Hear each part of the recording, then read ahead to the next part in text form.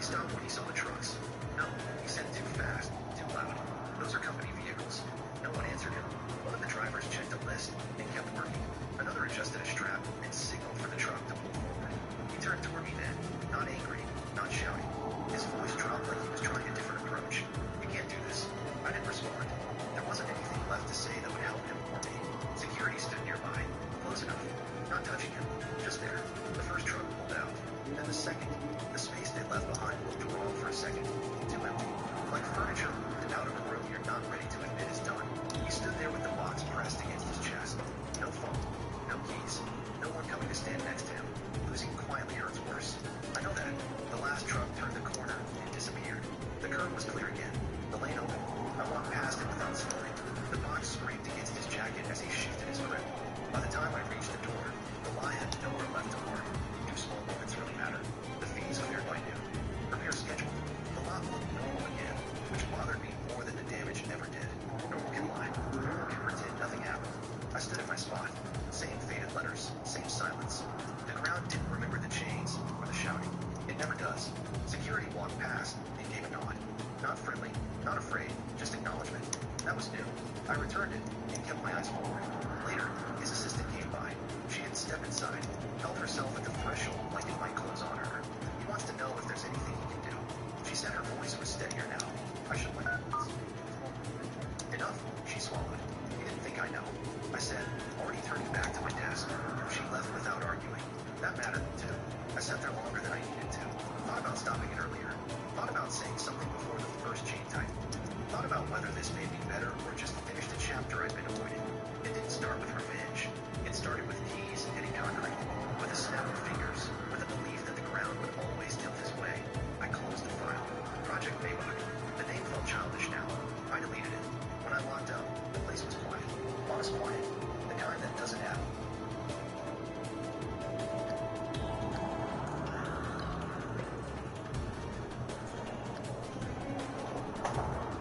God damn it. Come here, you son of a bitch. There we go.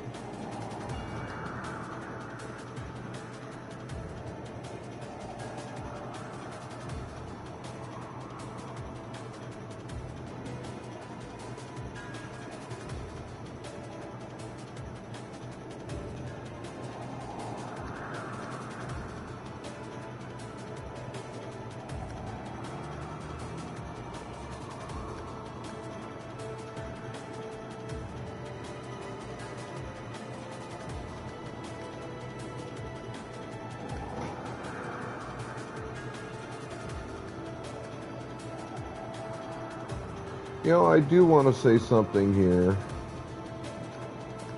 to the Star Wars fandom.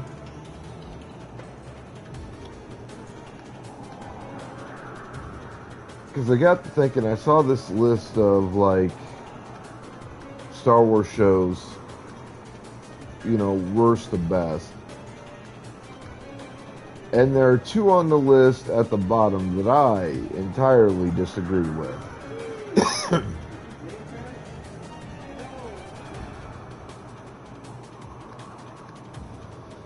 The Acolyte and the Book of Boba Fett.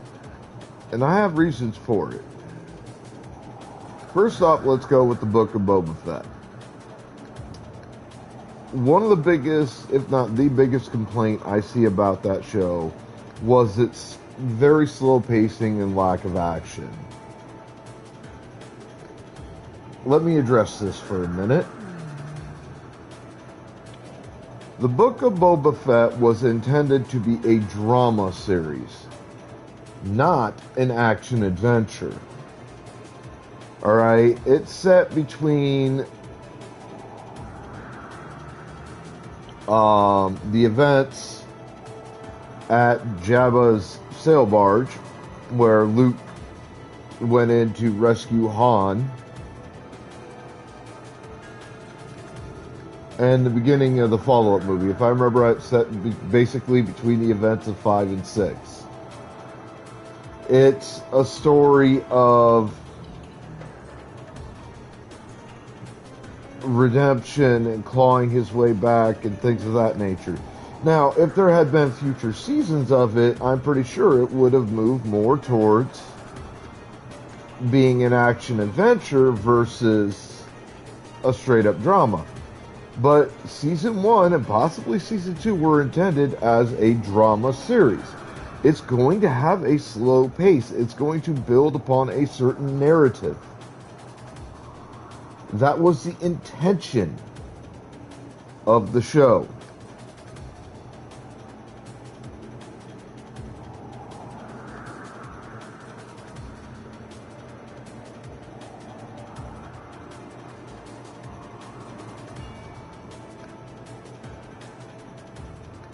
So, bitch about the Book of Boba Fett being slow all you want,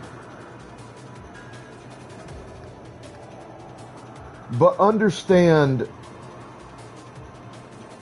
the first season at the very least was intended as a fucking drama series. Alright? It was supposed to be fucking slow. All you whiners out there complaining about it can suck a damn dick. Also, think about it like this. Let's do a comparison. Alright? Let's take perhaps the most popular Star Wars show ever created. Star Wars: The Clone Wars. I was thinking about this last night. Now, you know, I've realized this subconsciously before, but I've never consciously said it. Star Wars: The Clone Wars also, if you think about it, had a really slow fucking pace. And we're talking a 7 or 8 season show with, on average, about 20 episodes a season. Episodes ranged at, when showed on TV with commercials included at the half-hour mark. On streaming services, average roundabout 24, 25 minutes.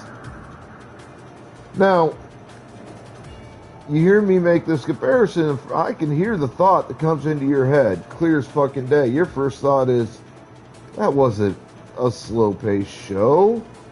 It was super fast-paced. And you're right. To a point.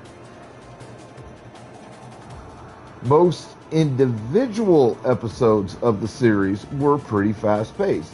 They had to pack a lot of information and action and story building into under a half-hour time slot. So, of course, it was relatively fast-paced per episode. But every episode feeds one into the other, and it builds an overall narrative for the show.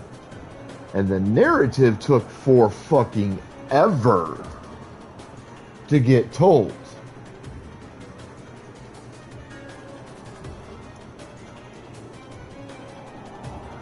We're talking somewhere in the realm of like about 4,500 fucking minutes worth of airtime to tell the overall narrative.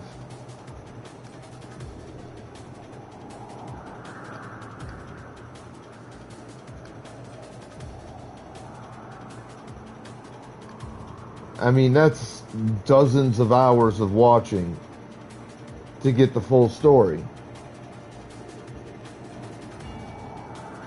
So yes, the show was on its face much faster paced. Because they were packing a lot of stuff into a relatively short span of time. You gotta remember, fucking episodes of the Book of Boba Fett were like an hour long.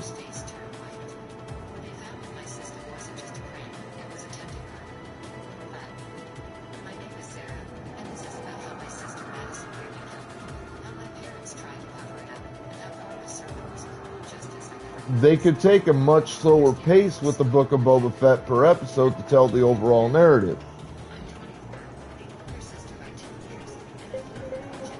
It's fine. And again, there's a difference in show type too.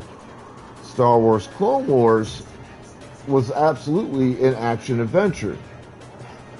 The Book of Boba Fett was a fucking drama. That affects pacing. So for you bunch of dumb fucks out there that want to, run your mouth and whine, bitch, moan, and complain about how slow the Book of Boba Fett was, fuck you. That was a damn good show. Like, honestly, my only part that I have an issue with, that to me, in terms of the character, made absolutely no sense, was having Boba at least temporarily take over Jabba's position on Tatooine. That made no sense to me. It's not who Boba Fett is. It's not who Boba Fett has ever been. That didn't make sense to me, but beyond that, I had no problem with the show. I really enjoyed it. Oh, it takes forever to watch, and it's hard to keep track. No, it's not, you dumb motherfuckers. You're just a bunch of fucking lazy bitches with no goddamn attention span. Jesus fucking Christ, get your head out of your ass. Alright? I don't want to fucking hear it. And let's talk about The Acolyte a little bit. The Acolyte was a damn good show. It was an action-adventure / drama. Had really good pacing. Had a really good story arc. Was delving into a period of Star Wars history that we've only seen delved into in books, and most of those books have been tossed out of the Disney canon.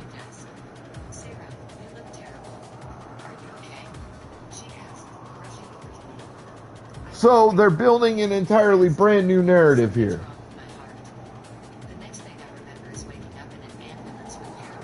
I love that.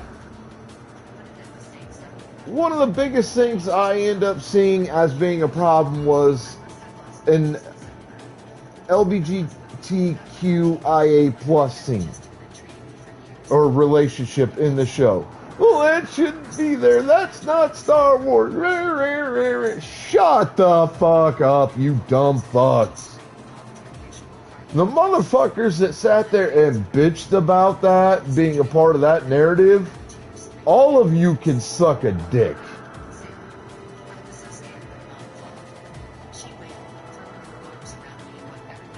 Every single fucking one of you can suck my dick. That was a very interesting part to the show. Matter of fact, I would go so far as to say it was one of the more interesting pieces to the show.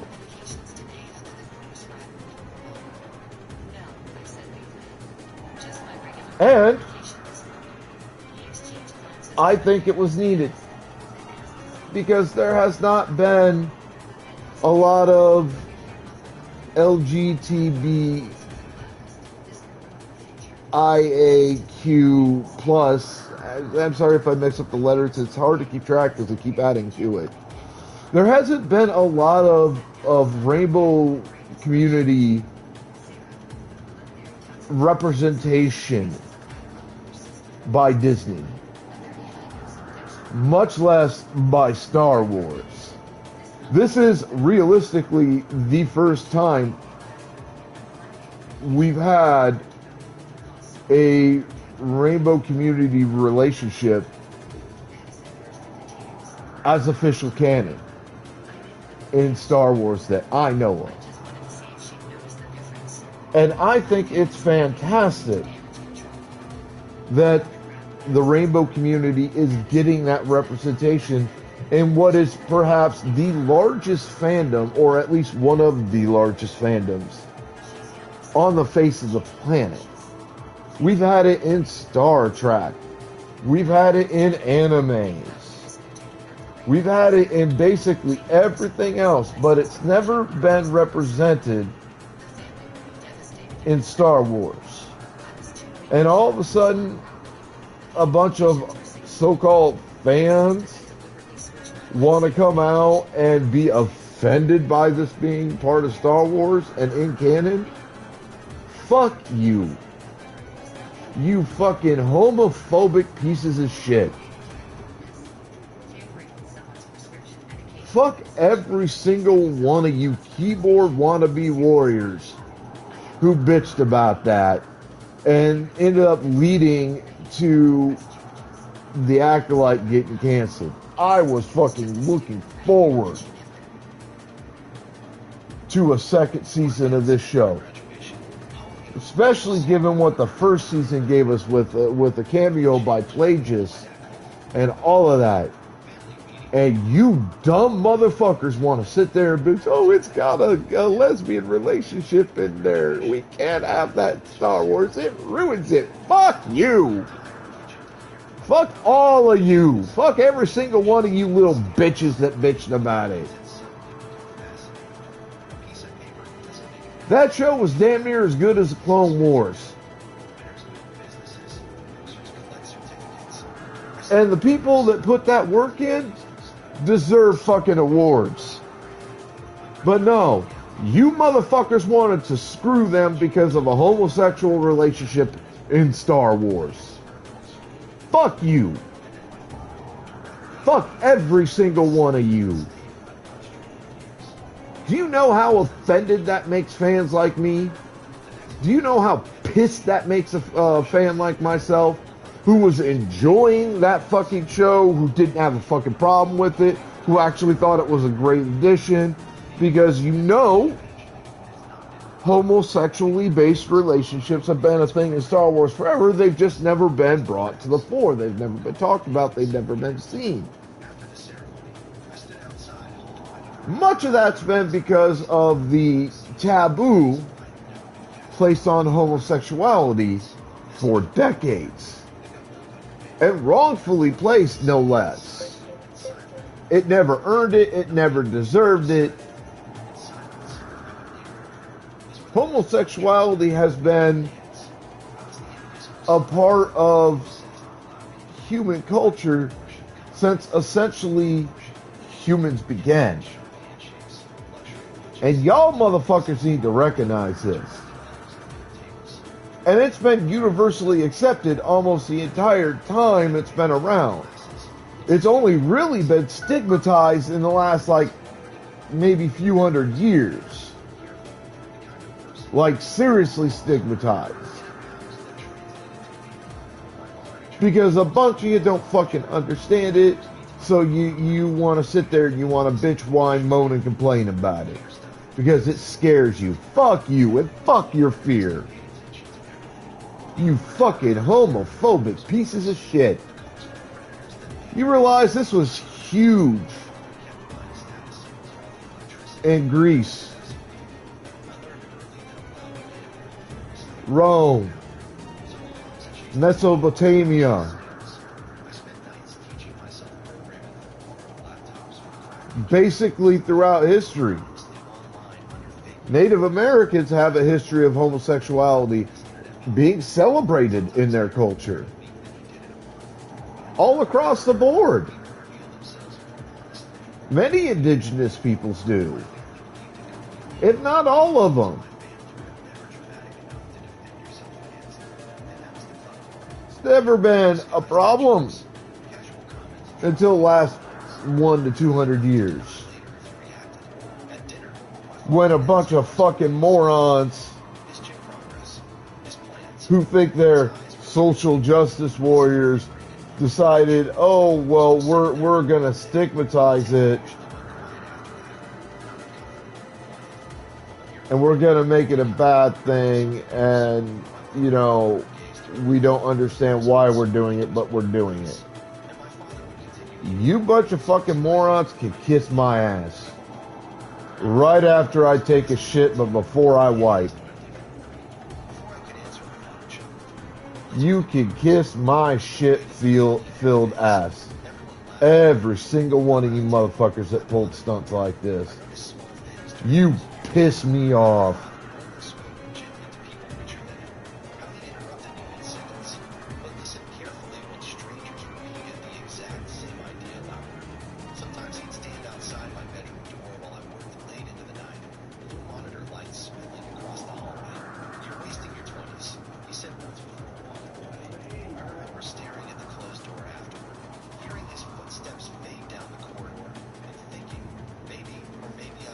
Something none of them could yet recognize. far as I'm concerned, Almost escaped my memory. Rain tapped softly against my all of you motherfuckers desk reviewing contracts from 3 different clients in 3 different countries. Lines of code reflected across the dark screen like moving constellations. who have been a part of stigmatizing homosexuality because you don't understand it, therefore you fear it, all of you should burn. I think every one of you should be arrested for a fucking hate crime and tossed in fucking prison and taken off society's hands, because that's what this amounts to. It's a fucking hate crime. Fuck you. All of you. Matter of fact, Star Wars has yet to produce a show that I would say is actually super terrible. The closest they come, because it doesn't make a whole lot of sense to me, and I've seen the entirety of it, was the one about the bunch of kids turning into a bunch of goddamn space pirates. Fucking, what was that? Forget the show. Skeleton Crew, I think it was. Could be wrong on the title there. That show didn't make any sense. And the story was really kind of shit. It's the closest to a really bad Star Wars show we've got that I know of. And I dare any one of you motherfuckers to disagree with me.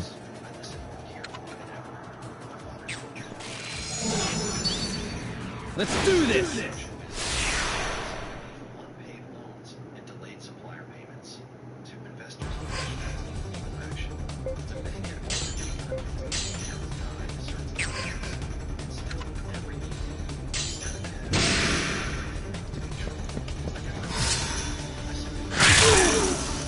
Fucking toxic ass fandom. Because that's where it's going these days.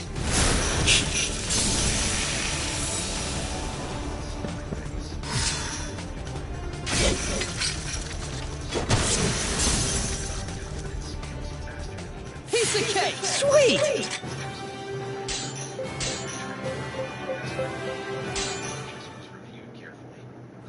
Fandoms today have gone toxic as fuck. I'm fucking sick of it. without asking my father for permission. I paid off a portion of my debts anonymously, legal channels, so no one could trace it back. Then I went and people like my father never collapsed all at once. They became public figures, and eventually, exactly as I expected, both of us started coming home, and his voice was soft reached out. The call came from just that minute. My father never called out to me unless something went wrong. I answered without speaking. For a few seconds, all I heard was breathing, heavy, uneven. Somewhere Alright, let's get Pokeballs in the chat. softly hit it. Then his voice arrived, smaller than I had ever heard it. We need to talk. How are you? I'm sorry, just leave. The next afternoon, I drove to my parents' house for the first time in months.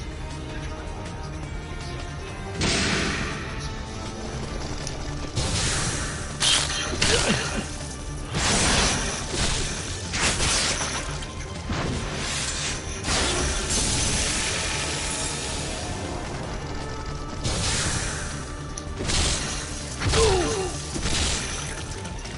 Smash him from the side!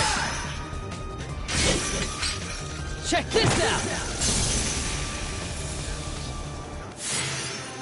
I feel stronger than before! I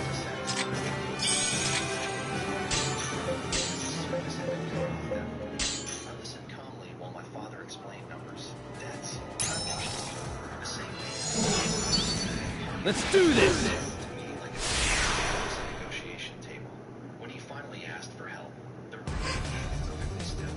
And for the first time in my life, I let the silence answer before I did. Words spread through the family faster than I expected. Relatives who once forgot my birthday. Thanks for warming him up! Looks like that hurt! Careful like this.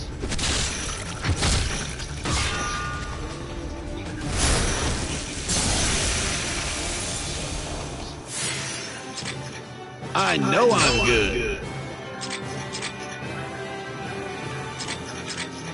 Just aware that the son he dismissed for years had become the only stable thing left in the family. I agreed to help under strict conditions. Assets had to be sold. Accounts opened transparently.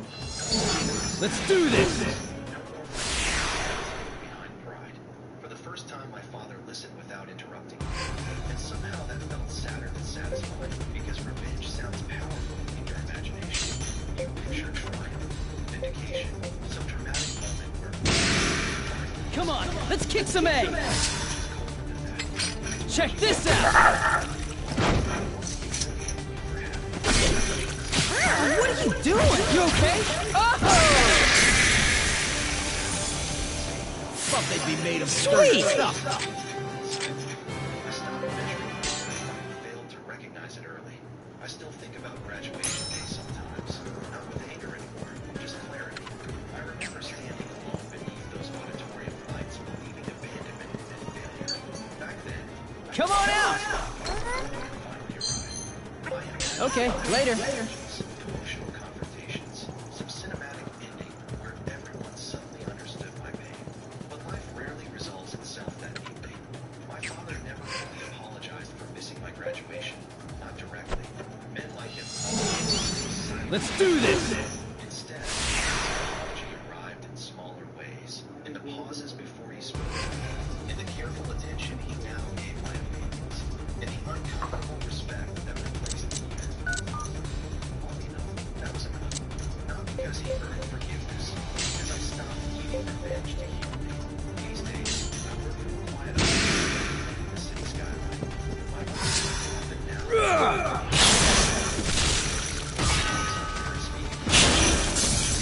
Like two men learning each other outside of the family.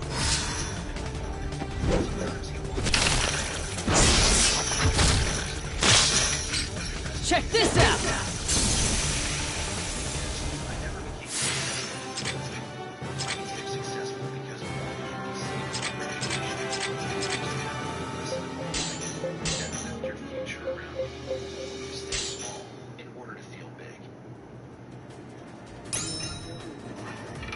For my father's 70th birthday dinner, my family invited my older son, but not my 9-year-old. Let's do this! Embarrassment. My mother sat right in front of her. Then my son did this. The next day, the whole family was panicking. My name is Caroline. And that Saturday, the day before my father's 75th birthday dinner, I started at my mother's kitchen.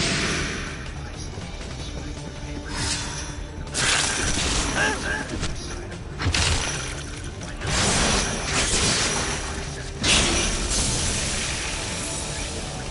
Piece of cake!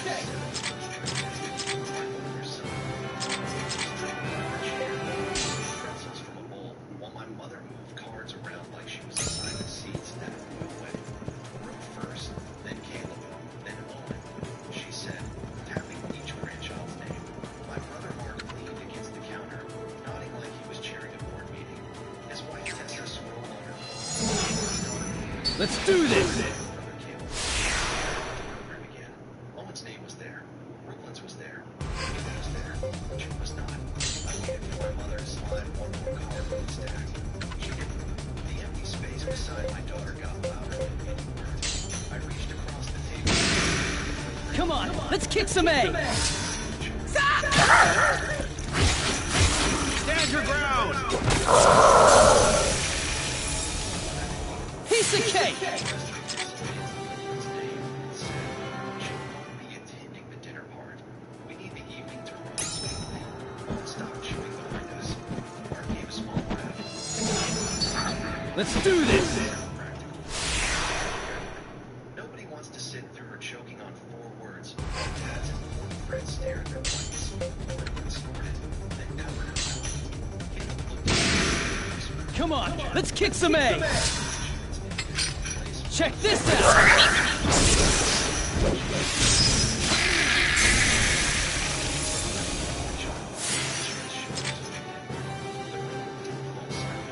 It kept going, and that made it worse. June had been holding that warm birthday baby with both hands. After my mother said it, she folded it once, and then again, Let's do this! But she like she had done something wrong. Does Dad know? I asked.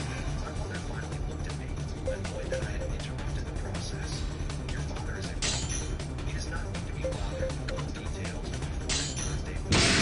Look at it exactly.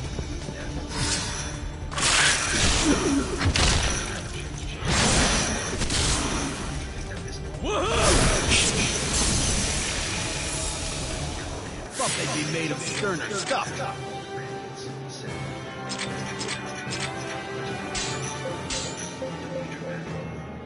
The speech program, then in June's crushed paper.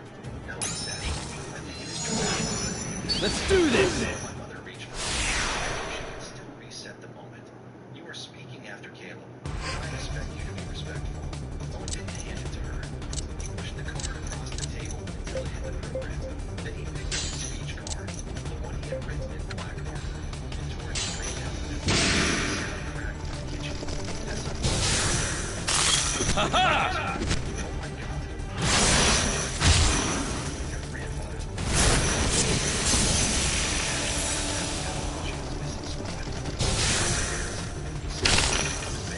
Smash him from the side!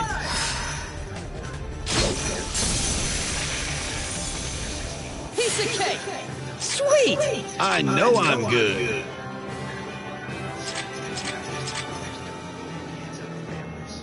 That was when the kitchen stopped working. I took June's backpack from the chair and slid the folded Oh yeah, I'm not fucking with him. was clicking like she was chasing a waiter. Caroline, if you walk out now, do not expect me to Oh, fix Big it Bird. later. I opened the front door.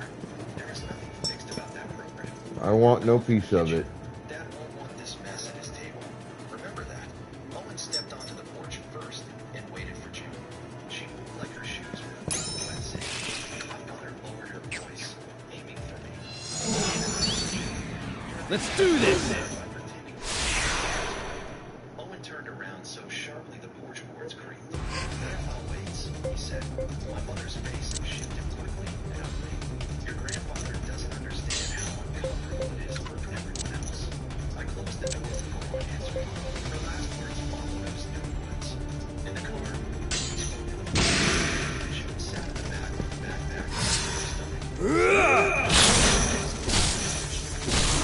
Sat beside her.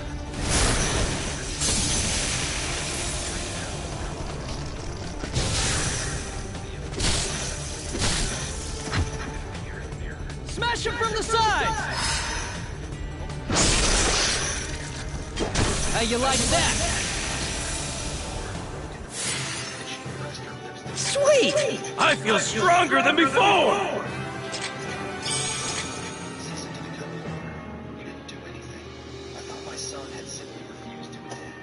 I thought that was the whole protest. I did not understand that he had already decided the next move. By the next day, everyone who laughed in that kitchen would be calling us.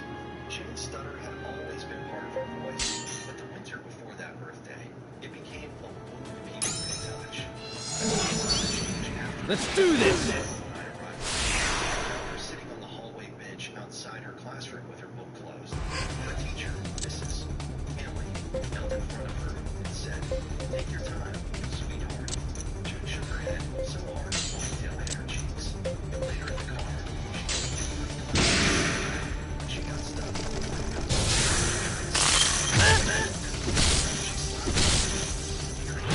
Looks like that hurt.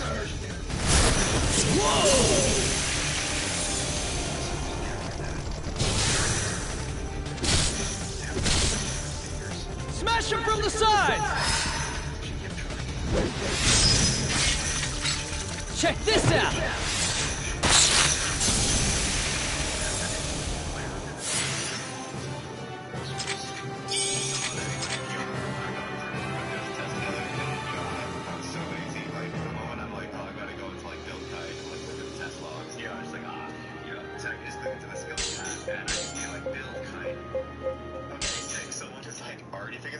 June stood by the coffee table reading 3 sentences from a library book, her fingers tapping against her jeans.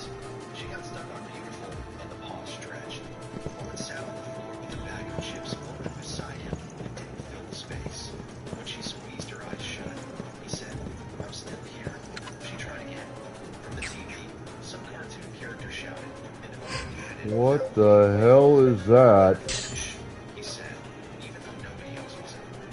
June laughed once, embarrassed, but lighter. You say that like there's a crowd. He shrugged. Practice crowd. Let's do this! Checking an imaginary. Let's do this! Says I have all day. A sentence. Owen threw one chip in the air and called it a standing ovation. My father had always been June's safest listener. On Sunday afternoons, he came over with groceries he claimed were extras, but they were always the cereal June liked and the spicy pickles. We would sit at our small kitchen table with his coffee while June told him about school, stopping and starting from every sentence. When she got stuck, rescue her. Guess the word. In your face!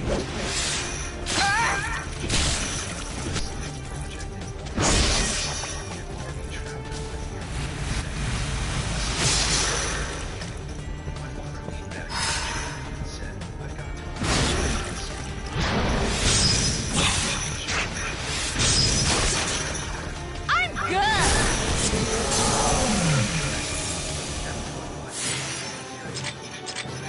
I feel stronger than before!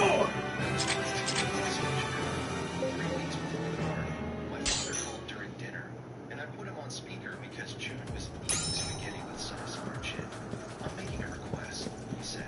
At my 71st, I want every grandchild to say one thing. It can be funny, sharing. Let's do this! I just want to hear from you. Owen said. Let's do this! Words. If they're expensive words. June held her fork halfway to her mouth. Every grandchild, she asked. Every single one, he said. She looked terrified, but after the call, she pulled a blue sheet of paper from the craft drawer. For days, she practiced at breakfast, after therapy, before bed. Sometimes she cried because grandma got stuck. Sometimes she started over. Come on, let's kick some eggs! She told me that she was intentional.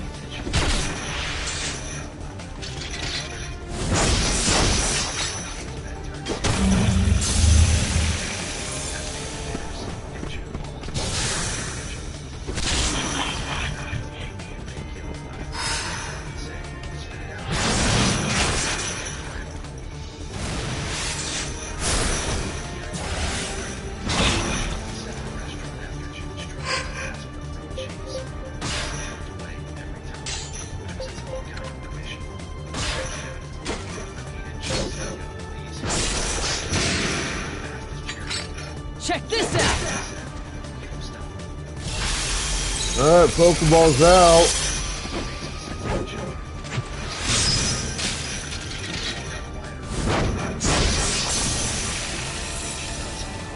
Piece of cake! Sweet! We understand until planning lunch. My father owned a small construction supply business he had mostly stepped back from, plus a 25% stake in a family rental duplex Martin had wanted for years. Let's do this! Arrangements. While Martin polished his family into a brochure. Brilliant, yeah! Travel baseball, SS volunteer events. Owen and June were treated like side notes, unless the week before the party. This dinner my mother answered. For June standing in the hallway. Smash him from the side!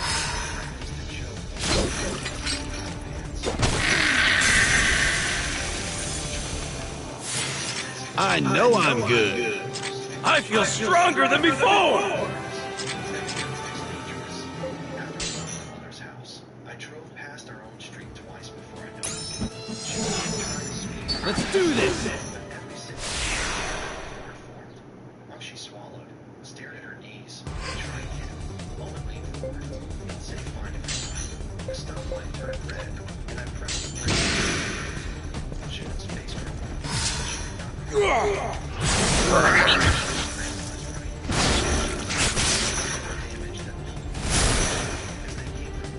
Smash him from the side!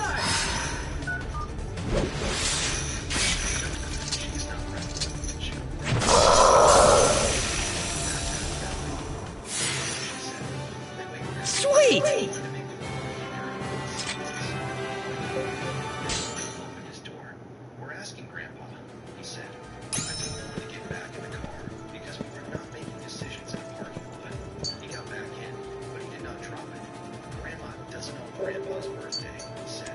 Uncle Mark doesn't own Kansas family. I gripped the steering wheel. I need to think. Mama's voice stayed low, which made it stronger. No, Mom. They had the lunch, the program, the scenes, the speeches, and Judy wasn't even allowed to ask. We don't need Grandma's permission. We need to ask the person whose birthday it is. Judy looked between us, scared by the idea, and moved toward it at the same time. I said, your grandfather may be tired. He may not want drama before tomorrow. Owen answered me, then I want to look him in the eyes. Let's do this! She's embarrassing. Shut the car down colder than yelling would have. I checked the time. My father's golf club was handy.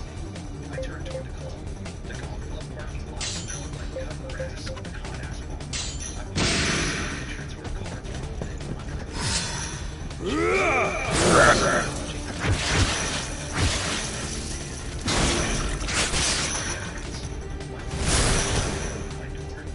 Smash him from the side!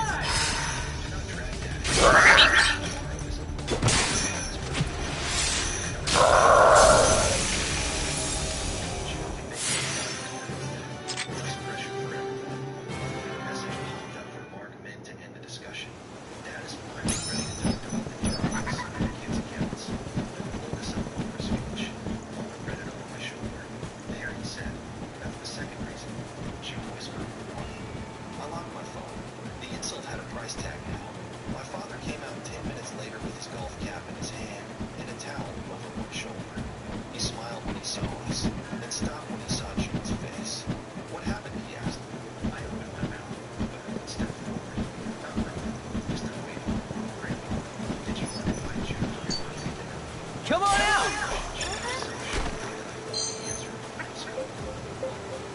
Yes! Okay, later.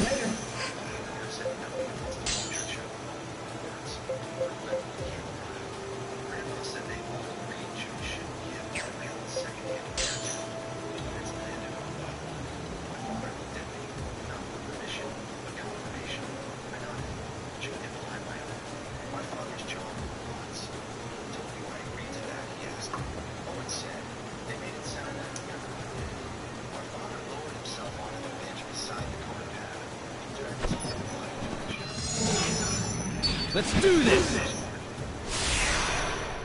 June, he said, did you want to come tomorrow? Her mouth opened, then closed. Her fingers tapped against the backpack strap. The sound stuck hard, and she twitched like someone had raised a hand. Come on, let's kick some A!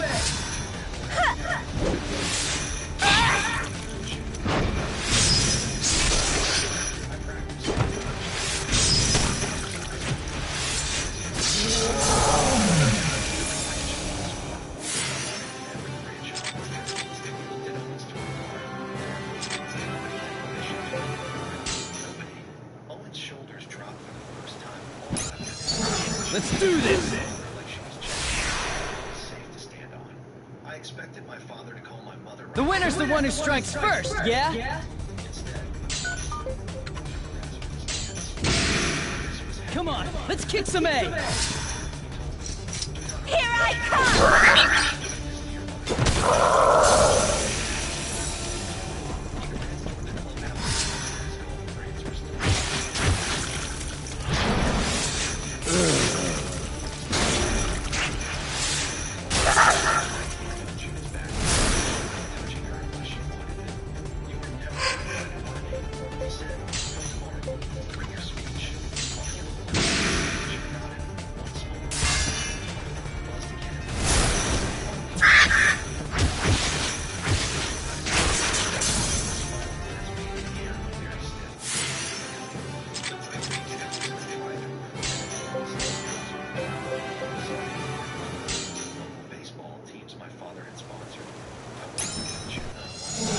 Let's do this! My mother stood near the entrance in a silver jacket. The winner's the one who strikes first, yeah? When she saw Joe, Mark was beside the program table with Tessa. Come on, let's kick some A! What are you doing?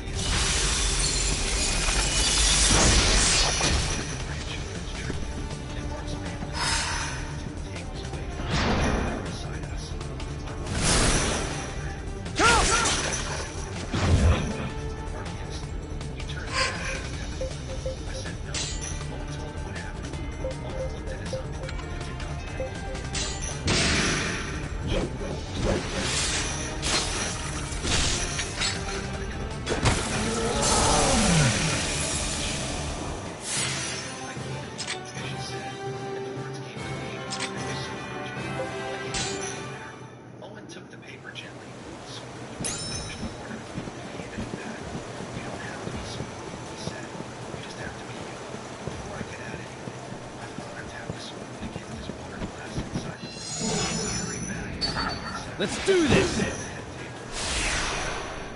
Before June speaks, he said, I need to say something. My mother's hands clamped around her neck. My father looked across the room. When I was a child, I stuttered badly.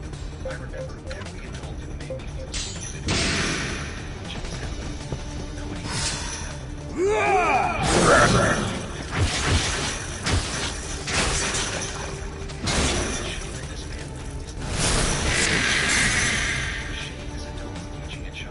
I know I'm good.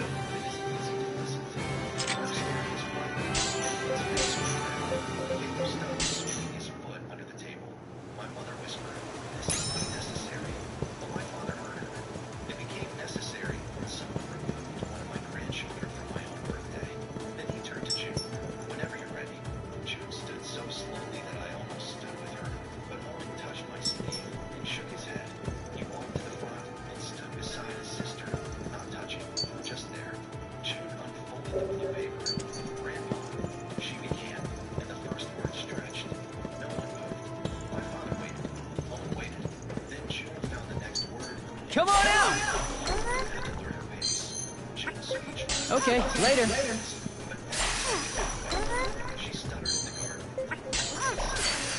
Restarted one sentence from the beginning. At the far table, Caleb glanced at Brooklyn like he was waiting for their own joke. But Brooklyn looked down first. June kept going. You make pancakes with chocolate chips, she read.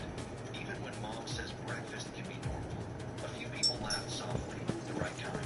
She smiled at the paper, then finished with the line she had practiced. Right. First. Your voice makes me feel safe. Anyone else reacted. He crossed the room and hugged her like she had just carried something heavy all the way to him. Thank you for every word, he said into her hair. Then he looked around the room, making sure everyone heard the next part. Your voice is worth waiting for. My mother started crying, but not the way people cry when they are sorry. After dessert plates were cleared, my father stood again with one hand resting on the back of June's chair. I plan to finalize some financial help and future property arrangements tonight, he said. Mark sat up so fast his fork hit the table. My mother whispered, Mark, warning him not to speak. My father went on, but I will not reward adults who try to silence one of my grandchildren. Mark's face said, Dad, you can't change everything overnight. That's near the back of that. This is a lot of work. My father shook his head. No, this is about a savagery. Children deserve to be heard. Professor reached for Mark's wrist, but he pulled away. We're protecting you, Dad. My father answered, you were protecting your access. The word access is a really powerful one. My mother tried to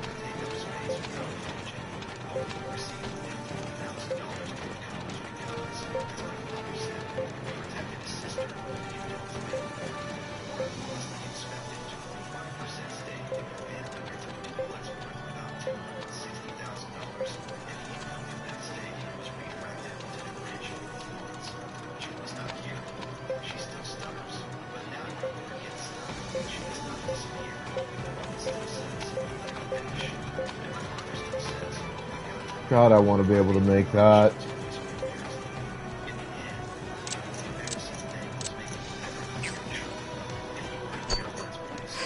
I think I already have the one.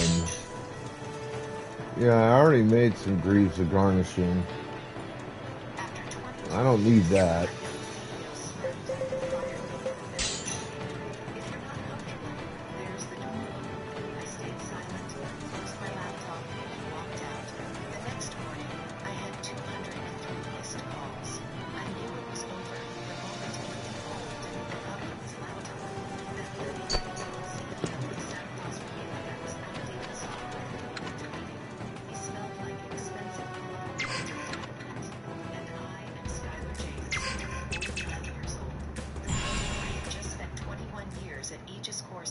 building the cybersecurity backbone that made their $850 million in government contracts possible.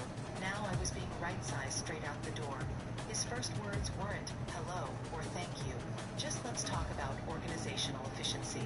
Efficiency. Before we go any further, take a second to subscribe, but only if you believe in standing up for your worth and never letting your work be erased. And I'm curious, where are you listening from right now? What's the temperature like there? This is a fictional story. Some elements have been enhanced with AI to make it more vivid, but the emotions, the tension, the lessons, those are very real. Now, let me take you back and tell you how it all really unfolded. I had spent over 2 decades building... Alright, let's get Pokeballs out. ...that kept military communications secure from threats most people couldn't even understand. Nations... Let's do this! Sophisticated breaches that never made the news because we stopped them before they could surface. That was my work. That was my life. And now this kid was reducing it to a cost-saving decision. Ethan Cole flipped open my performance file.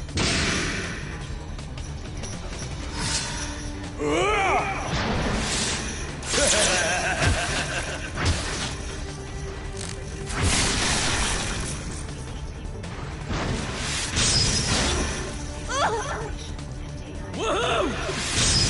That's gotta hurt!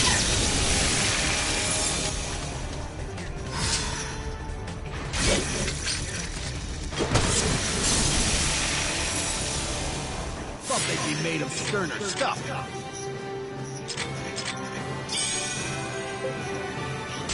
Repeating buzzwords until everyone else stopped questioning them.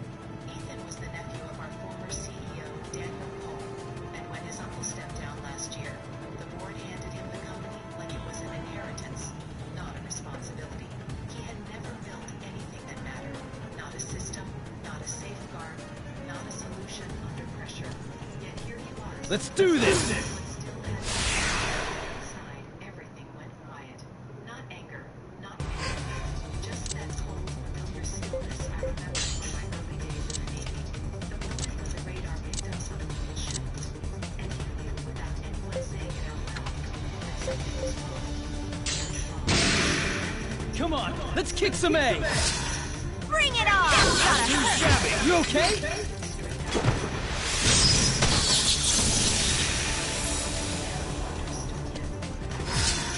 Hey, Feet, how you doing?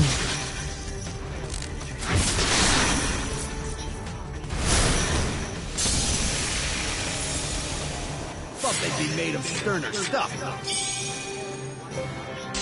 remembered missing my own daughter's wedding because one of our critical server clusters was under attack during a live defense operation. There wasn't a choice. There never was. I remembered going head-to-head with upper management more than once. Come on out! Team Salad, budget cuts gave knocking, and now handing me a termination letter like it was some kind of... Okay, later. So I closed my laptop. No speech, no argument, no meeting. I stood up, slid the folder under my arm. Come on out! Some of them glanced up. Okay, later. I passed the glass conference room where executives printed. Let's do this! That kind of silence sticks with you. But what people don't understand is this silence isn't always weakness. Sometimes it's confusion. I didn't go home. Not yet. Instead, I drove across town to a small diner I'd been going to for years. The kind of place I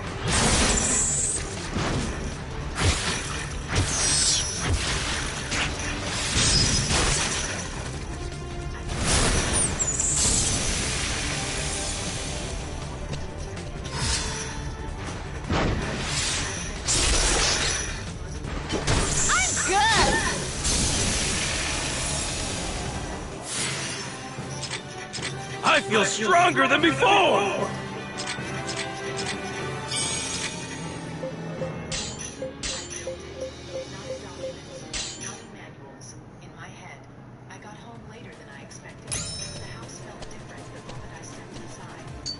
Come on out!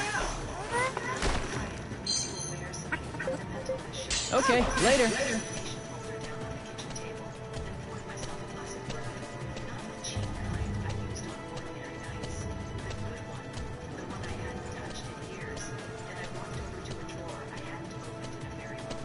Let's do this! And forgotten paperwork was a slim manila envelope. No label, no markings. Just something I had kept on instinct more than intention. I held it for a moment before opening it. Come on, let's kick some A! I am shabby!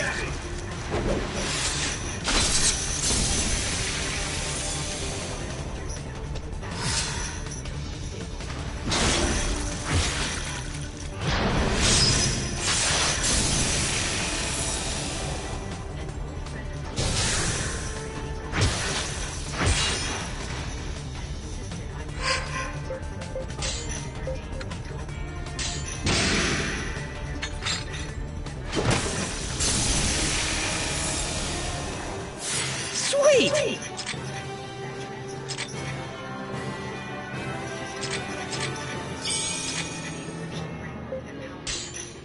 It traced back to this. I flipped through the pages carefully, scanning the Let's do this! clauses. I saw it. A single condition buried deep in the document. Precise, quiet, almost invisible if they didn't know what you were looking for. Come on, let's kick some A! Check this out!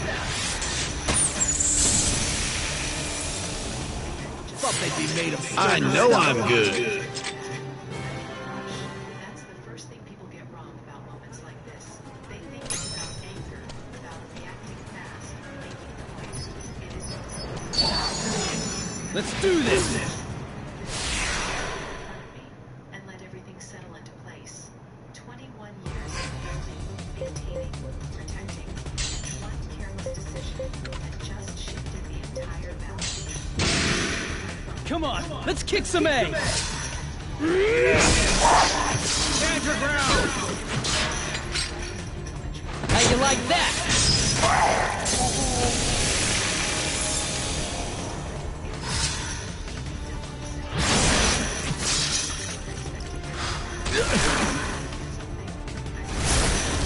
Yeah!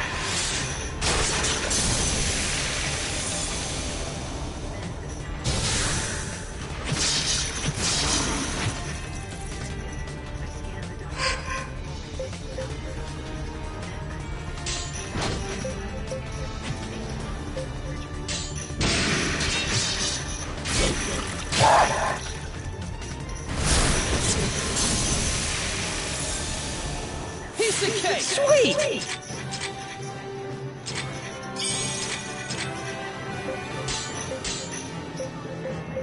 He continued. More serious now.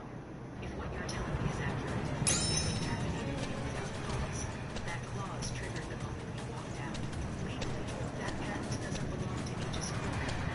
I closed my eyes for a second, letting that land. Then who does it belong to? I asked, even though I already knew the answer. Marcus didn't hesitate. You, Skylar. The line went quiet again. And just like that, everything had changed. I didn't say goodbye. Come on out! And sat there for a moment. Okay, later. Yes! Laptop open. The same kind of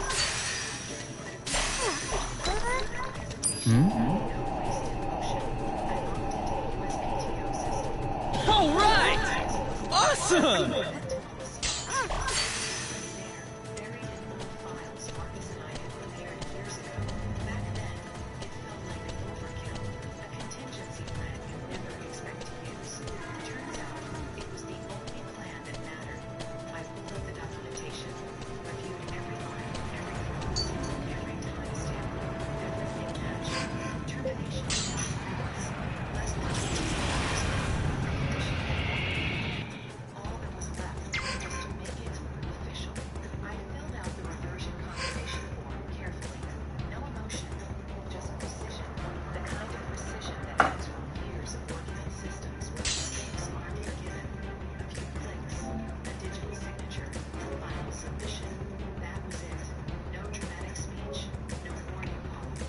Alright, I gotta run to the restroom real quick, grab me some coffee. I'll be back shortly. Hang tight.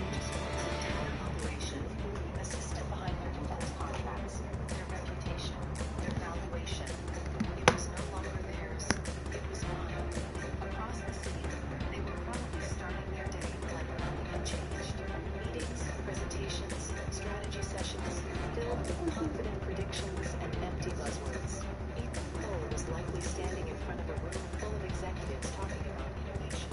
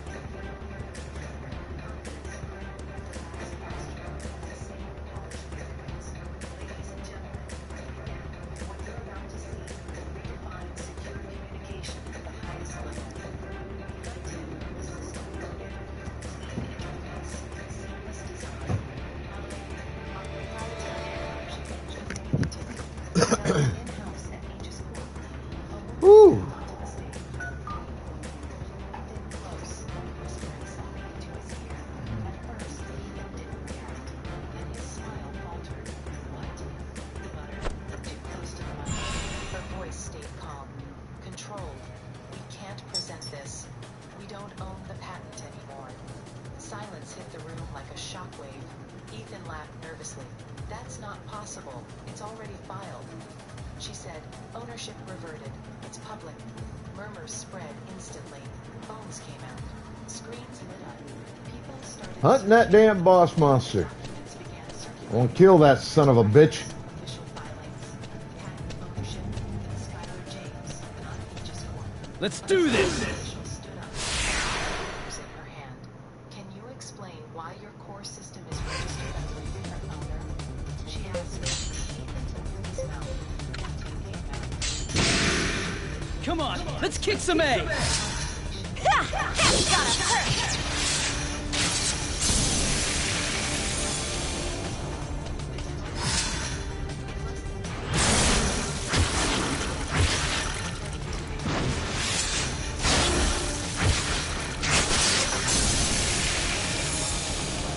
Piece of I cake! know I'm good. Credibility. The collapse of everything they thought they owned. I woke up the next morning to my phone vibrating nonstop. Missed calls. Dozens Let's do this! hundreds. Legal teams, unknown numbers, even a few reporters. Hit 'em hard, hit 'em fast. By the time I poured my first sip of coffee, the number had crossed 200. Messages. Come on, let's kick some A! Bring it on! That's gotta hurt!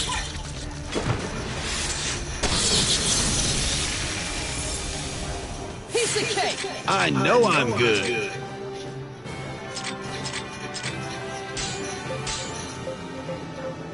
Upfront, 12% ongoing royalties on all contracts using the encryption system, a permanent port seat, full voting rights, public acknowledgement of original authorship, and Ethan Cole's immediate resignation. I hit send. 40 minutes later, my phone rang again. This time, I answered.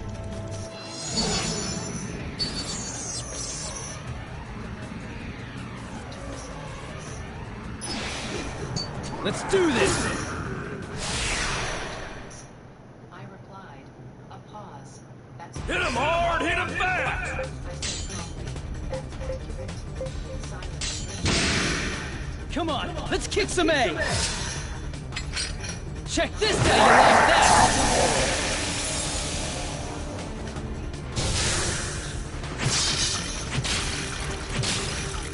that? I answered.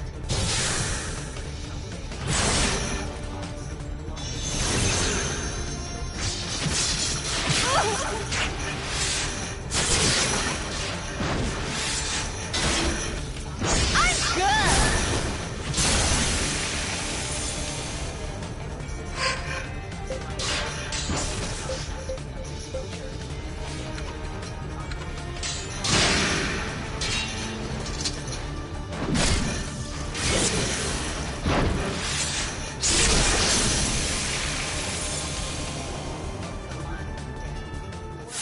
Sweet!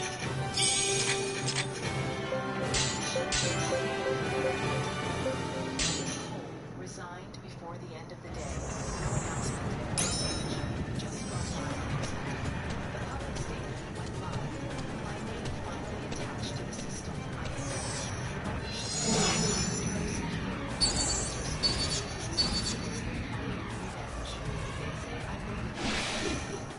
that I planned it. That I took satisfaction in watching it all fall apart. Take me wrong. This wasn't revenge. This was correction. Come on out! Decades building something that others take for granted. Okay, later. One thing above all else, never forget where the real value comes from. And if they do, make sure they remember. Come on out! Okay, later. I know you see it the same way. Damn!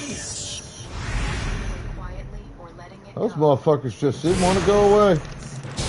They really wanted to fight. Steady there.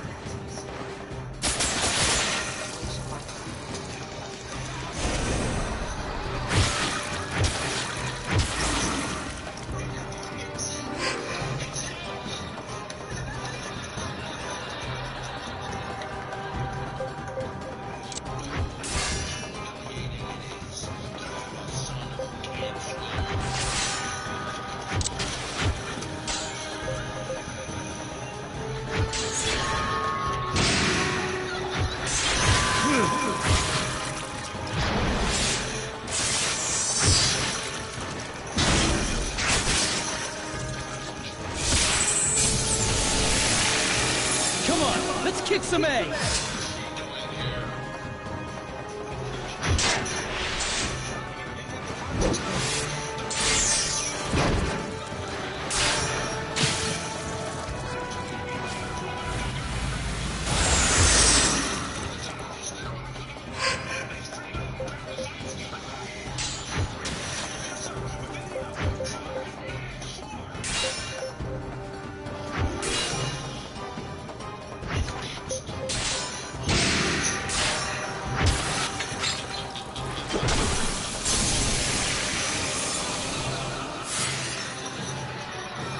I know I'm good.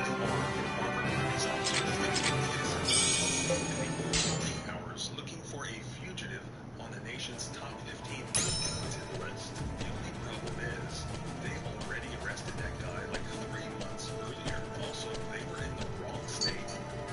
Come on out! Explanation that they have for getting it. All right! Awesome! Okay, later.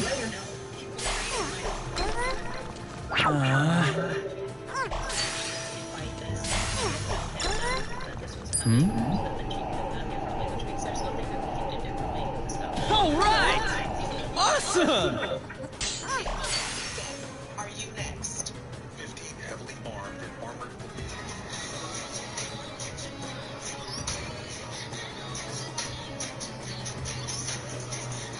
Good morning. At the VC pitch, my CEO. Come on out!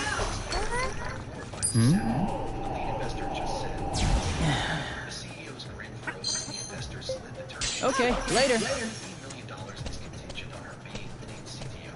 We can wait. I knew today was going to be a circus when Jarrett tossed a half-wrinkled post-it on my desk that just said Karen Google's Wi-Fi stuff and kept walking. No, please prep the back-end demo. No details, not even a calendar invite. Just that. Meanwhile, his inner circle of NBA, Sint and Yes Men were holed up in the glass conference room, practicing how to say market penetration without laughing and rehearsing eye contact like it was an improv night at Wayport with the only basic infrastructure to collapse like Jared's second marriage. But sure, let's pretend the magic just happens because we believe in synergy. I'd built the automated deployment pipelines. I'd secured our database after that minor incident Derek called a glitch during the product demo. I'd rewritten their duct-taped legacy code when the server started crying blood. But God forbid I use up too much oxygen in the pitch. According to Derek, my role was to look sharp and not say anything that might confuse the investors. Translation: shut up and smile, just have it Barbie.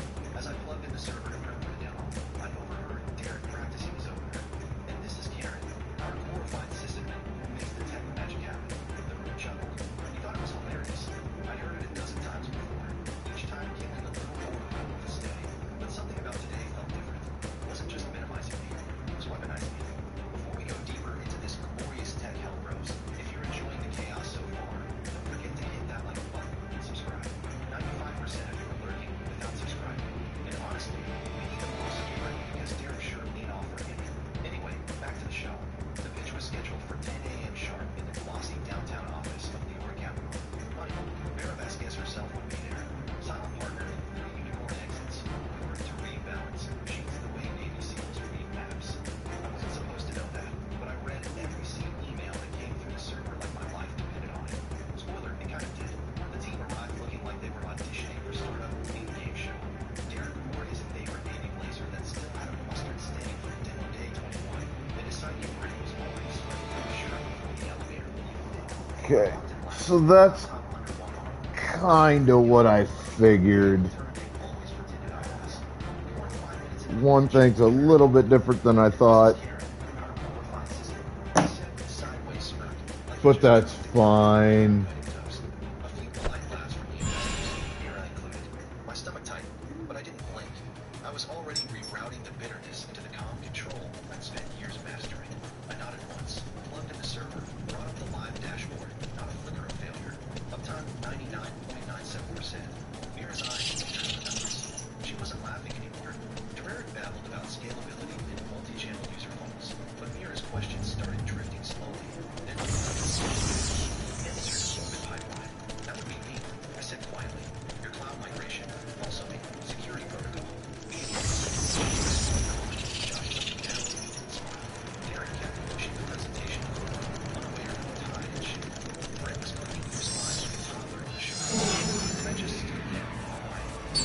Let's do this! The company used me as stage dressing, but Mara's gaze didn't lie. She wasn't interested in buzzwords.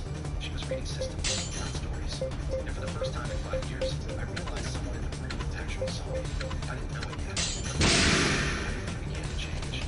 Not like it was a joke.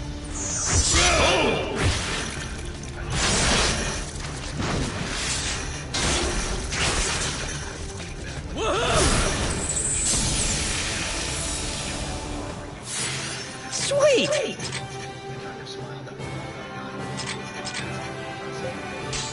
$1 Series B pitch. The room responded on cue. Polite chuckles, nods. Someone sipped coffee, a little louder than necessary. Just enough noise to make the humiliation ring louder in my ears. But I didn't flinch. Just stared at the glowing screen in front of me. The live veterans dancing steady. The backing was humming. Singing. Come on out! The demo I read. Okay, later. I had tested it 15 different ways, including failure injections. That's new.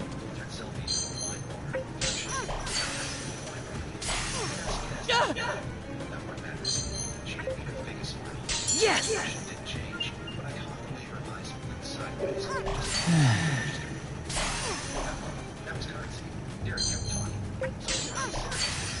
Evolution. Harmonics. Gibberish, so slick and slid right on. Love to string shiny words together like Christmas lights in a round box. The execs around him nodded like bobbleheads because that's what they were trained to do. Look engaged. Pretend it was genius. There ain't no one has to obvious. Hello, Mystic. Just look professional. It's a relationship building meeting. They're selling us us. As if I hadn't already sold my soul to hold this company together while they played founder cosplay. Longer Derek talked, the more I disappeared from the room. Not physically, I was still there behind the laptop, hands resting calmly on the table. But in their eyes, I was set dressing. A breathing prop with a decent haircut. Come on out! The lights on. Even motion. Okay, later. Slide on infrastructure costs. This is Kieran's magic, he said, like I was a house elf somewhere. Turned back to the VC like I'd vanished. I kept my face still. Blank. Not passive blank, a deliberate decision. Because something inside me scared, horrified. That word carried weight. It wasn't a smell. It was surgical. He'd chosen it to cut me down right there in front of power. And he expected I let it slide like always. Except I didn't. I started cataloging not just the insult, but the expressions, the reactions, emails I'd read leading up to this meeting, the version of the pitch deck he redacted from my access, the private Slack channel they didn't realize I had audit logs for. I began threading the needle because that crack in his performance, it wasn't the first, and it wouldn't be the last. Mira cleared her throat, breaking the law. Karen, she said with a precision that made Derek blank. Quick question. Did you solve the latency issue between your API and the reporting layer last quarter? Oh, so that's how we're doing this. I answered plainly briefly with just enough technical depth to signal I wasn't someone who installed printers. Mira nodded once. Derek, visibly thrown, tried to reassert control. We have a whole team for that stuff. Obviously, Karen's just closest to the wires. I looked up, held Mira's gaze. Just closest to the wires was when I knew. Derek thought this pitch was a win. Thought his charm would mask his ignorance. Thought his little sysadmin joke would land as harmless banter. He didn't feel the silence Mira left hanging. Didn't notice the absence of laughter from the one person in the room who mattered. I did. I didn't know what Mira would do next, but I knew what I had to. Stay quiet, stay steady, and let him keep talking. Because his own mouth was about to be the thing that Pokeballs out. Derek was already halfway into his post-pitch victory lap when Mira shifted in her seat. You could practically hear his ego rubbing its hands together, ready to celebrate. He leaned in with that toothy, frat house grin and said, "So, any initial thoughts?" Like he was teeing up applause. Brett was nodding so fast beside him. I thought his neck might file for workers' comp. Mira didn't speak right away. She just reached into her leather briefcase and pulled out a folder. Minimal, deadly. It wasn't one of those get back to you kinds. It was thick, heavy, printed, fine. She slid it across the table without ceremony. Her manicured nails tapped at once. This is the term sheet. It is, she said. Her voice a scalpel wrapped in silk. $15 million. Subject, recognition. Brett actually let out a release like a puppy drunk bark. Derek was reaching for a pan, ready to fake read the lethal ease and launch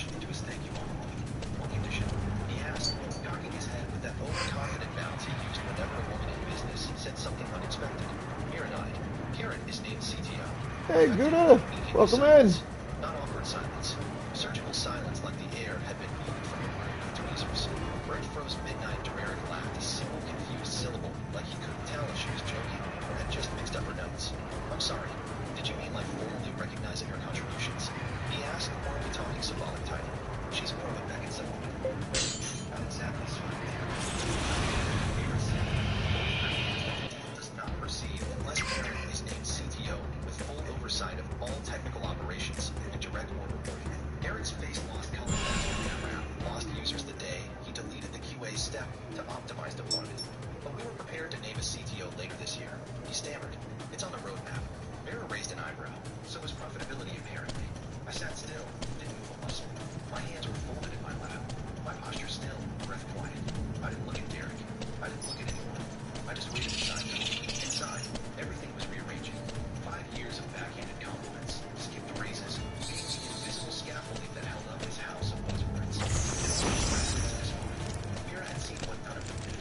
Not the pitch deck, not the projections, not Derek's empty swagger. She saw my and she had to laugh. Derek clearly stayed in. I mean, Remnant, of course. That's all. Karen hasn't really expressed interest in leadership. That was true because I've been too busy leading political politics. Karen didn't blink. Became my greatest down. It ended like a drone strike. No handshakes, no we'll circle back. Just a choice sitting there in front of Derek looking for a nod with the pin already going. Either I was CTO or Derek turned to me, searching for something. Help, maybe. Agreement, gratitude. Met his eyes, and didn't say a word because the truth was I didn't need to. Not anymore. He cornered me in the hallway the next morning like a dad, trying to talk a toddler out of a tantrum at Target. Karen, hey. Just gotta keep coming in and leaving until I find this motherfucker again. His voice had that fake chipper tone he reserved for board meetings and surprise layoffs. Mira sure there was a curveball. I didn't respond. Just waited. He glanced around, lowered his voice. Look, I know she kind of put you in a weird spot. I get it. You're loyal. But CTO, I mean, that's a whole different beast. It's pressure, stress. You have to be the face of things. Like you said, sounds like a big responsibility. Exactly. Mistaking my agreement for compliance, and I just don't think that's fair to you. Honestly, I think Mara is projecting. Good answer. You decided to blame her. Doesn't mean the right move for you. Miracles. Concern. Make it sound like it's protecting you from actually cutting your legs out. I've actually got a better idea, he continued. We give you a raise. Well earned, obviously. Maybe even a retention bonus. And a new title. Something sharp. Something that reflects how vital you are to the company. He paused for effect. How does head of IT innovation sound? It sounded like lipstick on a pay stub. Would I report to you? I asked. He blinked. Well, yeah, of course. You'd still be in your wheelhouse, but with more room to breathe, less pressure. No board meetings, no late night fire drills, just doing what you do best. And Mira, he hesitated. I'll talk to her. Right. She's reasonable. Translation. He tried to spin it into something that let him stay game without saying the I appreciate the offer. He exhaled like he just decided. See, that's why you're great. Always like. Then he clapped me on the shoulder, walked off like he just saw me roll hard. I retained counsel. Not flashy, not aggressive, just precise. A quiet, brilliant employment attorney to be used to write internal policy. She read the order Derek gave me in his mind. No equity agenda, no seat. She looked up. This isn't a promotion. It's an NDA round. So we began diving into the organization. Every meeting, every time Derek referred to me as the technical glue or the heartbeat behind the curtain. Because in executive land, what they don't give you matters more than what they do. I didn't go on Slack and start grandstanding. I didn't leak anything. I didn't gossip by the coffee machine. I just kept showing up. Same calm tone, same quiet excellence, same airtight systems, running with machine precision. But I wasn't playing his game anymore. And Jameer felt it. You could see it in the way his jokes got louder, his meetings more. Come on out! Randomly pulling and shooting. Okay, later. Trying to reassert control. The panic was setting in, not full blown yet, but enough to crash. With the hardest part usually the ones who know they've already lost it. And Derek just started to but I wasn't just playing. I was writing them. Request whatever on a Tuesday. My name wasn't here. It came from my lawyer's assistant. Clinical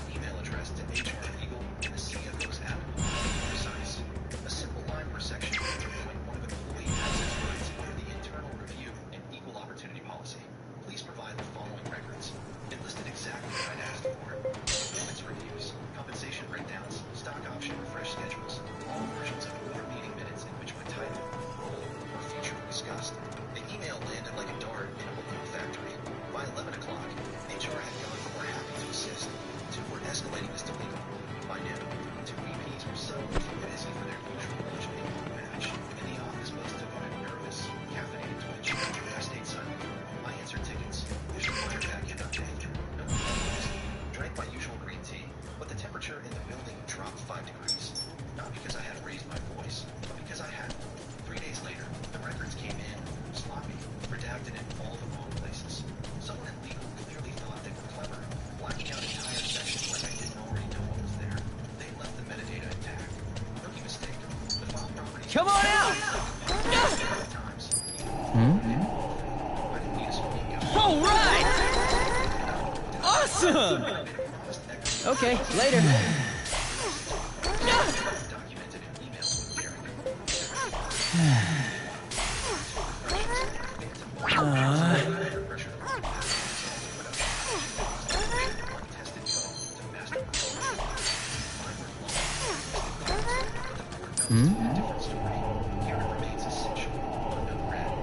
All right!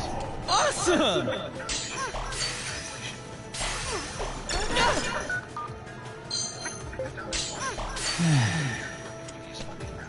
The leadership or chart CEO role marked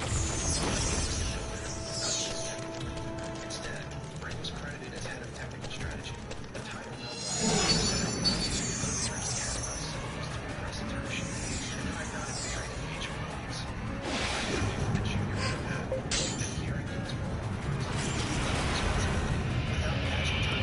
no possible exposure under classification statutes.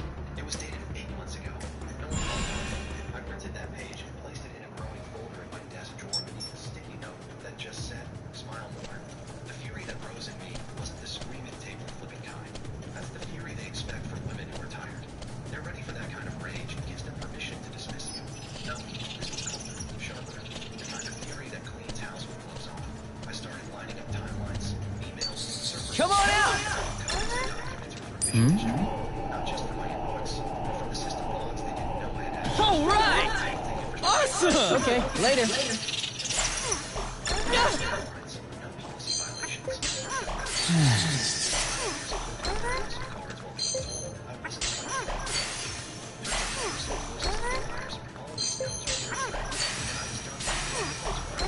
It started with a text strategy, alignment governance, no guessing. Yes! Just a big invite in the executive meeting room for 2 o'clock p.m. Friday. Strategy hub. Usually it's just a podcast. It's scribbled on the whiteboard, all written on it. Strategy with Sharpie. But then one of the junior devs I mentored, Nina, brilliant, detail obsessed, 2 steps away from getting moved by all. You didn't hear it from me, but check who signed into the guest Wi-Fi. The login name told me I was CTO consultant. I stared at the screen for a full minute. Former CTO, text on it. Known for saying things like, real engineers don't use comments, and calling stand-ups emotional overhead. I'd seen him speak at a panel once. He said the cloud was a temporary trend. That was Derek's pick. My stomach didn't drop. It calcified. He was actually doing it, trying to undercut the term sheet by quietly installing a male CTO before the ink even dried. No announcement, no discussion, no attempt at finesse, just textbook Derek, desperate, sloppy, arrogant enough to believe Mira wouldn't find out. I called HR. I didn't confront Derek. I pulled up my personal files, created a clean spreadsheet, and sent an email to one person. Subject: re-leadership discussion to Mara Vasquez. Attachment: impact summary XLSX. No fluff in the message, just one sentence. This might clarify technical leadership today. The spreadsheet was Come on out! efficiency gains, infrastructure upgrades, budget savings, Yes! opinion-based, all traceable. But line 27. Okay, later. Uptime before Q&A, 73% after, 99.97% 10 minutes later. Mira replied, one line. He's about to cost himself the deal. No greeting, no signature, just a digital guillotine raised an inch above Derek's neck. That night, Derek sent a big changes ahead for the engineering. I watched the emoji reaction. Parts, rockets, skies, again. Okay, I was better than okay.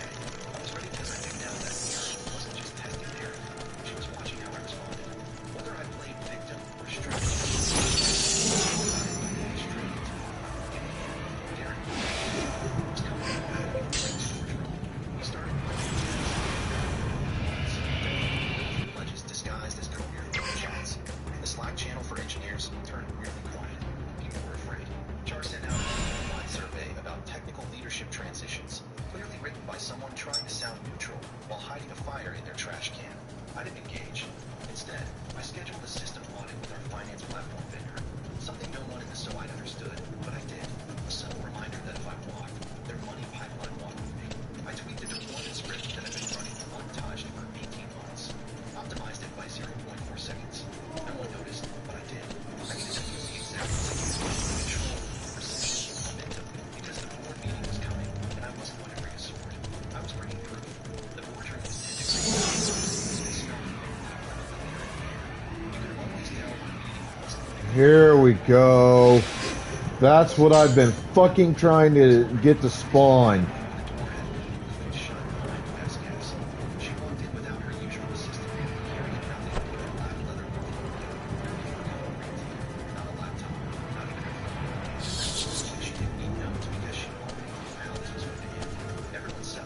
Let's do this! Damn! That little motherfucker followed me all the way through the damn cave. Just bound and determined to piss me off.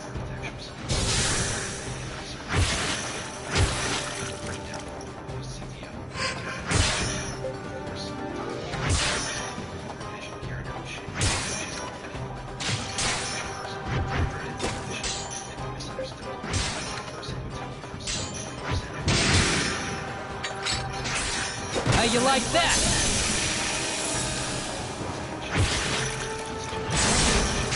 Show those jerks!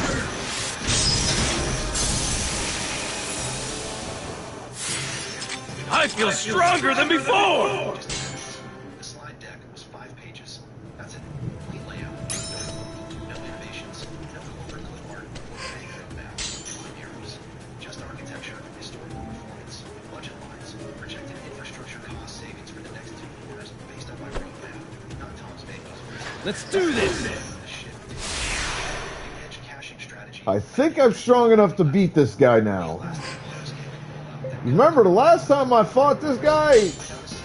Like, he beat me, but it really, realistically wasn't by much.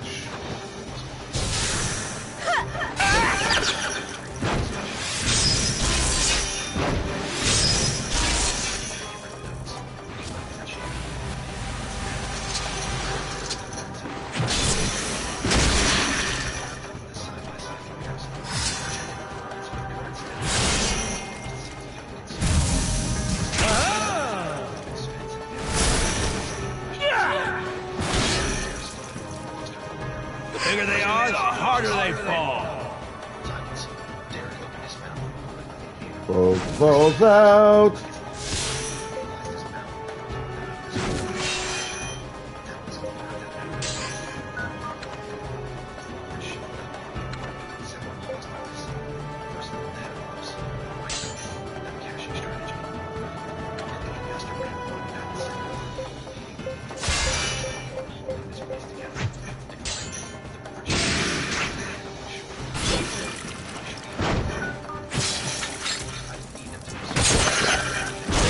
Tough guy.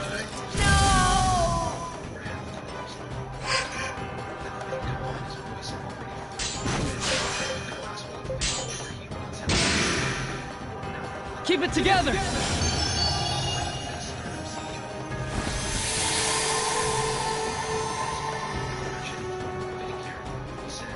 You wanna play?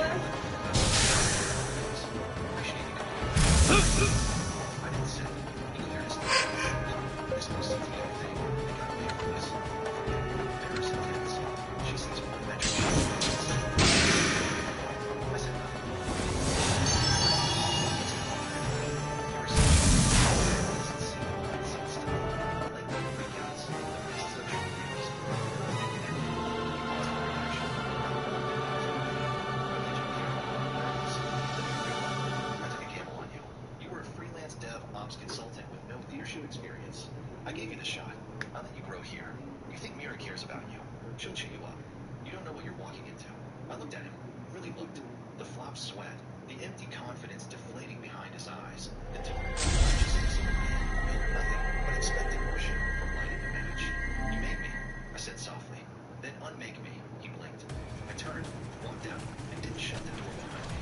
Let everyone hear. Let's do this! Opened my laptop, took a breath, clicked compose to Mara Vasquez, CC. Ordered company code. Legal to company code. Subject, CTO role. Full acceptance button. Pursuant to the offer outlined in Mara Vasquez's term sheet and reinforced by board consensus during the technical review, I hereby formally accept the role of Chief Technology Officer, effective immediately. I look forward to collaborating with all stakeholders to ensure a smooth transition and continued operational excellence. Here in Houston, there was no confetti, no soundtrack, no browsing scratch, just the click of a mouse and the slow realization that mine was. Come on, let's kick some ass! Good. Oh, what are you doing?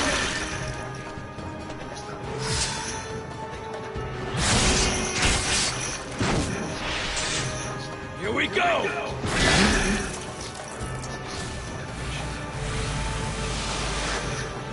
The bigger they are, the harder they fall.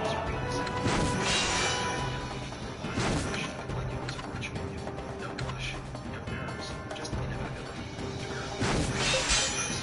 Jack and David color like he He gave it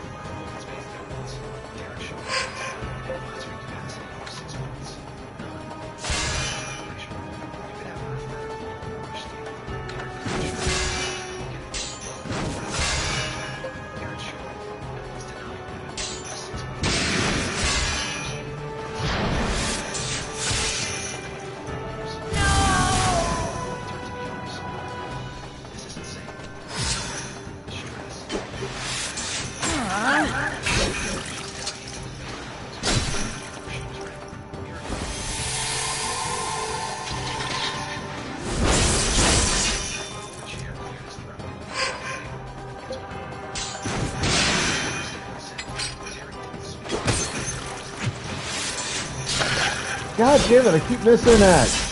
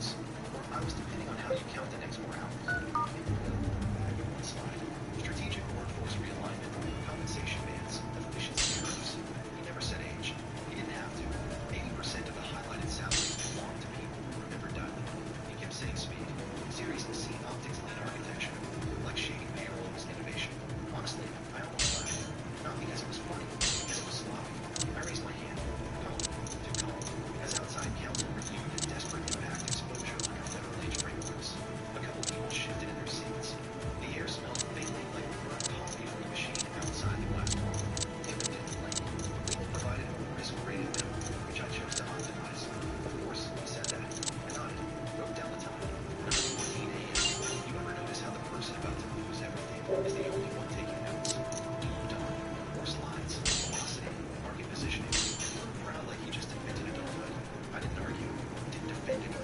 That surprises people. They think I'd explode. I don't explode. I document it. I open my laptop, email HR. Please confirm termination time effective 5 p.m. and immediate cessation of advisory role. Then I send one more email to the board distribution list. Short kindly provide the final signed policy and confirm language used in investor materials regarding core engine ownership. That one wasn't for Camden. He kept talking about speed. All I can think is if he's this comfortable with racing people for optics. Leave it to me. Is he telling investors about what we know? I closed my laptop. I thought he just fired a 45-year-old prop. He didn't know what else he just activated. I thought it was just payroll. That's the part that almost makes me laugh. 6 years ago, when the next was moving out, migration failure, clients threatening to walk. We were too missed. Let's do this. Back then, I stepped back. Let's do this. Too much chaos. I moved my status to independent contractor and ran everything through my LLC. Hit 'em hard, hit 'em fast! Cleaner that way. Camden wasn't around yet. I was probably still posting about disruptions in the market. The engine that holds the Luminex together now. Adaptive schedule. That was fine. Pulled at my kitchen table. Midnight calls. Come on, let's kick some eggs. Trying to be a tough guy. There's a difference, and that difference is paper. The agreement not eventual death. Just be safe.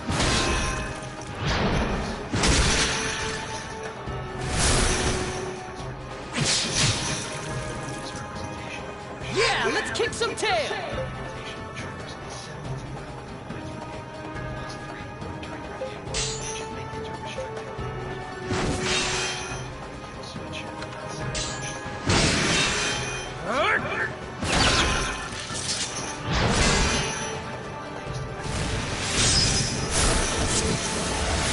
Not bad. Think you'll get away with that, do ya? Damn.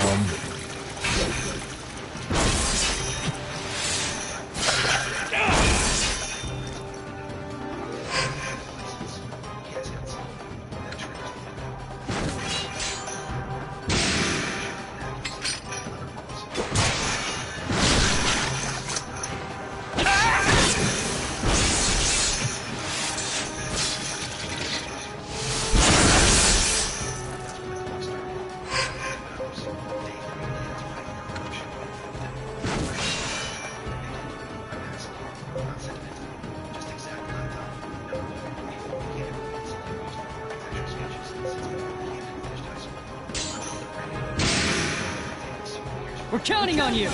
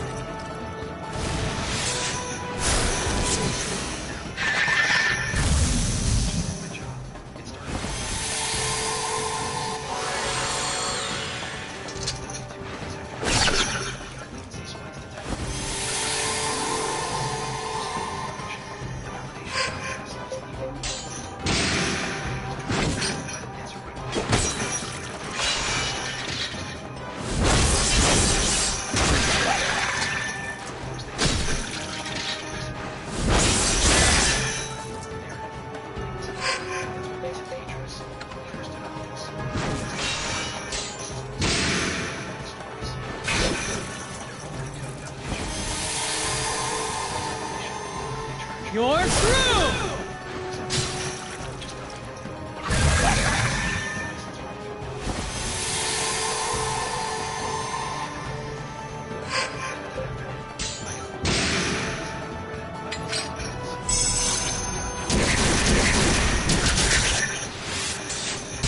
Dad.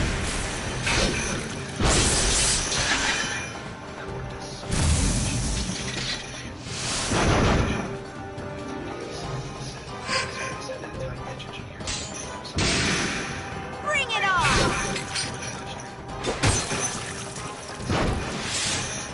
Ah!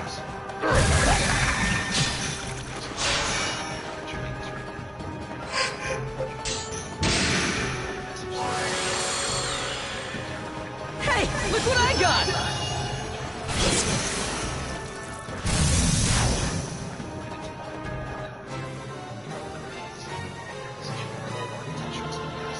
They'll have to certify it. I finished. Silence stretched between us. Outside my apartment, a siren wailed past and faded. They were typing timelines, skipping safeguards, rapping code, marketing language. And somewhere inside that momentum, ownership was about to matter. I wasn't on the investor call. That part still stung a little. 20 years of building architecture. And suddenly I was background noise. Mateo recorded it for me.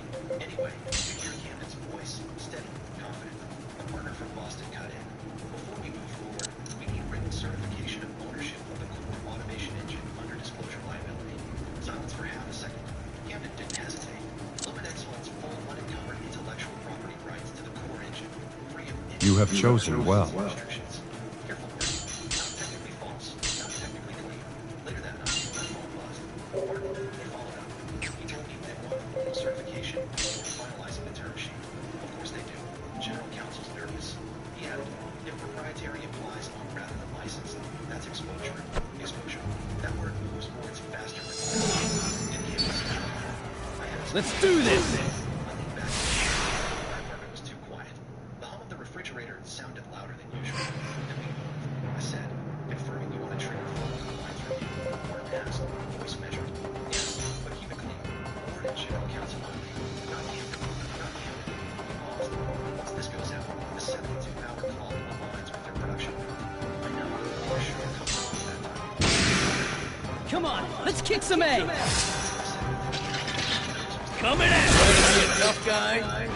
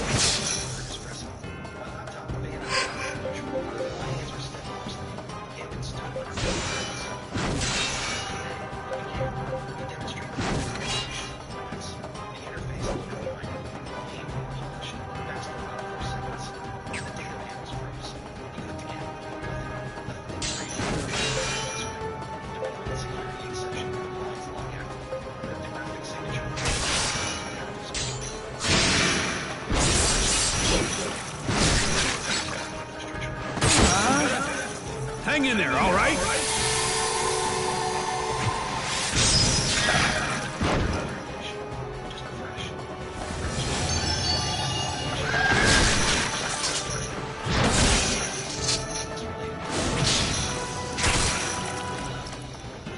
Fallback demonstration, the fallback video play, the recorded metrics. No live data. The silence was worse than shouting. My phone buzzed. Martin, it triggered exactly as written. He said quietly, I see that. No deviation from contract terms. I know you're not thinking anything. I took a screenshot. Timestamp visible. Not to embarrass him. Not to embarrass him. Because I knew. Camden leaned into the camera.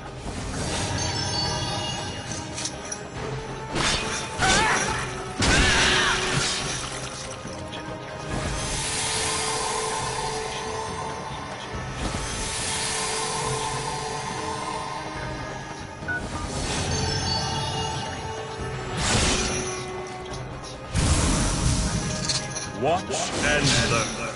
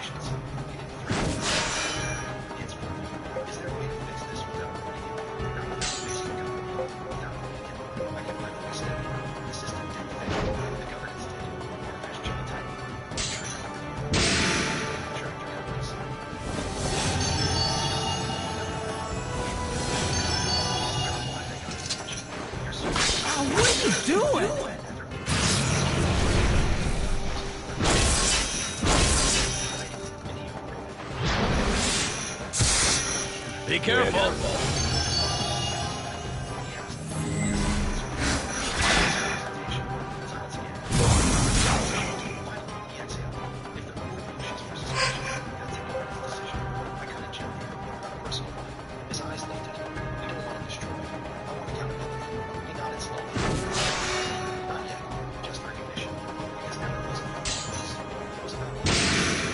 Bring it on!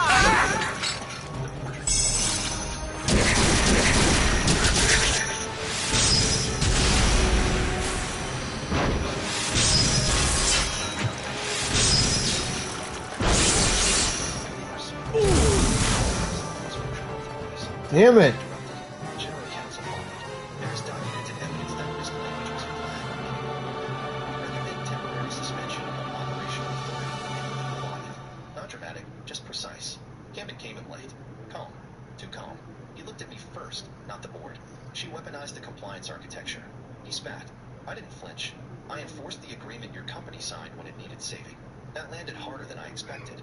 Camden's jaw tightened. The engine didn't fail because of me. It failed because she pulled the rug. The engine entered restricted mode per contract.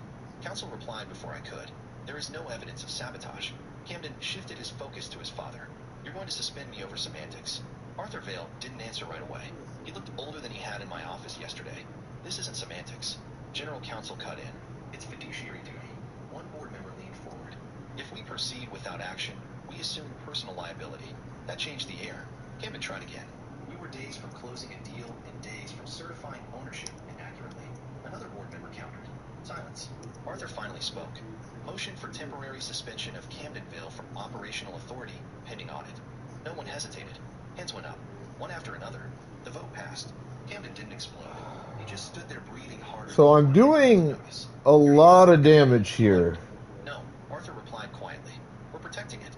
Interim Technical Oversight Committee formed. Operational control shifted. Resolution drafted. Arthur signed it with a steady hand. Paper doesn't shout. It doesn't humiliate. It just changes reality.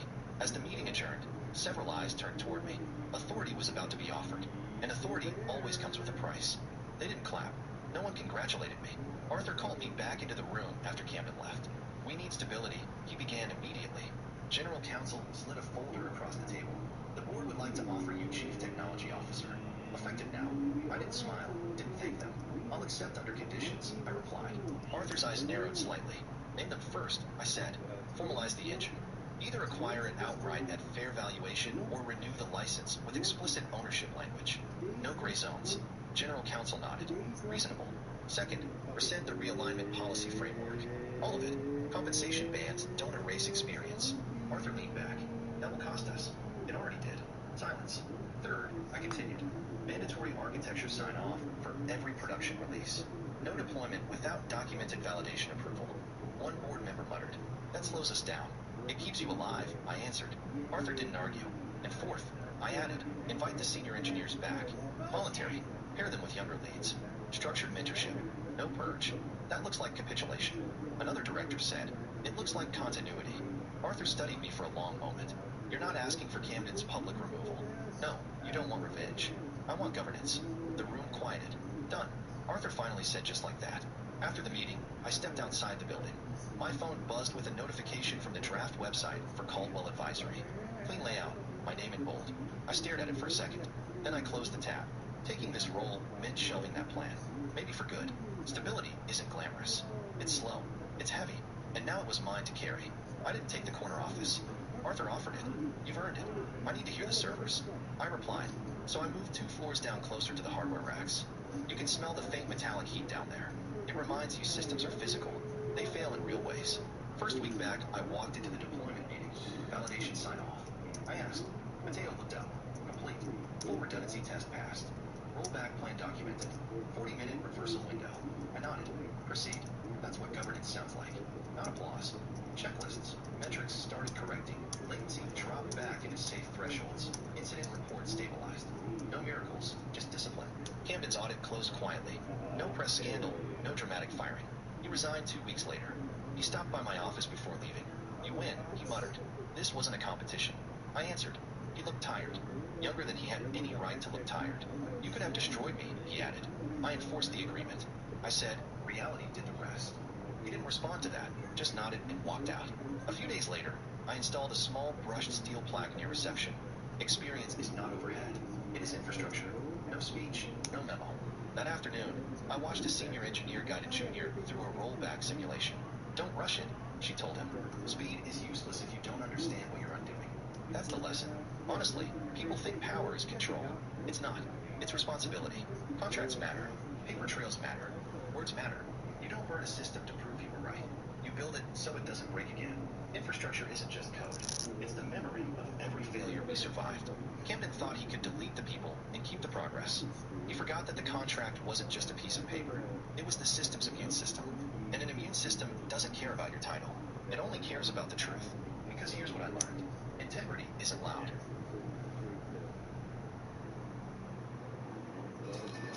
You're the person everyone hates. How does that feel? I said during Thanksgiving. The table went silent. I put my glass down slowly, looked her straight in the eyes, and said, how would you feel if you found out today that you were homeless? I paid for a house that wasn't mine, kept a secret that wasn't mine to keep, and sat quietly. Okay, so I've shown so far I am not capable of winning that fight yet. And I want you to know that was actually the easy part of my evening. I have attended 41 Thanksgiving dinners in my life. I have survived. You have chosen well.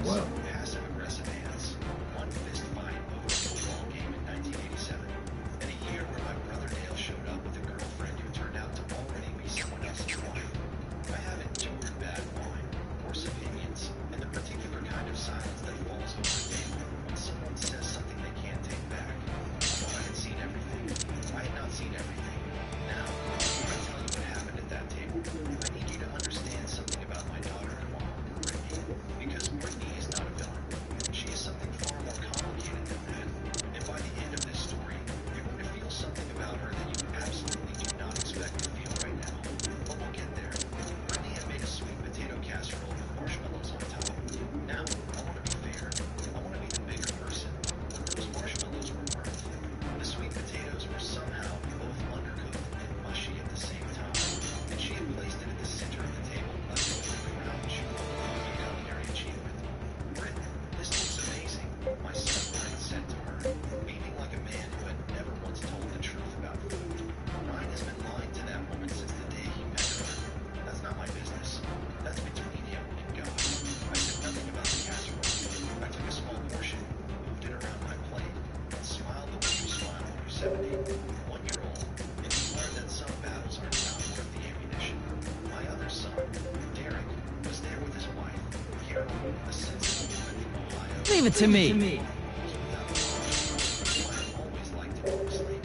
Their kids, my grandchildren, Mason and Lily, were at the small table in the corner, completely unbothered by the adult world and its many complications. Lucky enough, my sister Patricia was there too. Patricia is 74, sharp as a tack, and has never once in her life held a thought inside her head for longer than 4 seconds before releasing it into the world. She was already on her second glass of Chardonnay by the time we sat down. And then there was Brittany, who had been married to my son for 6 years.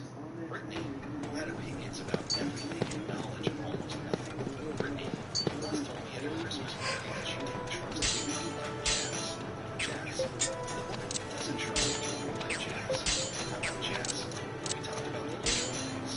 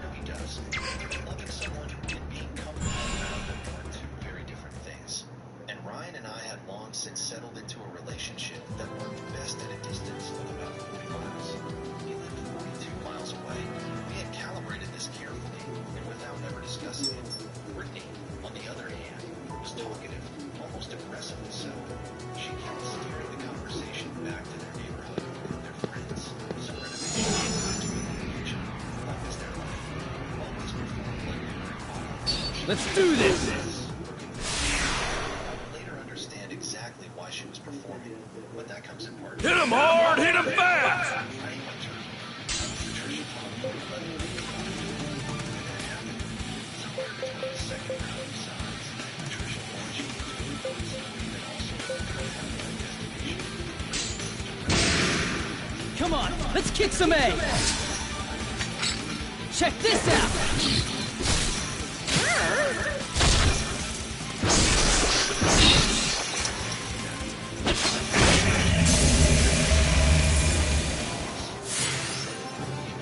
There's still plenty of power left in these old I've been searching for this. I smiled across at her. Is that right? I think that you... She paused, glanced around at everyone like she was about to deliver a punchline. Aren't you the person that everyone in this family... Let's do this! waited for someone to join her, and when nobody did, she pushed forward. Brilliant, yeah! Come on, let's kick some A!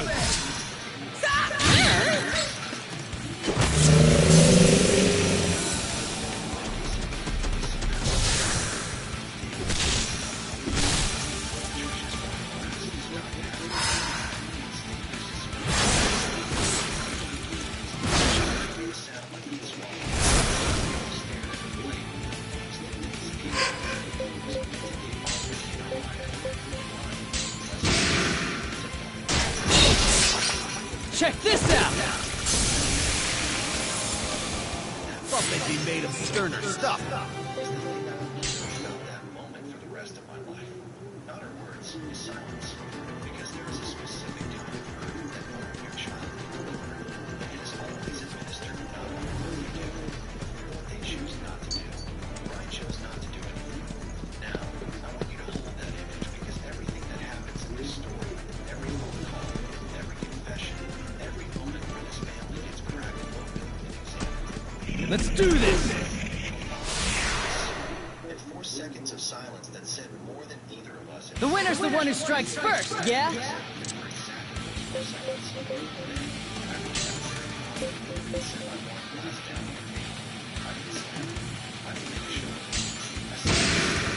Come on, let's kick some A!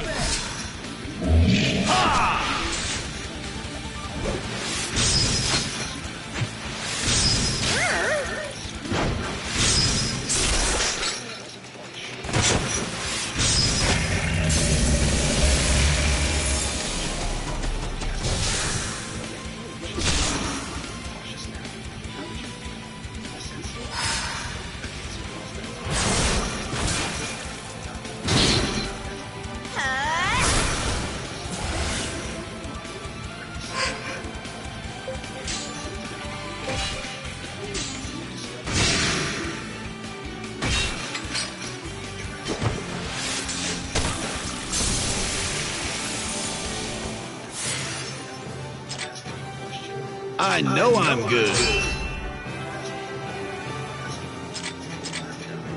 She looked across at Ryan. And this is the moment I need you to pay attention to because Ryan didn't look confused. Ryan looked the way a man looks when a door he has been holding shut. Everything he's fighting starts to come apart. Even terrified. Dad, Ryan said to me. His voice was low. A warning I'm just making conversation. I said pleasantly and picked my wine glass back up. Patricia put her Chardonnay down for the first time all evening. That alone should tell you everything about the gravity of that moment. Terry cleared his throat loudly. So, does anyone want the rules? Carol made rules. They're from Walmart. Carol said automatically, and then seemed to realize that was perhaps not the priority right now. Brittany was still looking at me. The smile was completely gone. In its place was something I genuinely had not expected to see on her face. Fear. Not the embarrassed kind. Not that I've been caught being rude. The real kind. And that told me something important. Something I filed away carefully and quietly. The way I file away most useful information. She already knew something was wrong. She didn't know what. She didn't know how much.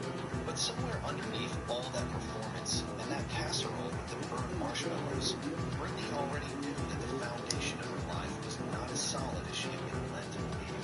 I had just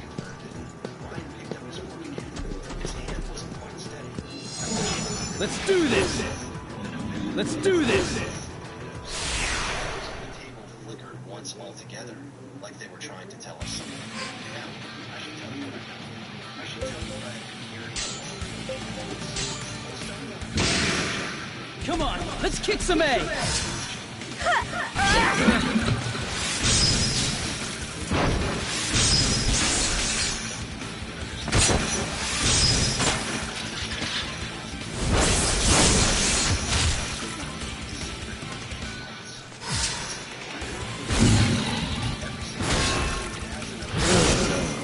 All right!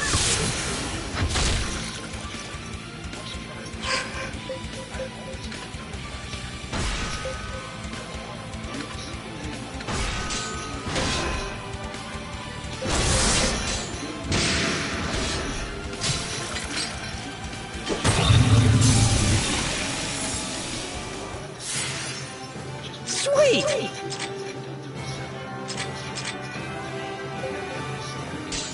Every night for 8 months straight. You can't see something coming. You're sitting here thinking it's your own son. The morning after Thanksgiving, I'm sitting at my kitchen table with a cup of coffee at 6:14. I'm over it. Derek. Let's do this! Derek said to me, alone entirely. Derek has never been one for preamble. So, I said that to him. Now, I listen to Come on, let's kick some A! How you like that?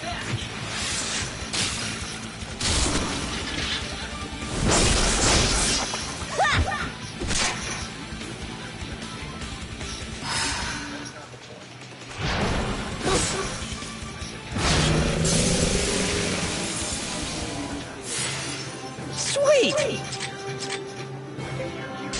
voice in the background, low and indistinct. And then Derek said something to her with his hand over the phone. When he came back, his voice was quieter, more deliberate. Yeah, Derek said to be careful. Is something going on with her? I set my coffee cup down. This was the moment 8 months I had been carrying this. 8 months of watching my oldest son pretend everything was fine. Watching Ricky redecorate a house she didn't know was wrong. Watching a clock that looked like it seemed tick down on something ugly. Oh! I said to Gary, I'm asking you to get back to me. Let's do this! My voice steady. There are things that aren't mine to tell. What I will tell you is this. Pay attention to the things he thinks. That's all I'm going to say. Like that. Gary never likes to know how to full picture. He tells me I'm going to understand it. And I said, Come on, let's kick some A! That's gotta hurt!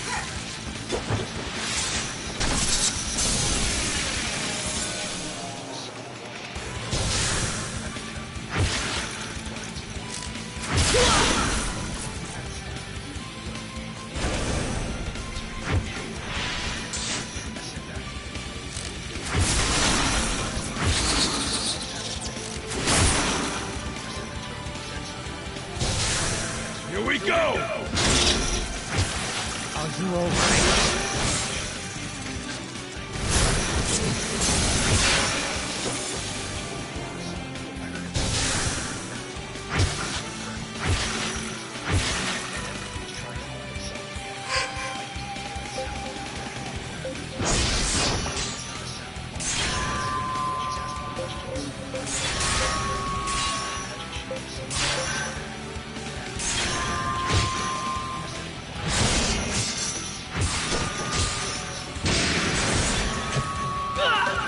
Keep it together!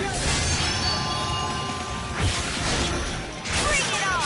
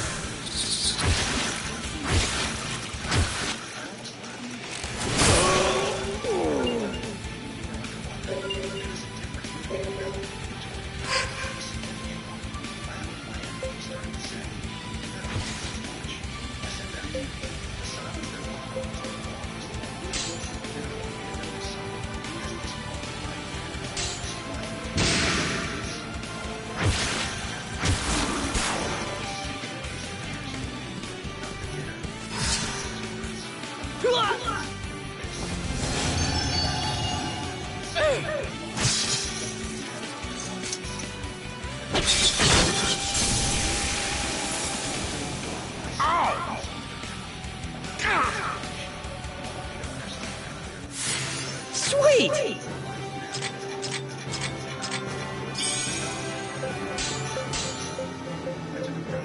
It stops this one. I heard something on his skin that I think he didn't mean for me to hear. It might have been crying. My son is 43 years old and stubborn as well.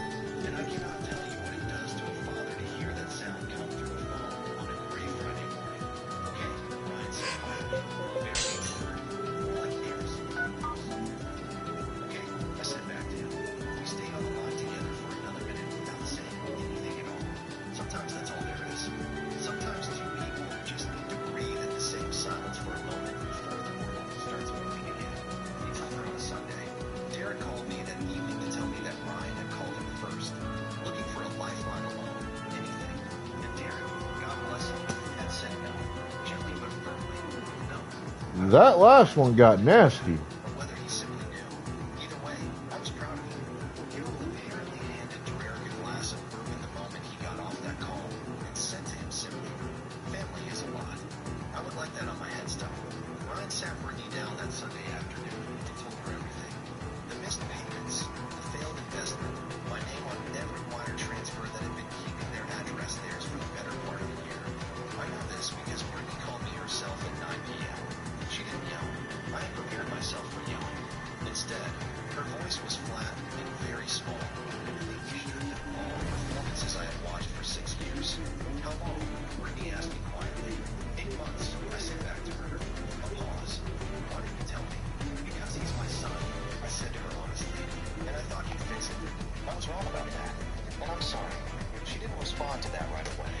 I heard her breathing, thinking, processing the kind of information that rearranges everything you thought you knew about your own life.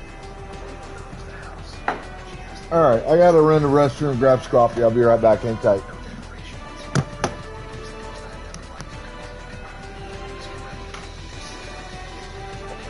Brittany said to me, the same word Ryan had used, same exhausted, stripped down syllable, and right then, for the first time in 8 months,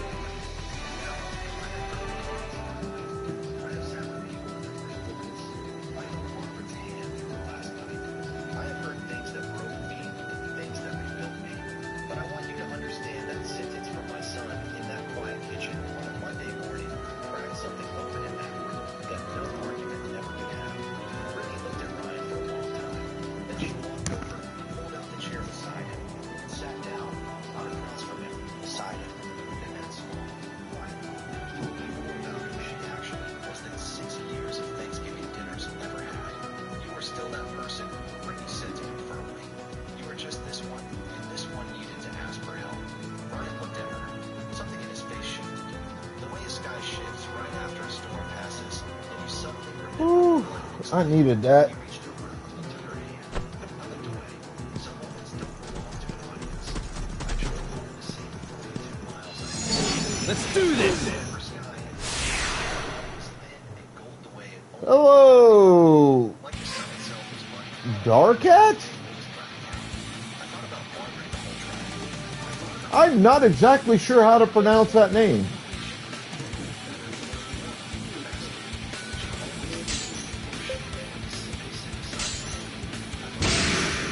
Come on, But let's welcome kick in, some first eggs. time chatter. How you doing? Tell me, how'd you like find me? that? There. Sweet! I feel was gonna stronger say, than like- before! I'm looking at your name. I could see like at least 2 or 3 separate ways to pronounce it.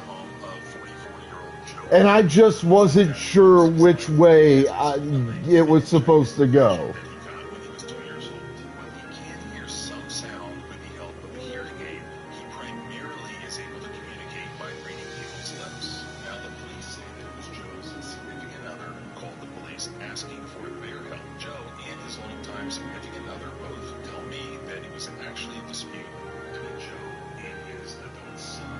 Either way, it's undisputed that there was some sort of domestic disturbance at this home and that the police were called to medical the argument. These were called Joe leaving the house in a car with his mother. Joe's mother was contacted. She was ordered by the police to return Joe to the house. The cops were already at Joe's house and they were waiting. You might be a little bit surprised to find out, but my nom de guerre often can get mispronounced. A lot of people want to think it's Zimbai, but it's not. It's Zimbi, as in B-E, not B-Y, at the end Let's of do it. this! Let's do this! Death most of his life as a result of a meningitis infection that he found when he was 2 years old. When he could hear some sound, primarily is able to communicate by reading people's lips. I've been playing this game off and on for 2 decades. Never actually beaten it. Usually because I don't end up keeping possession of the game long enough to beat it. Smash him from the side! But I love this game. It's a really, really good game.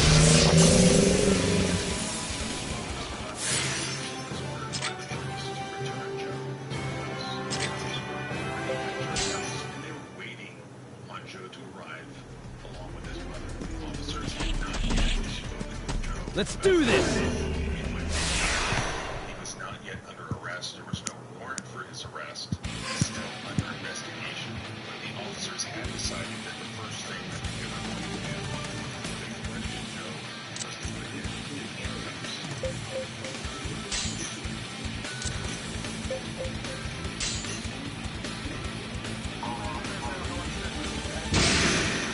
Come on, let's kick some eggs! How you like that? Shabby!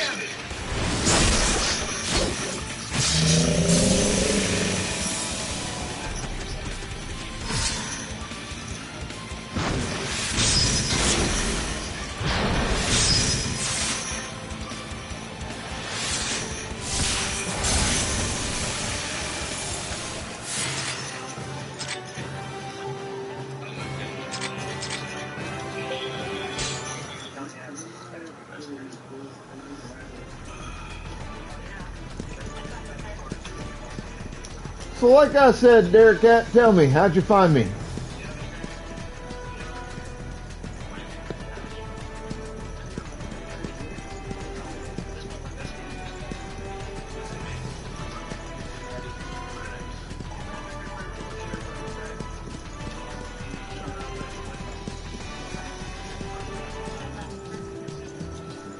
After placing the driver into a cruiser, Officer Benny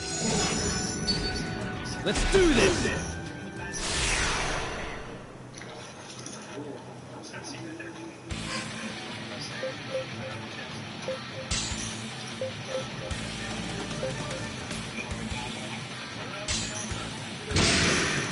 Come on, let's kick some eggs!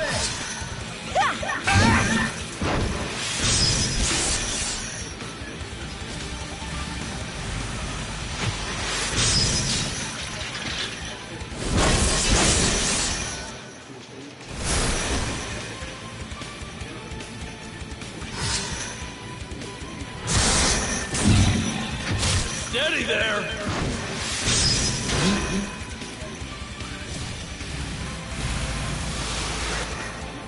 The bigger they are, the harder they fall.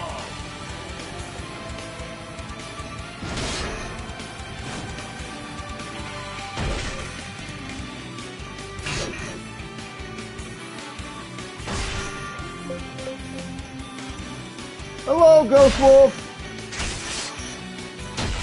I actually owned this game at one point on the Xbox 360. Years back.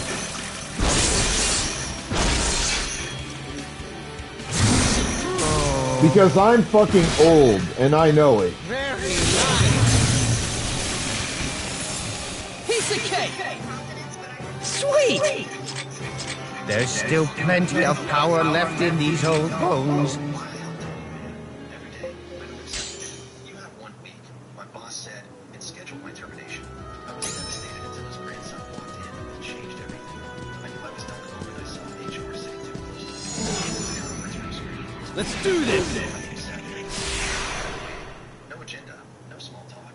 My manager didn't ask me to see. Brilliant, yeah! Just closed the door behind me and said, accept what I got. I tried to speak anyway. That reflected the news. The explanation. I started with the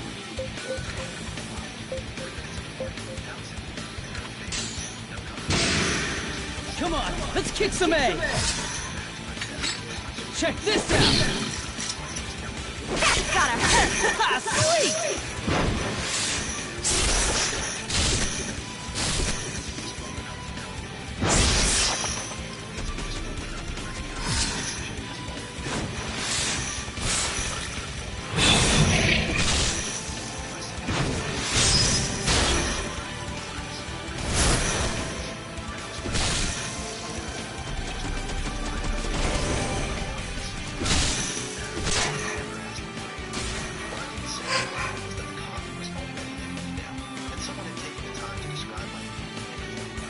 Well, it helps me kind of see where I'm getting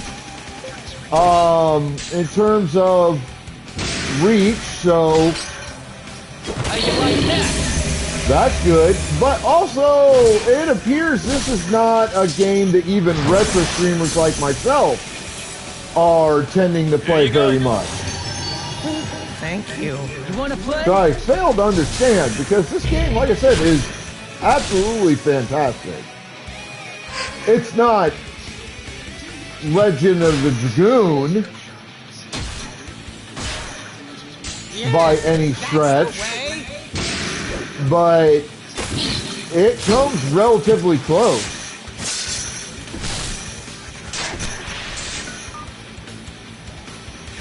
Yeah.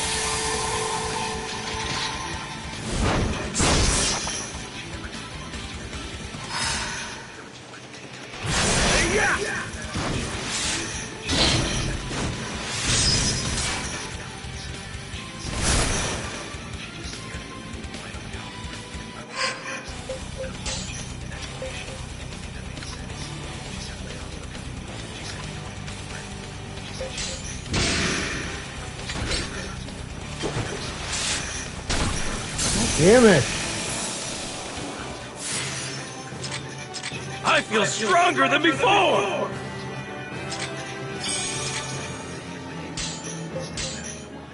didn't yell. I didn't cry. I just walked away before she could say anything else that would stick. In the lobby, the old man was already there. Same chair, same time. 7:13 on the clock behind him. My hands were shaking so badly, I almost dropped the cup. I started talking too fast, explaining policies like they were spells I could cast backward. He listened for maybe 10 seconds. Then he raised my finger. Not rude, not gentle, just blunt. Stop me, said. About the week, about how I Let's do this. Why would someone someone with nothing to lose tell me to stay quiet. Took the cup from my hands and set it down like a sheep. Yeah, I could see that, but here's the thing. Like, what Square Enix games would you like to see that get added to, and how exactly would it work within the concept of those particular games? Like, for example, I don't think the combat mechanic in this would work very well in the majority of the Final Fantasy games, which are Square Enix.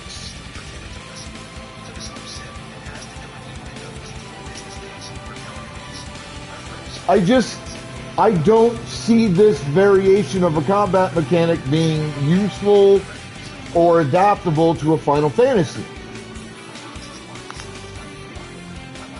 The one I could see it being used in, and it actually does use at least a variation of this combat mechanic, is Final Fantasy XII.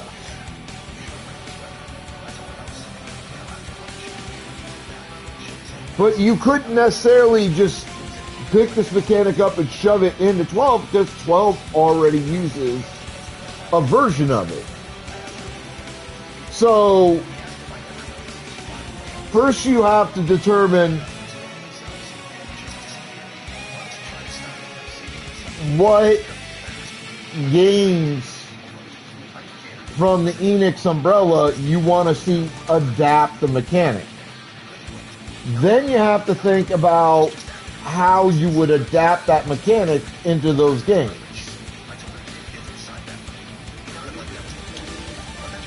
Like, how would it work if those games actually use this combat mechanic?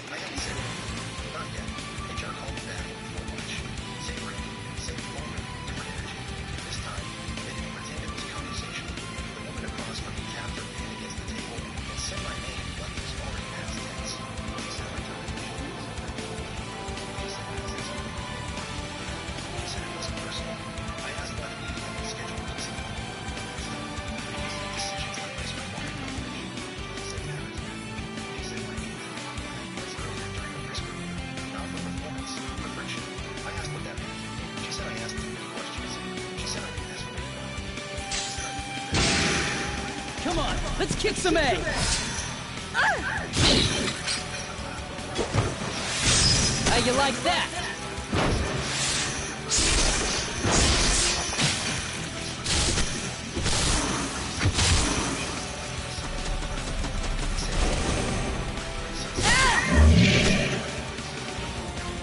Pokeballs out!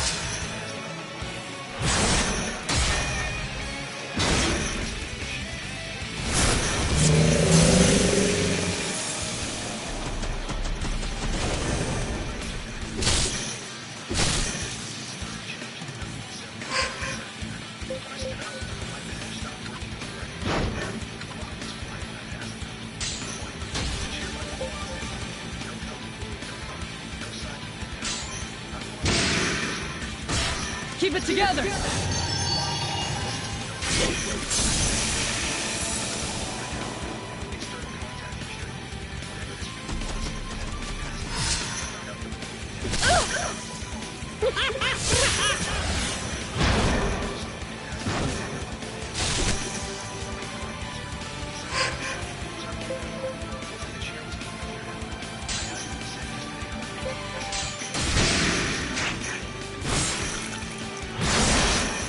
Are you all right?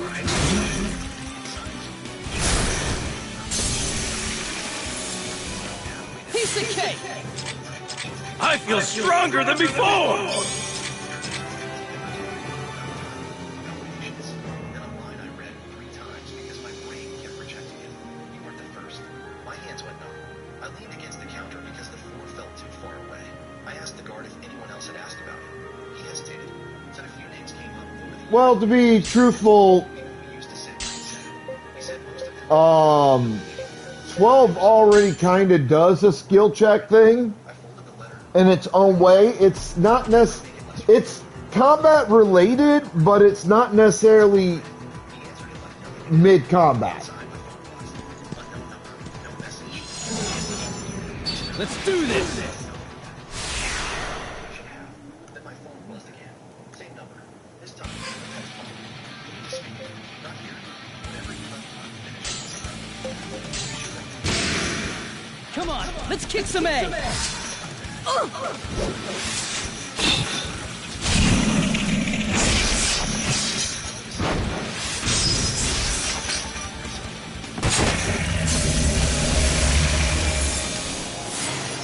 Sweet!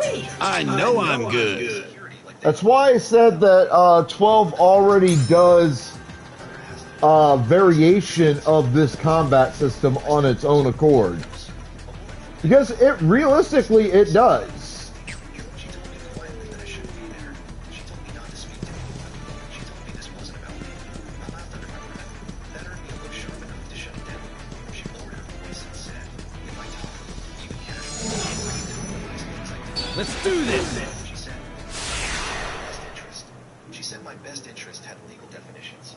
Now, what kind of justice requires the person who got her? And also, unlike apparently most of the Final Fantasy fan base, or at least a fair chunk of them, I actually rank Final Fantasy XII as one of the best Final Fantasy games ever created to date. Honestly, it's nearly perfect.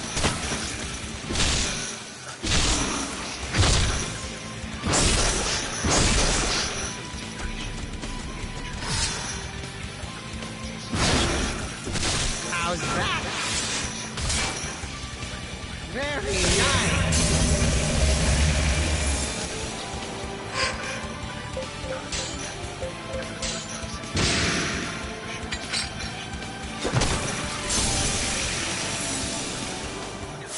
Sweet! I feel stronger than before! Enough shares to stop things. Eventually, not immediately, he said intervention without would have warned the wrong people. He said the company had learned how to clean itself whenever power moved too fast. I told him that sounded convenient. He said it was really So, he stood over me and didn't touch it again. Inside you said you started the game. email threads that had gone quiet. People quit left suddenly. People stopped replying. I asked if they were fired too. He said some were, some quit, some took buyout that came in silence. He said my record was clean, no warnings. I shall strive to do my best. Back on timelines and asked for clarification whenever it was enough to mark me, not enough to protect me. I asked him. He said I sat low enough to be disposable, invisible enough to be useful.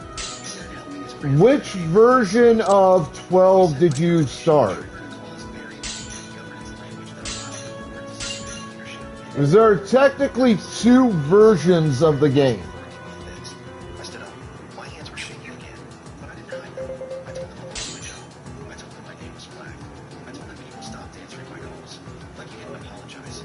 You know, he said, There's the original version, and then there's the newer version that essentially classifies as a remake of the game. my silence mattered now more than ever. That still more or less plays out like the original version, As I walked out, my phone but also has some adjustments. Like the job skill board is a little bit different.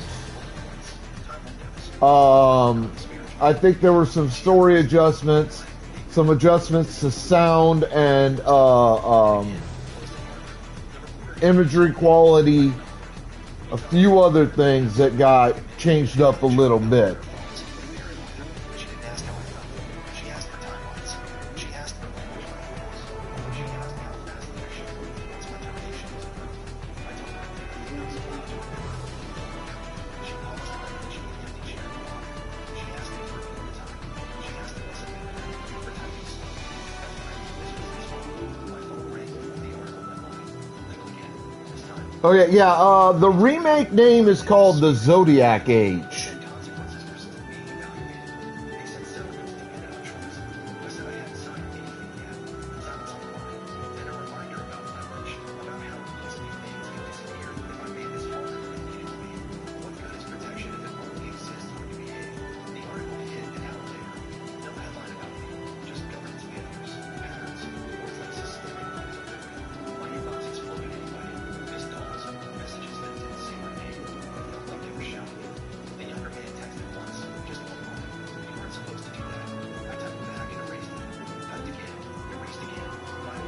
So yeah, you have Final Fantasy 12, and then you have Final Fantasy 12, the Zodiac Age. Zodiac Age is the remake.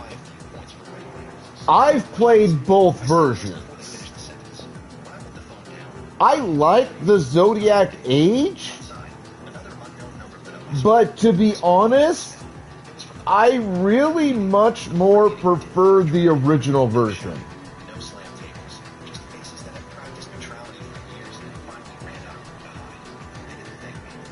I just kind of felt that the original version drew you in a lot more.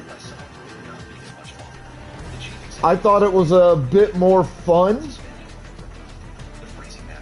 And I'm kind of big on playing original versions of games. In terms of games that have an alternative version to them. Like, I'm playing Final Fantasy VII's remake. I'm on part 2, which I'm pretty sure I'm about done with.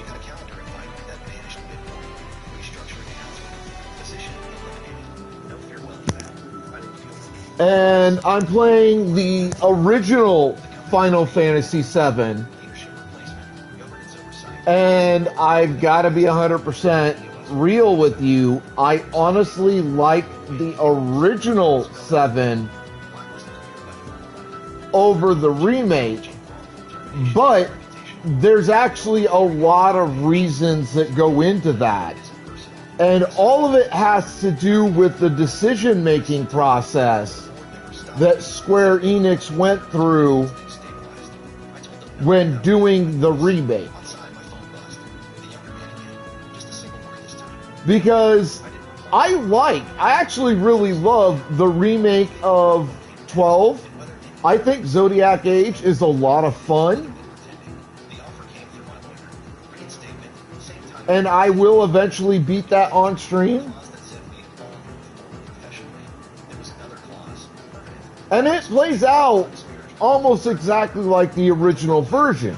There's not a lot of difference there, and I think that was a smart decision on the part of Square Enix, is that they didn't alter the remake of 12 very much. 12 and 12 Zodiac Age are still essentially the same exact game. That was smart. The remastered version of 8 is still basically the same version with a few tweaks here and there as the original version of Final Fantasy VIII. I've played both games. I actually beat the remastered version on stream about a year ago, year and a half. Now, I'm not a big fan of 8 because the final boss fight was incredibly fucking disappointing. The final boss fight, in my mind, ruined the whole game.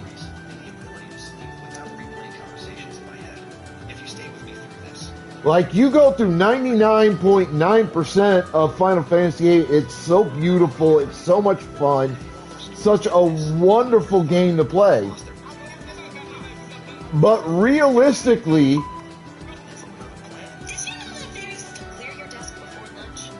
the final boss fight ruined the game. Because the final boss fight is so goddamn easy.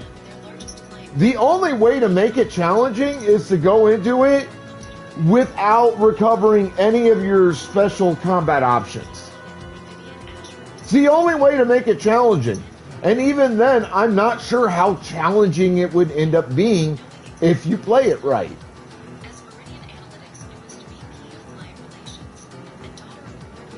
So yes, it's just, it wasn't challenging to me.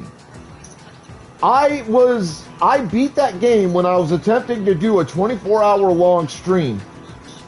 I was about, around 18 hours in. I was literally half asleep. It took me 2 tries. And I went into the fight completely blind the first time out. It's the only reason I lost. If I'd have had just one piece of information, I would have won it the first time out. I was overpowered with 2 of my 3 main characters by at least 30 levels. The third character was overpowered by around 20 levels. Because I went in, my main team was level 100, level like 85 or something. Like about mid-80s. The final boss doesn't get above a level about 64, 66, somewhere in that range.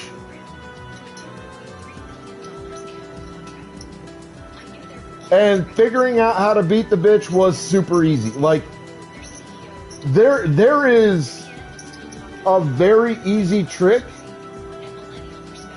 and all it requires is the draw skill.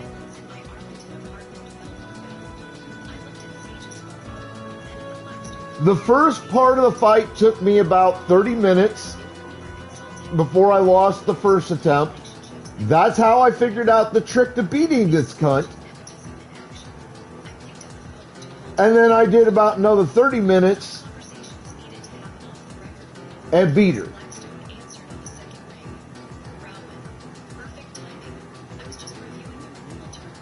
And that boss fight disappointed me so much that if I ever play 8 again, it won't be for a long time. Because now I know what to expect going into that fight. I know exactly how to beat her. And I know that beating the final boss is just too easy. Now we come to 7. Now, I'm actually really enjoying Final Fantasy VII, the original game. I'm playing it on stream. I have a playthrough going. I'm probably maybe halfway through the game, give or take. And I really like those classic graphics, the classic sound. Like, I'm 47 in July. I'm an OG gamer. I started on the Atari. Like, I've been playing for decades. I've been gaming for 40 years at this point.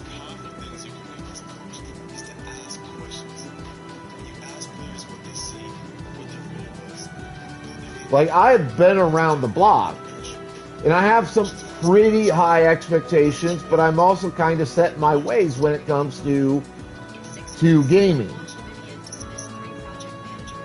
Like, the PS1, PS2, PS3 era Final Fantasies really, really tickle my fancy. More than almost any other Final Fantasy games, that era of games tickled my fancy more than any other era of Final Fantasy. The second era I would go for would be the NES, Super NES era. Because those games were actually really good. Just, they couldn't be the best they could be because of how limited the systems they were on were. So I love playing through the OG FF7 game. It's been a lot of fun. And it's going to be a lot of fun to eventually beat it. But then we have the remake. And there are just so many goddess awful fucking decisions that Square Enix or whoever made that have ruined that game. First off, and this is the worst decision in my mind, they split the remake up into at least 3 parts. The original plan was 4 over the course of 10 to 15 years in terms of releasing them. And then fan backlash got to them, and they're like, okay, no, fuck it. We're only going to split it into 3 parts now.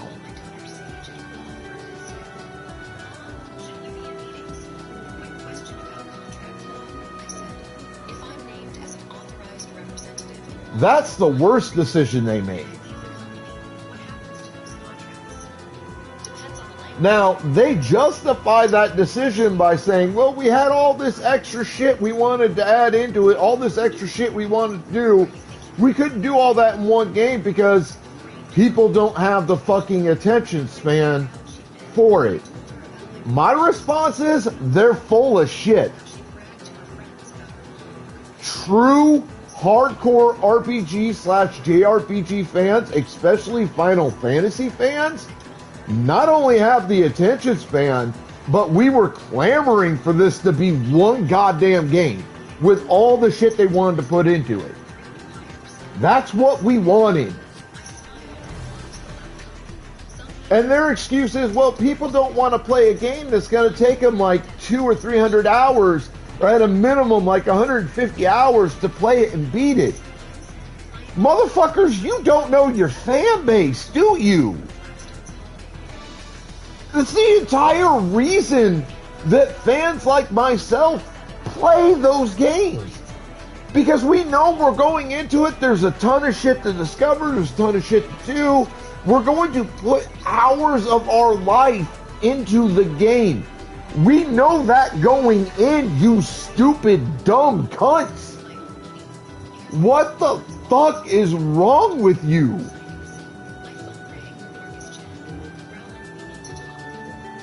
But I could have potentially looked past that, or at least accepted that choice on the part of the game devs if they had not also chosen to make it so that you cannot upload your saved data from part 1 to part 2 or from part 2 to part 3 and start the game with like a starting level of like level 10 or 15 and some extra items for having wasted your fucking time playing the previous parts of the game.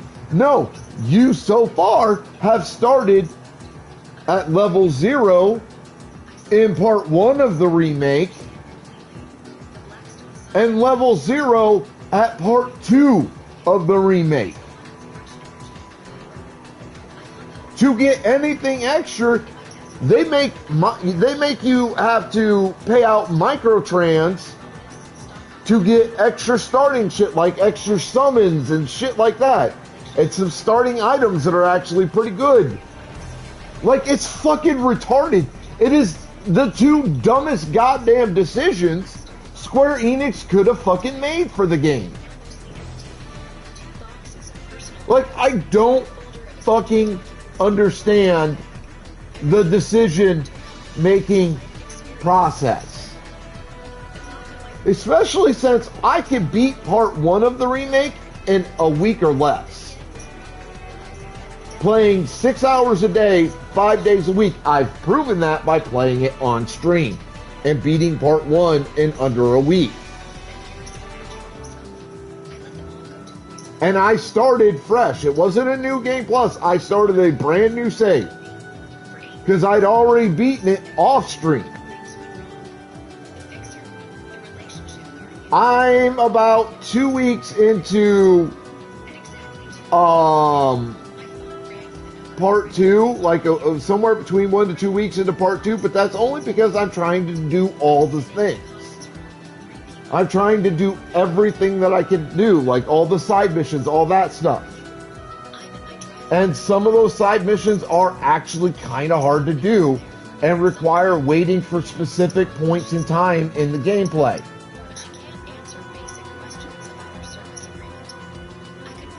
So it's kind of a pain in my ass. But I don't mind it. Some of the side missions I haven't been able to figure out how to complete yet. Like there's one I'm on that I'm still trying to figure out the in-game portion of it. like how to finish it.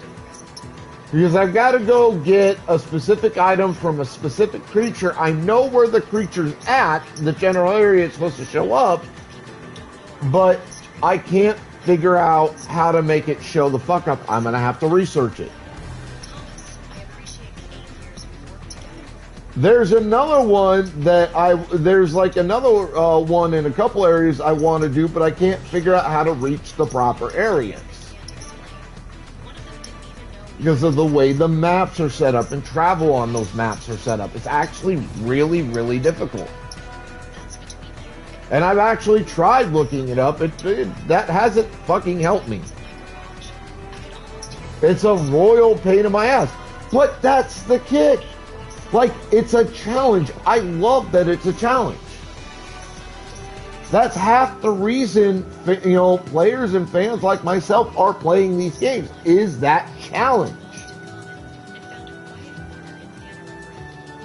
And I will give the remakes, the remake of 7 credit where it's due. The graphics are phenomenal.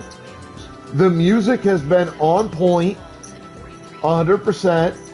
The gameplay is actually, at least in part 2, is super fucking challenging. Part 1 is pretty mediocre in my opinion. But I also specialize heavily in RPG / JRPG style games. That's my speciality. So, while gameplay in part 1 is mediocre to me, it may not necessarily be mediocre to someone else. And I have to understand and recognize that fact. And that's fine. I'm okay with that.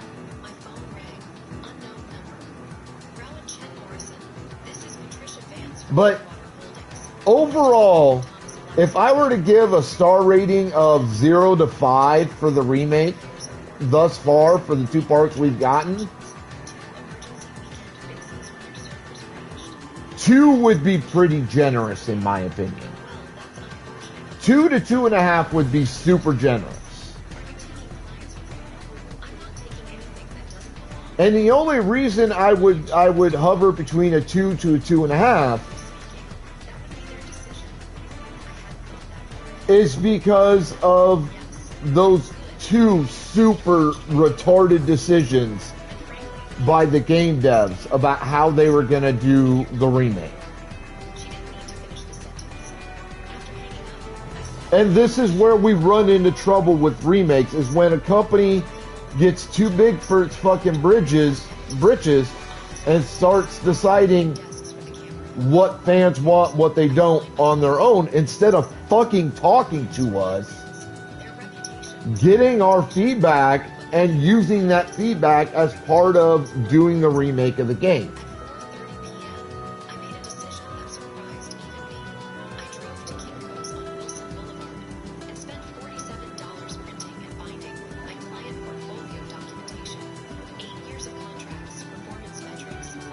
That's where, in my mind, Square Enix or whoever the game devs for this were fucked up.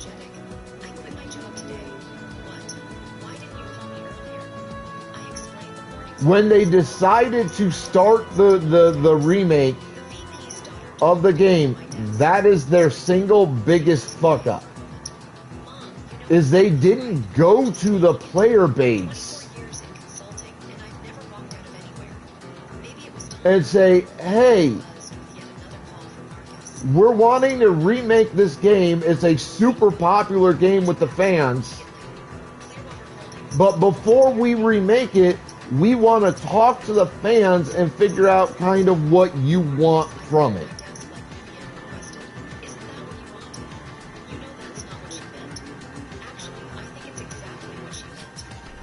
Because if they had gone to the player base, if they had gone to the fans, if they'd have come to us and said, what would you like to see us do with this as a remake? I can promise you that what we're getting would be completely different. Like, we would tell them, hey, we don't mind you adding, like, new shit in, like Queen's Blood, which, oh my god, I fucking love Queen's Blood. It's such a blast to play in the game. We don't mind little additions like that. But we would have told them, we want this all released as one game. We would have told them, we are more than willing to spend the additional money you would ask of us to get this as all one game. We are willing to wait the extra bit of time that you would require to make it all one game and release it as one game.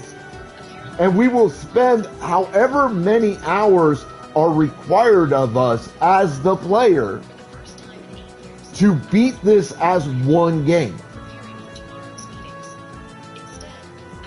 Instead, they didn't give the players the opportunity to fucking chime in and say, hey, look, this is what we're looking for with this. Instead, they said, well, this is what we're going to do and you're just going to like it. Which is, frankly, it's bullshit.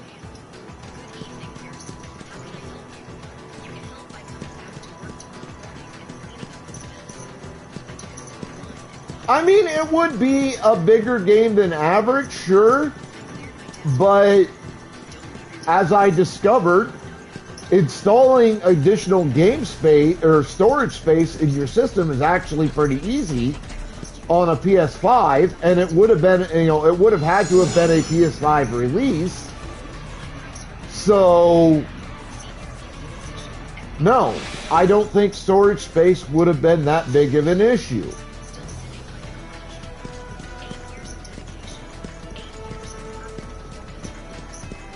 Let's do this! Let's do this! Because all it requires is you take off one of your side panels on the PS5, you have the appropriate memory additions, you unscrew a couple of things, put them in there, screw the things back, and you're basically good to go.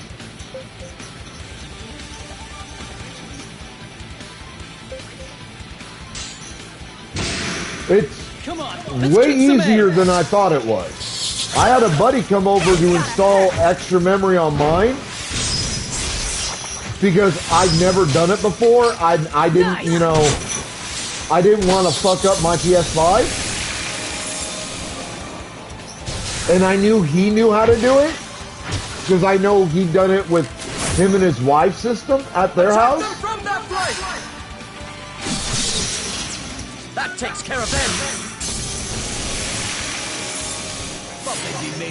I know I'm good. And still plenty it of turned power out not left to be a in these problem. old bones. Like, he showed me how to do it. I was like, if I'd have fucking realized it was that goddamn easy, Come on out. I would have done it a long time ago. And now I have like Later. 5 terabytes worth of storage space on my PS5.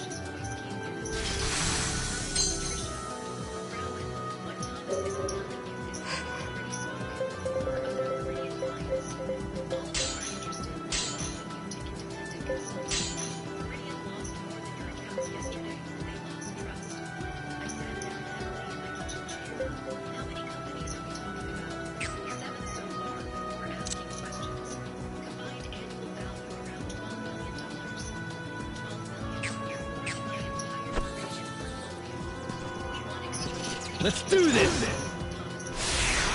Like, it was... Well, I thought you had to almost take apart a good chunk of the system to fucking do it, but no. We shall stop them No. here. How's that? Just, you take a side panel off, you stick the memory sticks in, and that's it.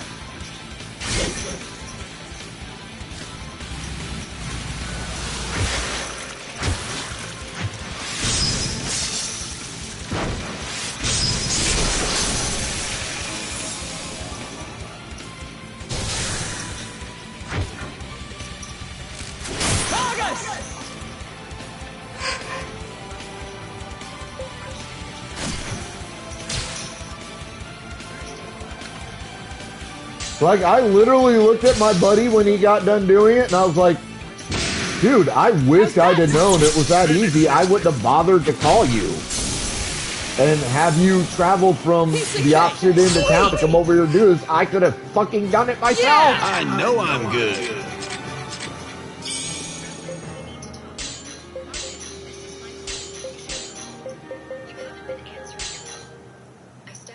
Like, I felt like an idiot.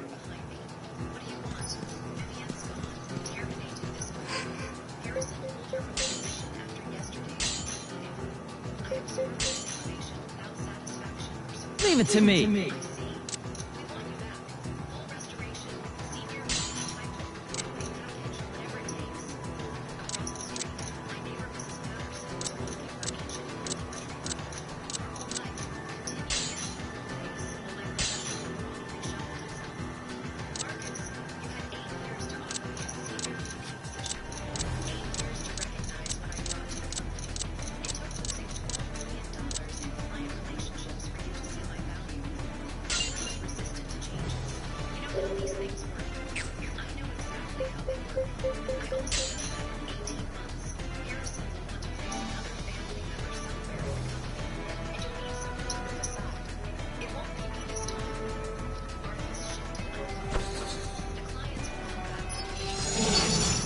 Let's do this!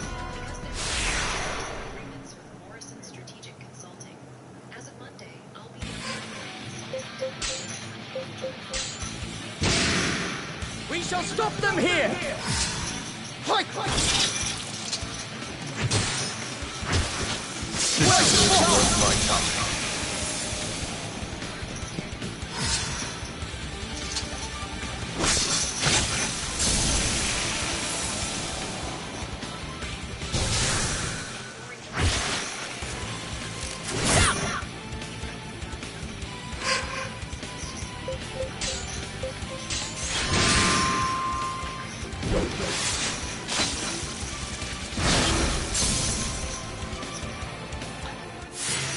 Sweet!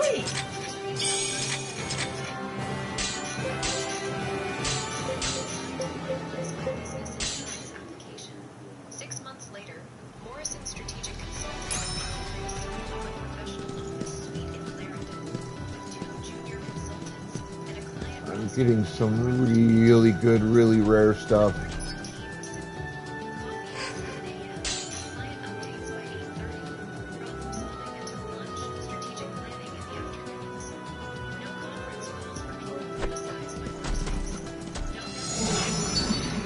Let's do this! Jasmine tours and join me in March, bringing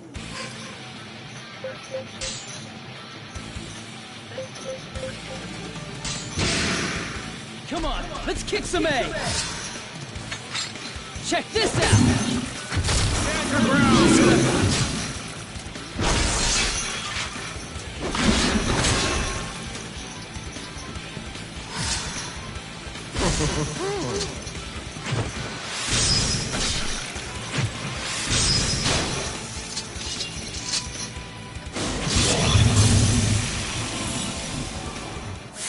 Sweet!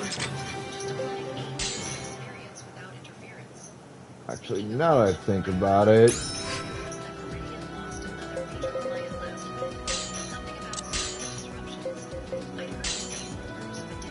I shall strive to do my best.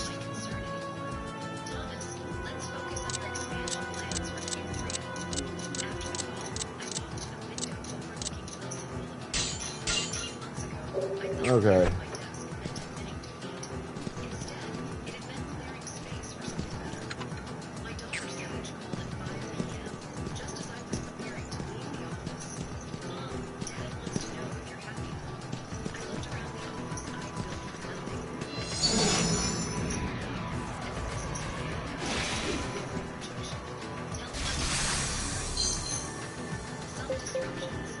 Ooh.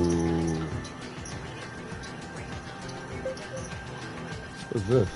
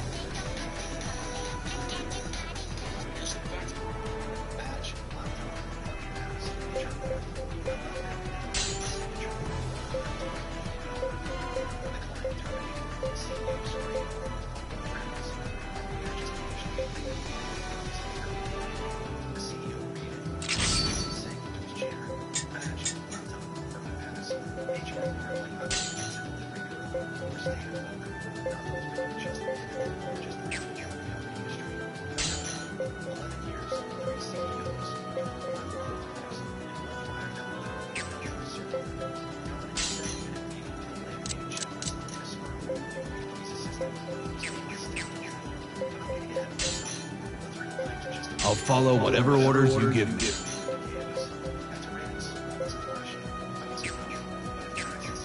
Checking my stats, huh?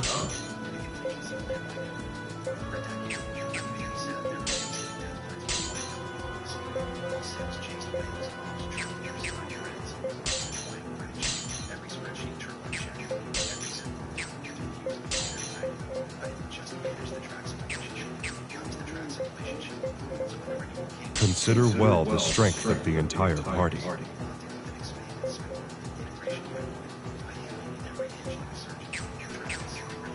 Am I doing my father proud?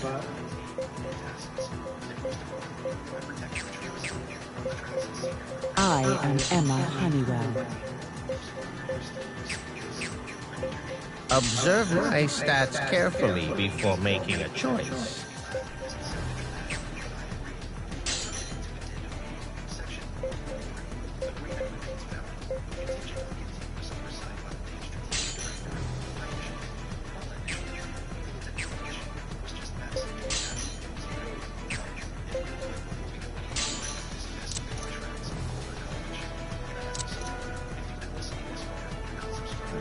Nice.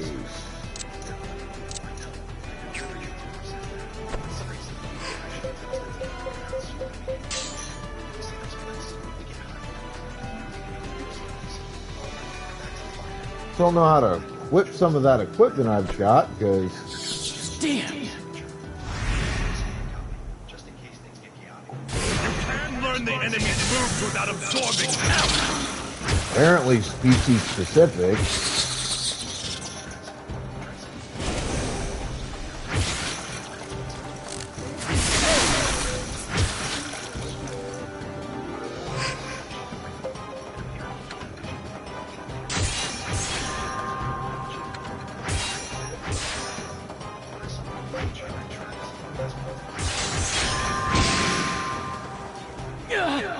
Keep it together! All right, back in action!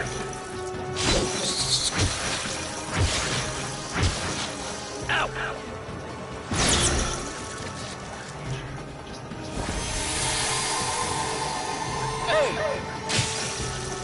Attack them from that flank!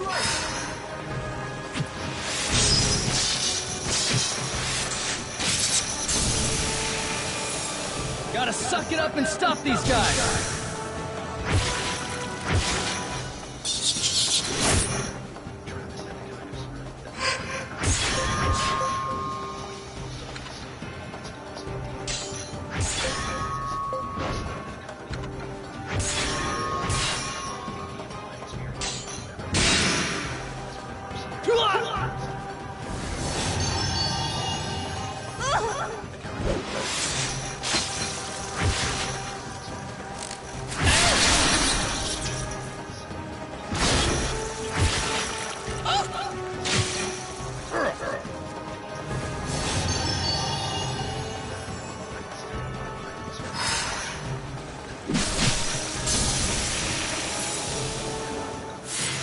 I feel stronger than before! That was a little scary. I used to make those for people we all wanted. Now they look for me. Legacy. I always laugh. Legacy is what they call it. They got to release it. Concerning something said, long as I like you to listen, just a restructure. HR added something about separate meeting policy, and I'm not giving it to my personal data. Let's do this! I stared at them long enough to make Travis uncomfortable. I could feel the tension. Fingers tapped against the conference table. I was simulating. I looked up, then I stood, opened my portfolio, went up and as it fell over his hand, still warm. I didn't find it hard. His eyes started to travel. Travis insisted enterprise gas building. His inside. Yes. I didn't say no. Didn't know where. Just collected my phone, walked down the behind the car, glasses, everybody, everything did I do? Then one more box full of box supplements and compliments. I had no interest in patterns. I shut down my phone. My personal chain. Travis to sign a contract. There we go.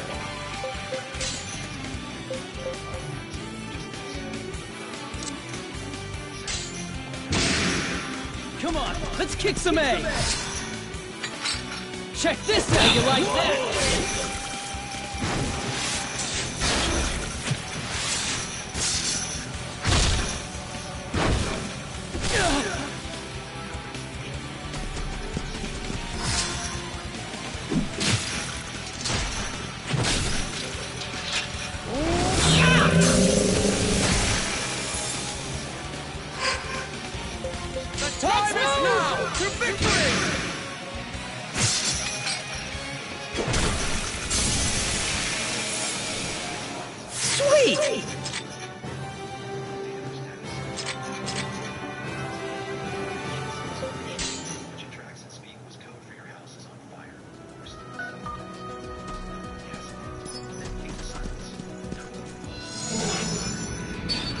Let's do this! Here we go.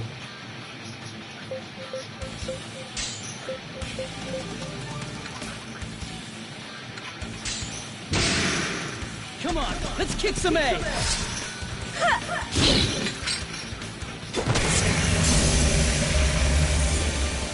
Piece of cake!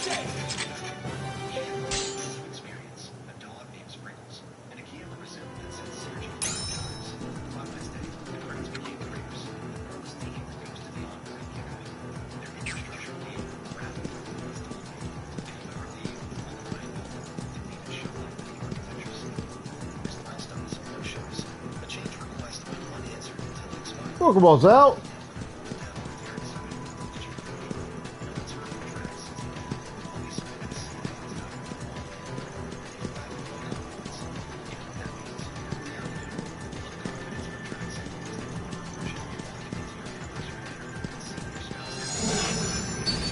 Let's do this!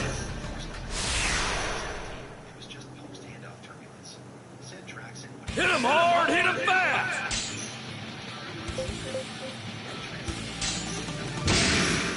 We shall stop them here! Weakling. Beautiful! Very nice!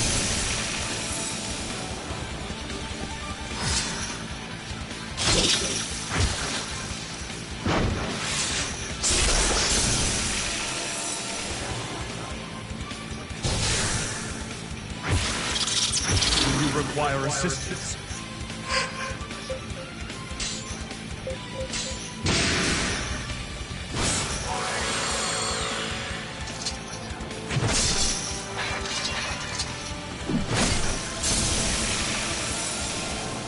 Thought they'd be made. I hope I've grown stronger than before.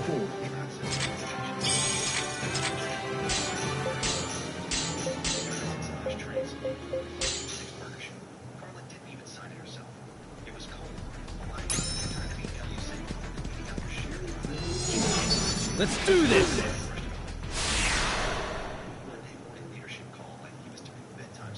Hit him hard, hit him fast!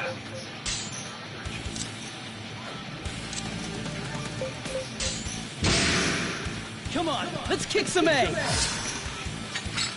Check this out! How you like that? There we go. Steady there!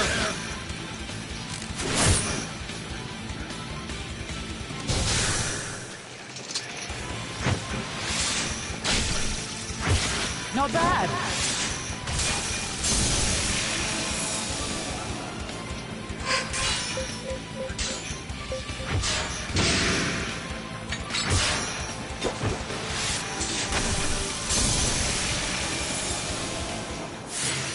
There's still plenty of power left in these old bones.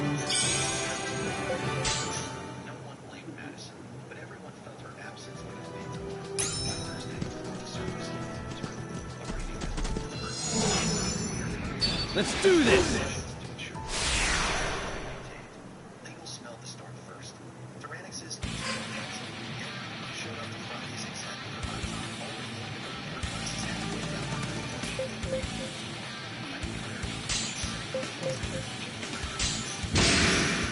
Come on, let's kick some ass! Check this out! How you like that?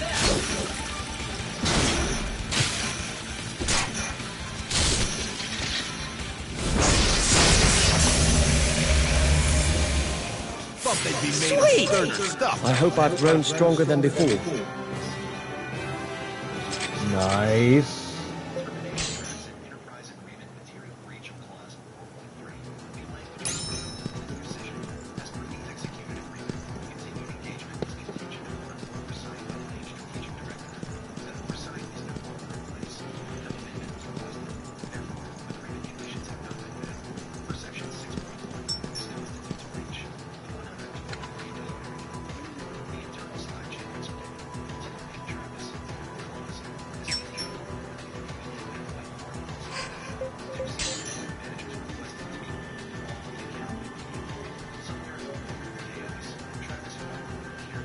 This condition that clause is symbolic. It's ceremonial. Pushback. This is David didn't say a word. Just kept scrolling through the PDF. Only in that tense, careless silence, did someone finally ask, "Is the strategic director listed on the agreement?" Travis didn't answer. He didn't need to. They all knew, and they had a raised in 7 days to do so. The executive order of the Remnant wasn't built for silence. It was designed for swagger, glass walls, crushed steel, lighting like the image of NASA negotiating with an insurance tech company. And she has all the costs of my entire business in 2018. Right now, Well, let's see if I can make anything or upgrade some stuff.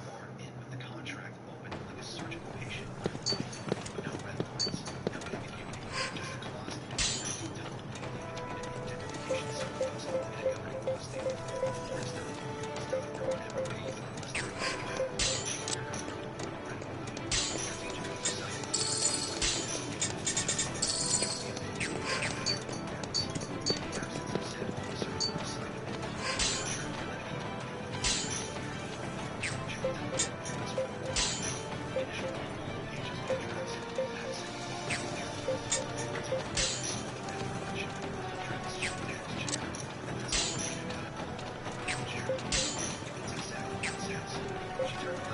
I think I know where to go to harvest timber.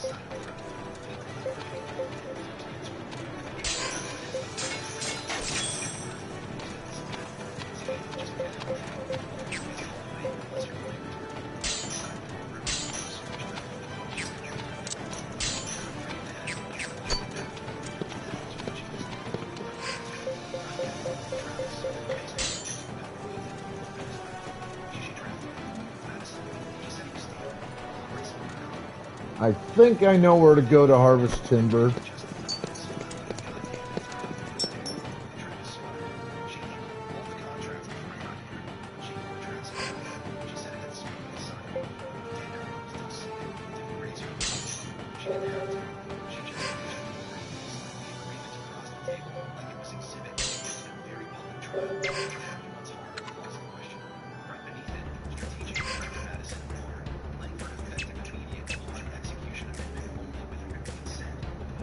Where was it? Was it the castle? I think it was Drillmore.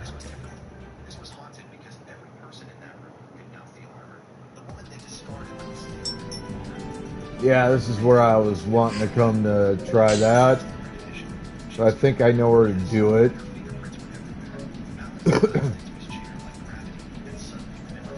Alright, I gotta run to the restroom, grab some coffee. I'll be right back, hang tight.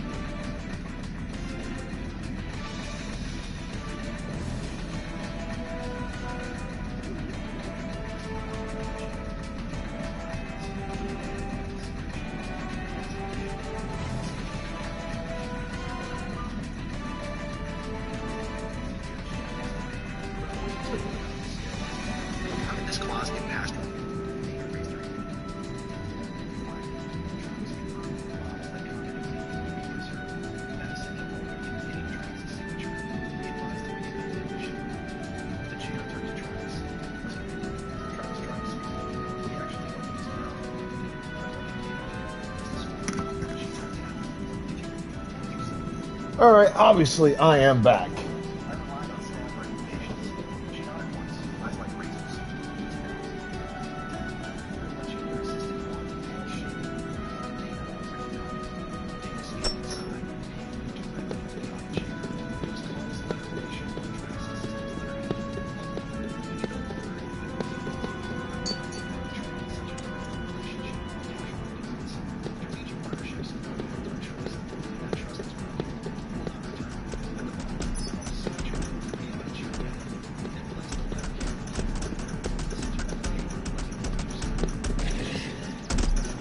Let's do this! Whispering. Not even the war of HVAC. Just the subtle electric drone. Come on, let's kick some A! Nice move!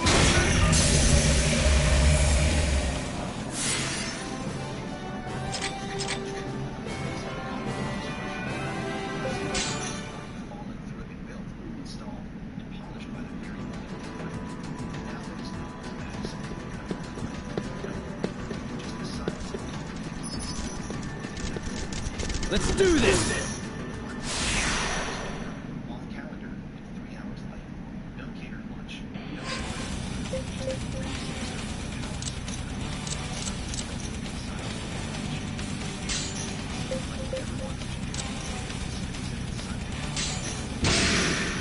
We shall stop I'm them ready here! to take a few flank attacks.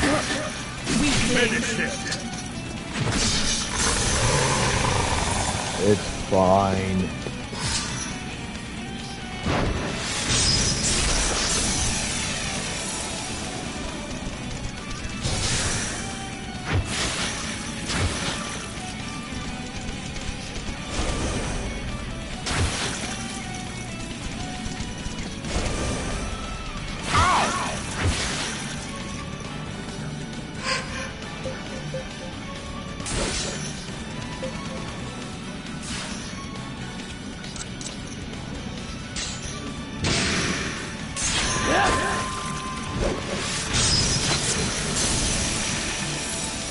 You wanna play? Attack them from that flank! Nicely done!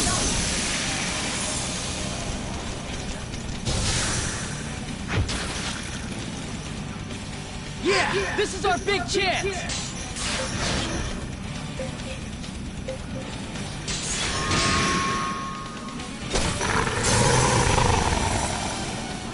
Piece of cake!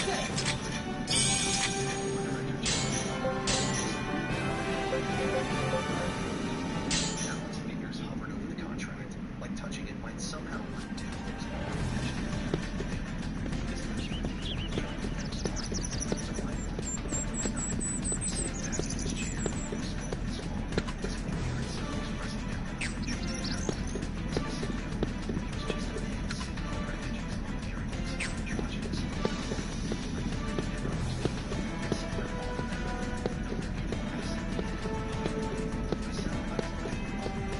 Come on out! Okay, later.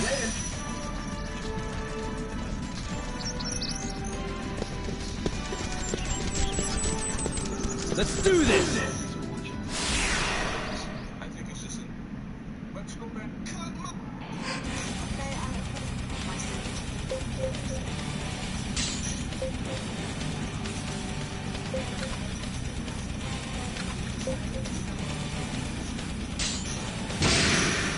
Come on, let's kick some A! Check this out, you like that?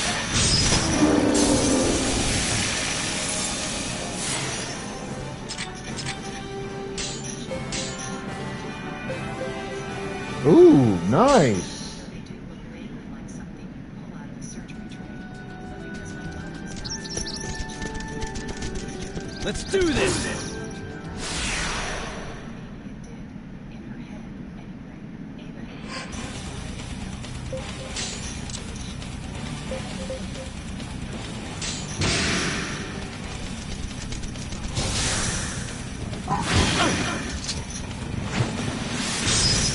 Good!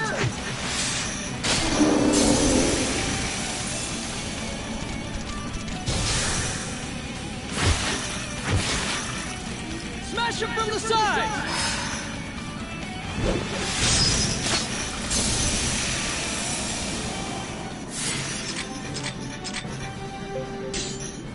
She was glowing in that tired, adrenaline-fueled way we see in competition finalists and brides with second thoughts. And then, like all of us, Chad, family thread, Here we go. Come on out! This is where I think I get timber. Okay, later.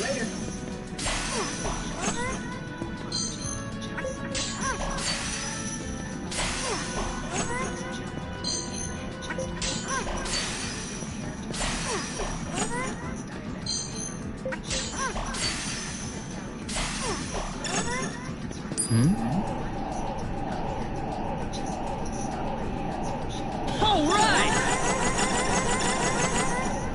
Awesome!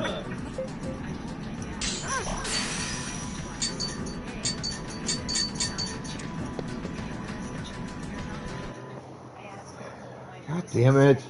but only because my body had already entered some kind of survival. The last trance. remnant.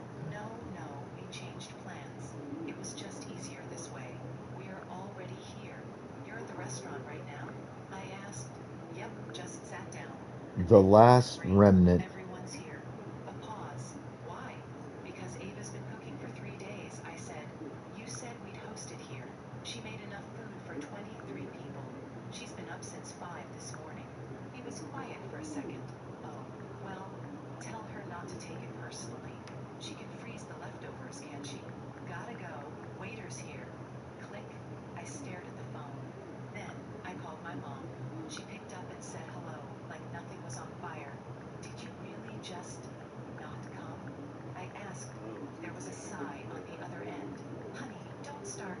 We just thought it would be more convenient. And honestly, we didn't want to risk anyone getting sick. Sick? She's 17, Jenna. It's sweet, but it's not exactly safe to serve that many people food cooked by a child. What if someone got food poisoning? She's not 5. She's taking classes. She built a menu. She sanitized everything. She even made diabetic options. Well, that's nice. She interrupted. But it's not real cooking. Not like at a restaurant. I didn't trust myself not to scream. I called my sister next. Not because I expected that, but because part of me hoped maybe, just maybe, she didn't know. That maybe she knew about the decision. She hadn't. Oh, Jenna, she's Do I have access to that area, I wonder?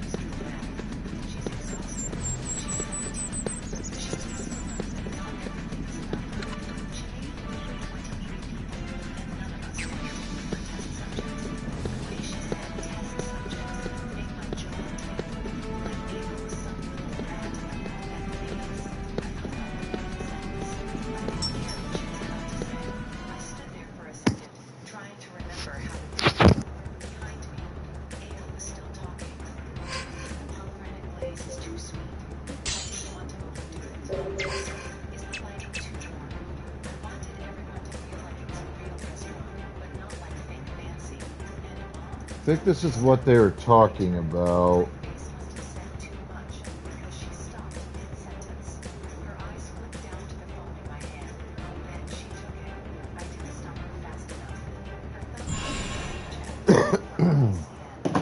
Okay.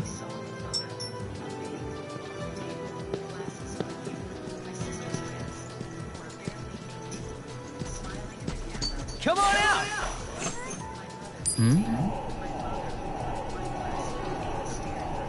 All right! Awesome! Okay, later.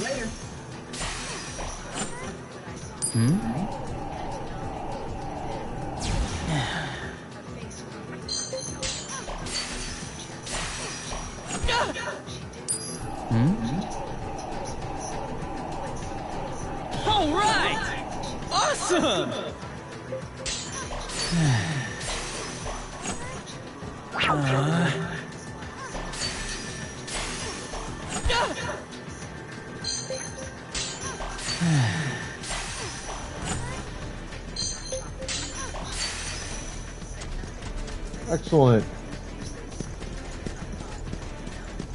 Kind of a weird area to get timber, considering it's an area on the ground.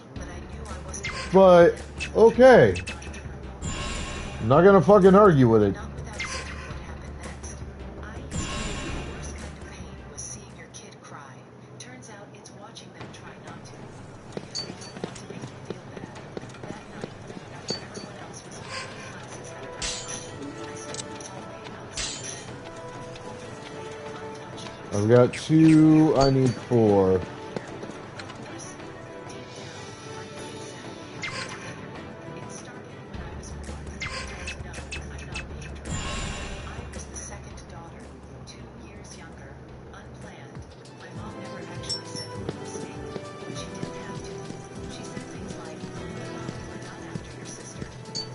Come on out! Okay, later. Yes!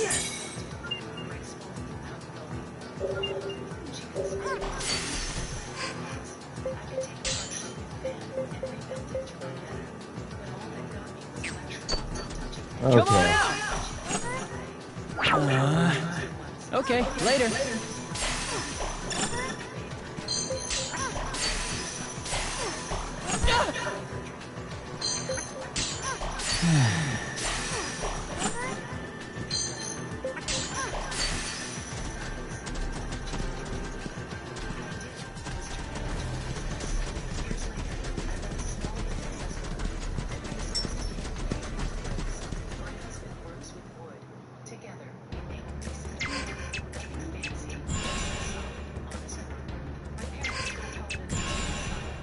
Meanwhile, my sister has 2 degrees in literature and dance, and about as much job security as a sneeze in a wind tunnel. She's lovely, still elegant, still attractive, and because the other person has a sense of humor, I still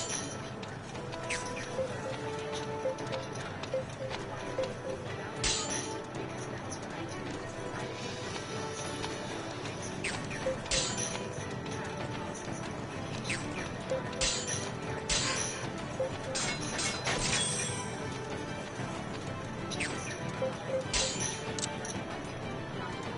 Quietly,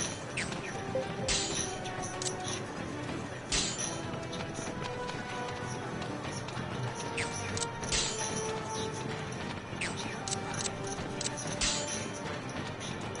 I pay for the things that makes me happy. Holidays, travel costs, vacation,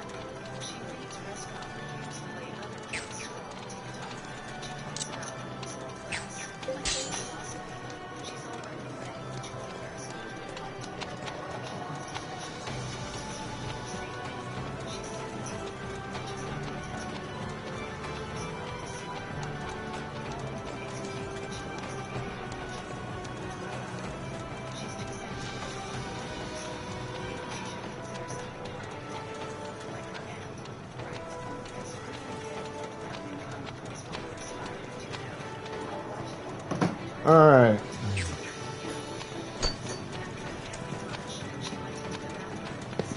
Wait.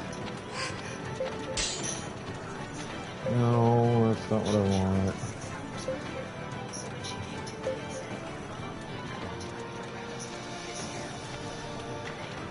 Well, I do need stone for that. Well, no, because that's species specific. I can't fucking do shit with it.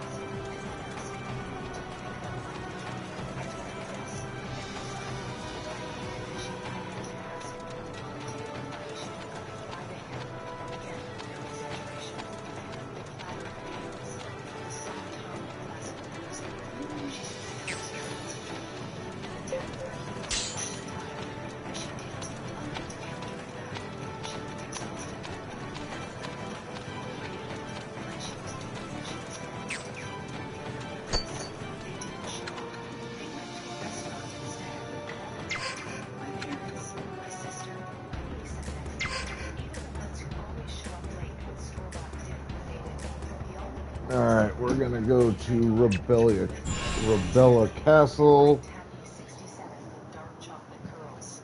They didn't just reject the food, they rejected her, and they didn't even bother to lie about it. But here's the part I haven't told you yet. That night, as Ava sat in her room pretending to scroll her phone, I got a text. A payment Let's do this! my business I sometimes used to cover family costs had been charged $1,127.96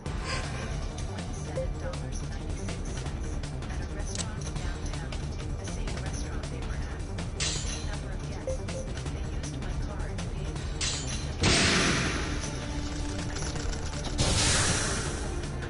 All right! How you like that? We shall stop them here!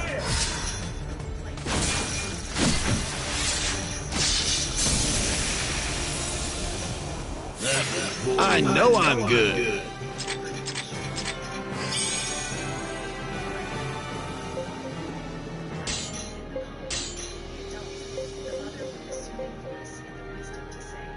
It's okay, honey. You did your best, but I was not in that mood. Ava was still in the kitchen, standing stiff in front of the cake. Her hands were clenched at her sides like she wanted to throw something. Let's do this! I couldn't blame her. That cake was a masterpiece. She had chocolate lace along the bottom and candied edible violets for the top. It looked like something you'd see in a glass case behind velvet rope. She turned to me with red eyes and said, We shall stop them here! Ta! Weakling. Very nice.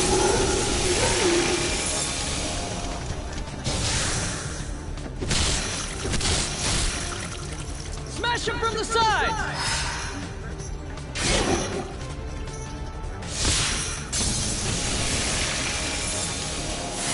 I feel stronger than before! Then I started calling everyone else. Old friends, neighbors, my cousin Sam from my dad's side. Always got left out of things for being too political, which was code for. Calls out our parents when they're awful. People from our local community group. A woman I met twice through a charity bake sale. My dentist's receptionist. I didn't care. I told them the truth. My daughter spent 3 days cooking for her grandmother's birthday. They ditched her. She made 23 meals. I need people who can eat. It wasn't an invitation. It was a summons. And to my surprise, people came. Fast. By the time my husband got to the driveway, the first 2 cars had already parked. Let's do this! Family who didn't have dinner plans anyway. A woman I barely The winner's the one who strikes first, yeah? We shall stop them here! Very nice. Excellent. What are you doing? I'm salvaging what's left of your dignity and dessert. Let's do this! Chairs. I turned to her. You cooked for 3 days. You made The best defense is a good offense. We shall stop them here! This will be worth my time. Not bad!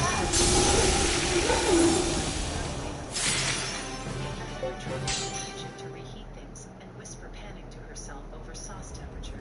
That's when the journalist showed up. I didn't invite her. Someone else did. A friend of a friend who was in food media.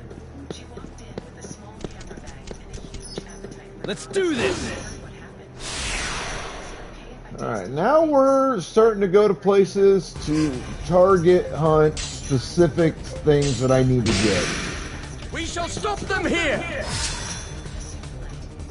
Here it comes!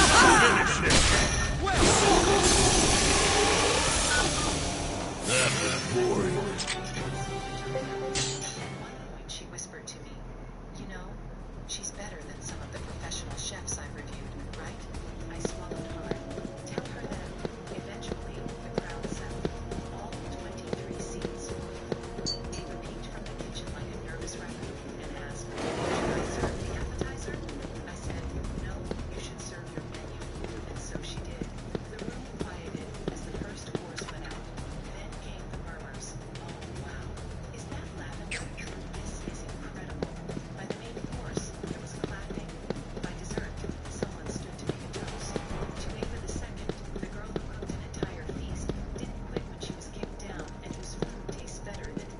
Come on out!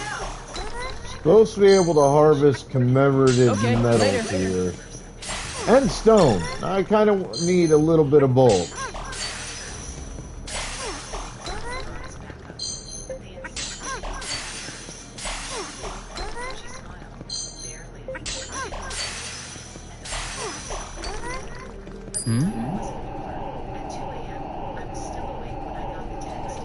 All right!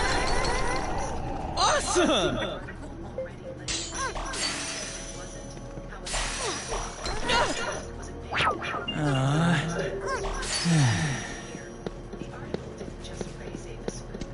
Let's do this! Grandmother's birthday was supposed to be at our house. How Ava... Brilliant! Yeah! How the family decided, without notice, to go to a restaurant instead. And how they used my card to pay for it. They didn't name my parents, but they did name Ava. And they made sure readers knew exactly who had stayed and who had left her behind. I stared at the screen in shock. Then I checked the comment section. We shall stop them here! Stay strong! Might suffer a flank attack.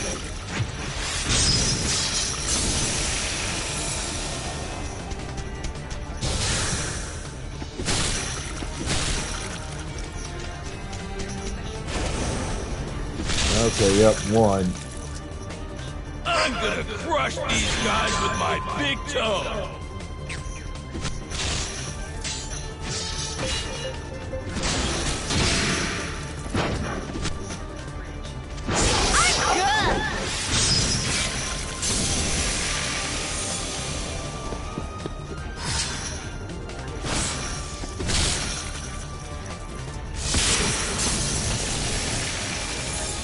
Thought they'd be made of sterner stuff. Sweet!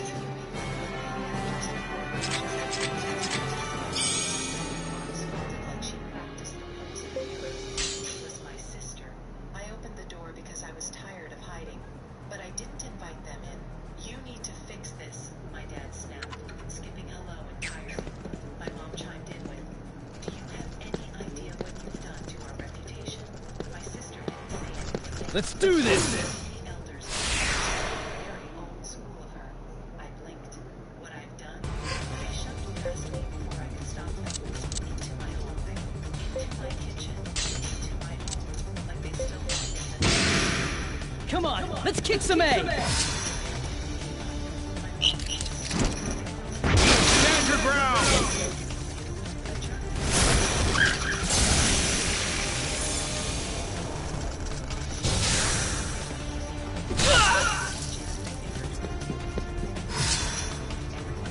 Weakling!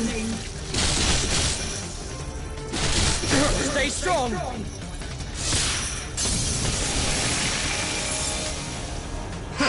Tis just a wisp of a They thing. expect to do anything but die. Looks like that hurt! There's still plenty of power left in these old bones. There's also a big fucking boss monster in here. I fought once, got my ass kicked. My mom's voice cracked. I want to try him again. Like monsters. No, I said quietly. You did that yourselves. She just cooked. That's when the phone bill went up. They weren't even talking to me anymore. They were talking at me around. She's just a child. If I don't find him, I'll find some Chimeras. And Let's there's do this. stuff off Chimeras I want. She's dramatic. If I can get it. She's ungrateful. The best defense is a good offense. Come on, let's kick some A! Bring it on! Gotta hurt! Not too shabby. I know I'm good. He just saw their faces, saw Ava's tears, and stepped in like a bouncer. Out, he said. My dad laughed. This is a family matter. No, this is my home. You came here to scream at a 17-year-old girl who made you dinner. You don't get to hurt her twice. Not today.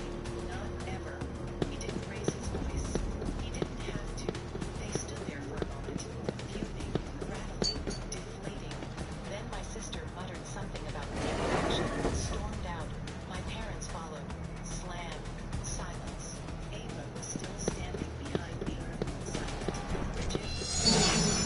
Let's do this! Pointed at our house. 3. I leaned closer. Keep them off balance and crush them!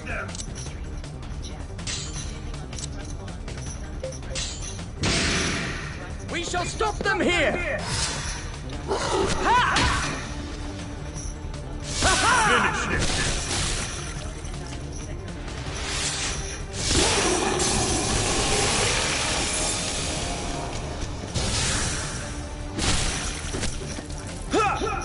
Smash him from the side!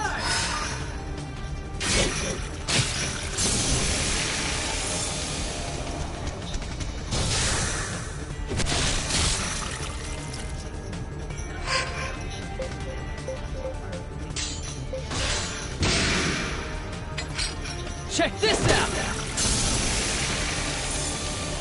Thought they'd be made of sterner stuff. Excellent.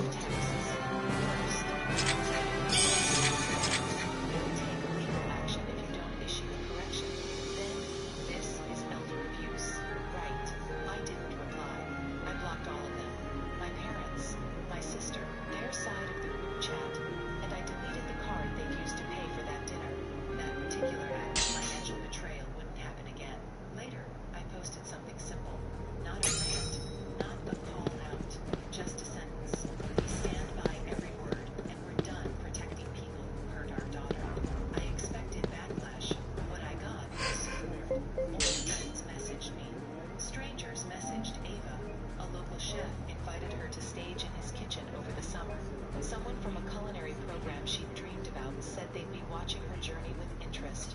We didn't celebrate, but we finally exhaled. Fast forward 1 year. Ava got in. Not just anywhere. The program she used to whisper about. The one she thought was impossible. She's still in her first year, but she already has clients. People who want her to cook for events, bake for birthdays, cater for small dinners. Some of them even reference the article. Her food blog. It's flying. She posts recipes. Let's do this! People who see her, she's different now. Not just steadier. She never reached out to my parents again. Neither did I. We heard things. Some town 2 hours away. We shall stop them here! Oh, that's effective. Not bad!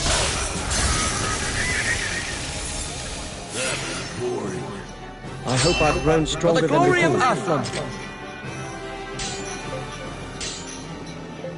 And they can't take that from her. So yeah, that's how my daughter's first heartbreak turned into her first headline.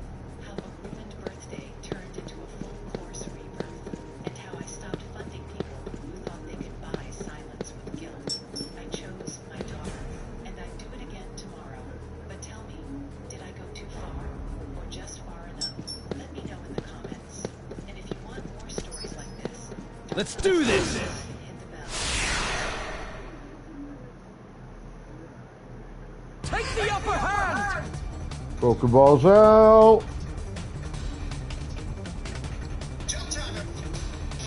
On day 1, the new CTO's daughter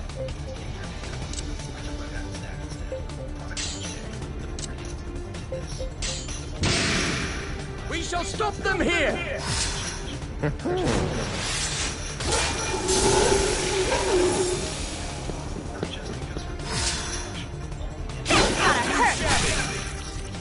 Nice move!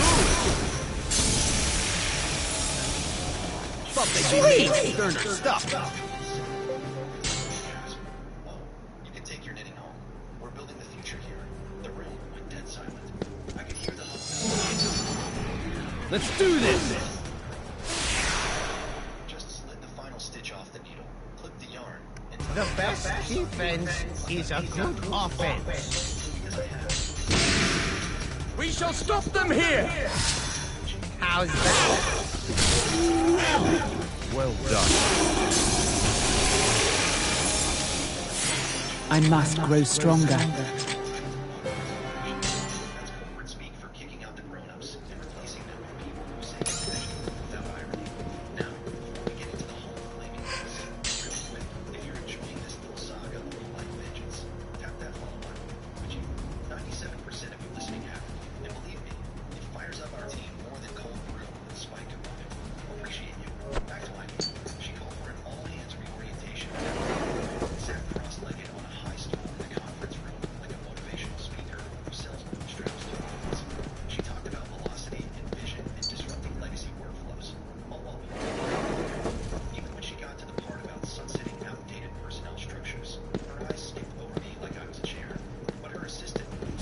named Skylar handed out org charts with a little arrow next to my name for a transition resource. I've had people stay deliver race. That night, I stayed late. Not because I needed to, because I wanted to see. Let's do this! And opened the encrypted vault labeled LMI core version. That folder held 6 modules. Come on, let's kick some A! You okay?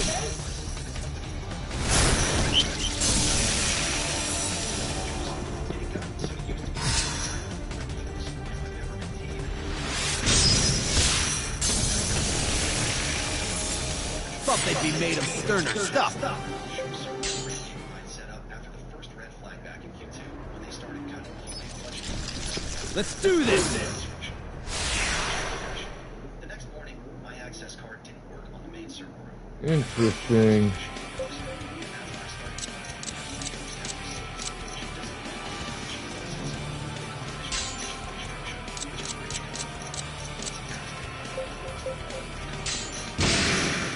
We shall stop them here!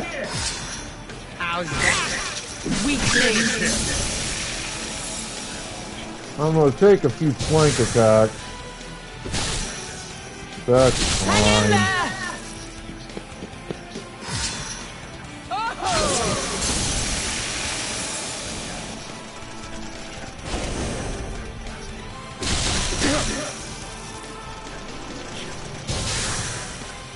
Ooh, a gold one. Holy shit!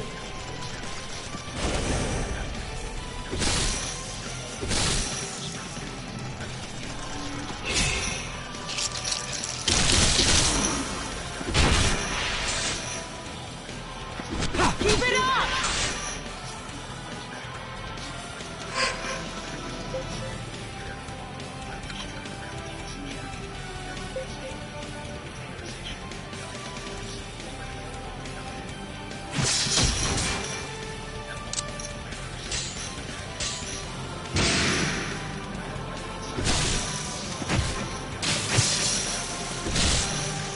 Take care of yourself!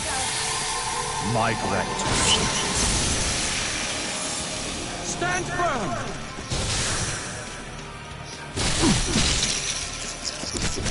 Nice work. Don't give an inch!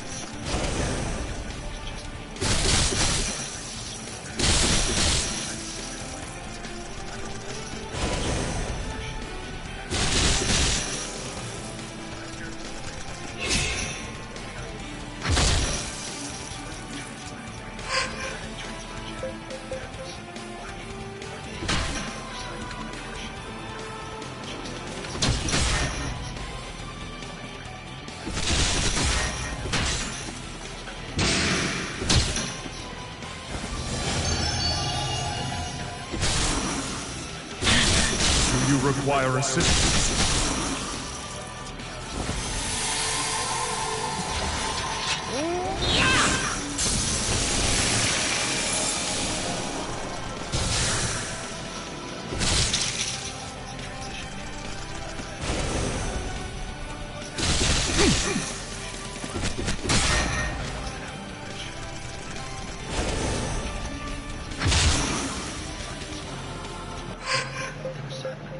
All they really did was take the train and it happened on a Tuesday. The guy got race speed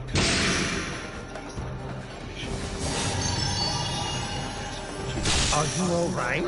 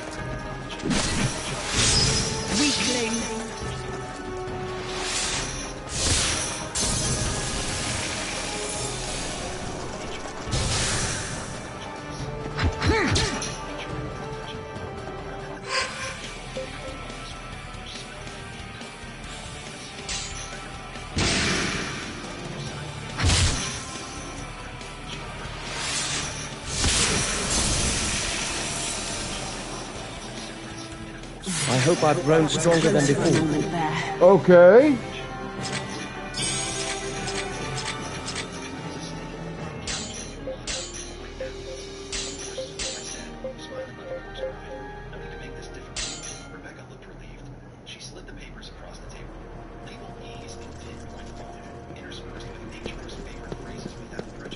Let's do this!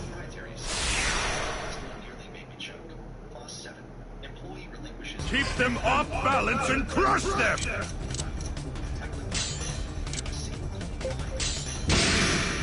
Come on, let's kick some A!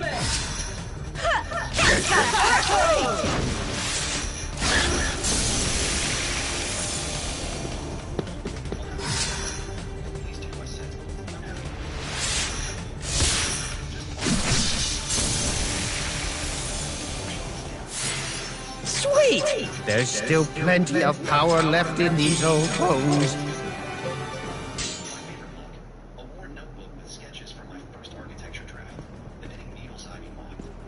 Let's do this! I was not expecting that particular boss. Never seen it before, but Come on, let's kick some A! I killed him. How'd you like that?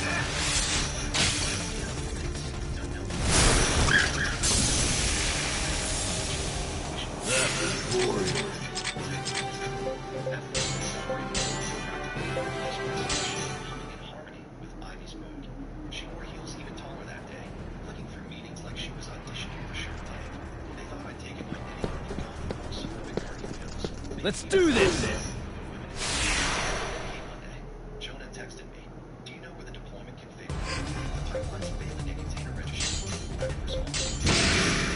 We shall stop them here! Well done. I hope I've grown For stronger the than glory of before. Athlon! Doors where there should be windows, switches that trigger nothing, systems that look back into themselves like a Python server. Someone hired me, Ace, tried to comment on one of my services. Remnant, an internal joke from 2018 between me and a dev who now sells surfboards in Oregon.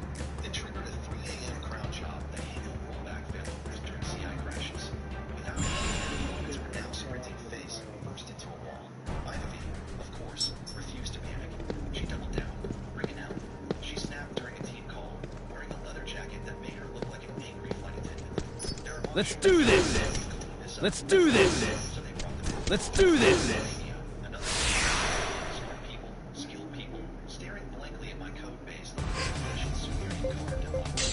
Jonah told me later one of the tracks. We shall stop them here! Do you require assistance? Well done.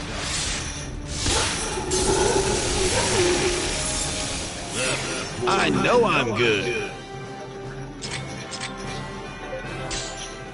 First, no beta, no soft rollout, just one big swing. Meanwhile, inside the dev team, Let's do this! authentication, staging. The autoscaler stopped autoscaling. Payment logs triggered errors and sent alerts to the founder cell phone. We shall stop them here! Well done. Sweet!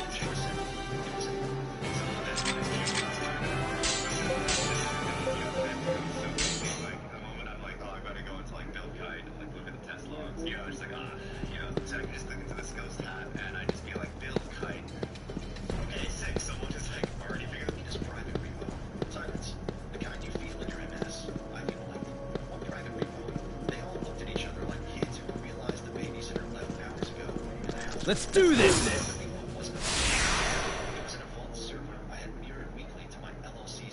Brilliant, yeah!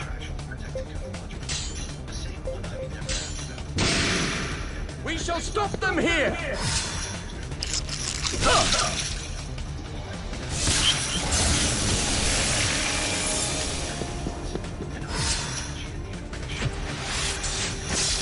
Sweet!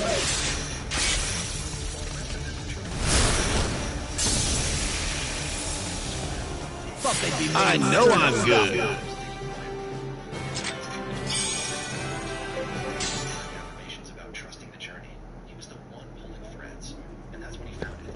A buried call in one of the container orchestration files, path obfuscated by abbreviations and years of tech debt. One line of code. Let's do this! Just legacy helpers. They were the spine of the system, the API thread, the caching layer, the event handler that allowed asynchronous task patching during contract cycles. My stack L-Morgan IP stack version 3.2. My baby, he called it Ivy. We shall stop them here! How's that? Nicely done! Well done.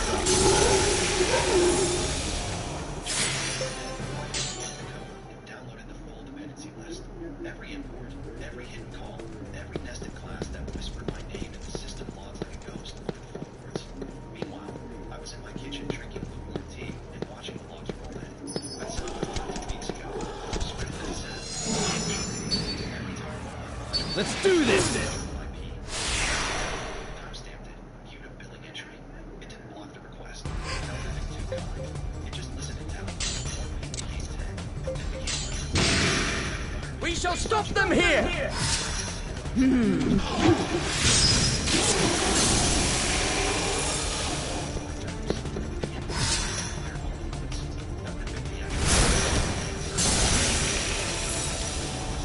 Thought they'd be made I of feel sterner stronger stuff. than before! Cool. Request counts, timestamps, module names, and usage subtotals. It wasn't threatening. It didn't need to be. It was just business. Legal hadn't seen it yet. Ivy hadn't either. They were too busy pushing out promo assets and finalizing the mission. Our 2-week work had been transformed into a studio with LED panels and a fake mission wall featuring buzzwords they couldn't define. But Jonah knew. He'd seen the signs, the silence in the box, the common strings no one dared to speak. What the hell is that? Not because of their work, but in spite of it. He messaged me just once. You planned this, didn't you? I didn't respond. Not because I was being coy, because I was busy. Let's do this! Optional. The fire hadn't started yet, but the air was getting warm. By the time they rolled around, The winner's the one who strikes first, yeah? concentrate. Ivy had scheduled a full launch Archer first. Big splash, big stream, big runs. Come on, let's kick some A! Coming at ya!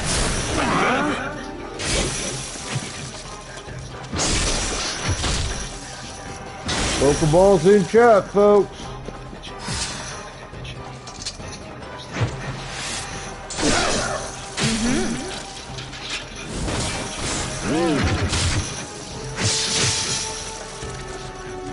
Yeah, let's kick some tail!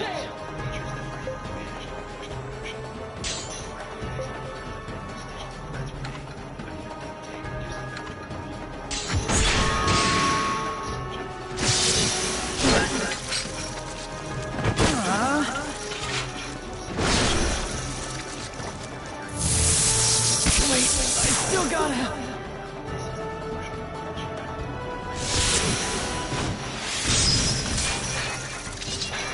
I'll show you the strength of Athlon. Not bad.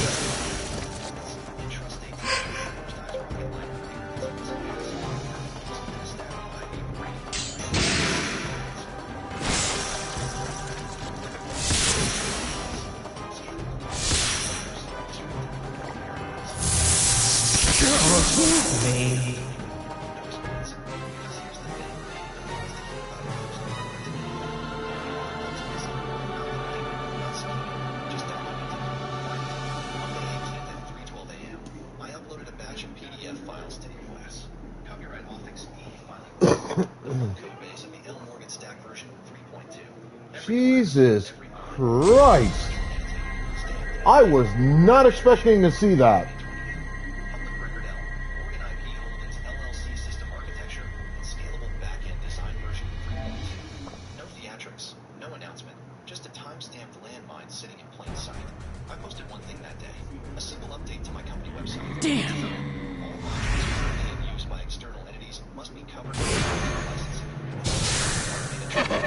This is destiny.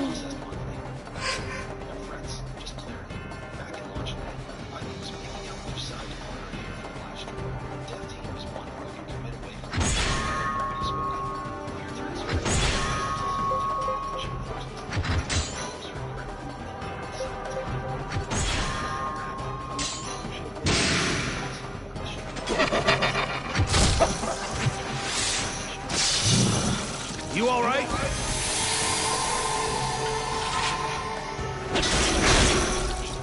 We shall stop them here!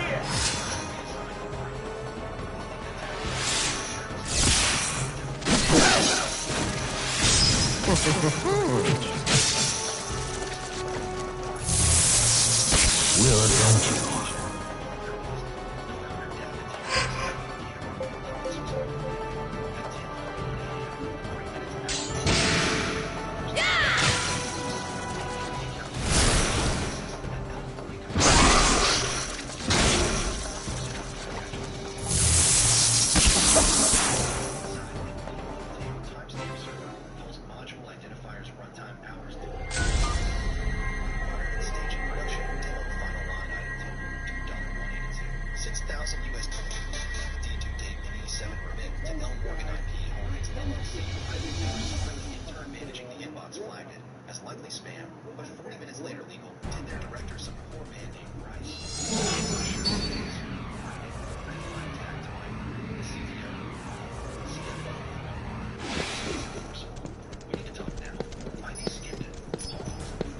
Let's do this! At 12:07 p.m., Jonah replied. Keep them off balance and crush them!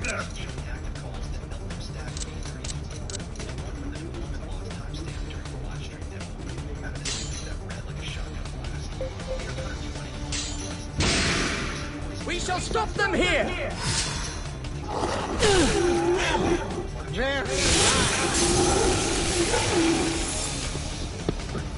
Probably one flank attack out of those.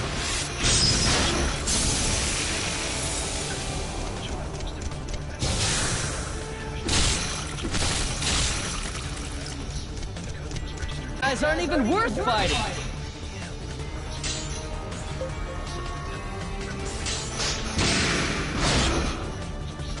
Haha, sweet!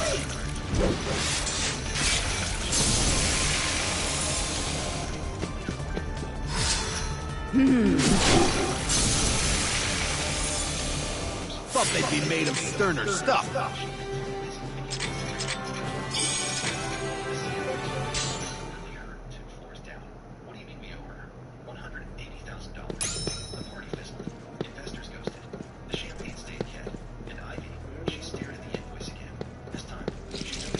Let's do this!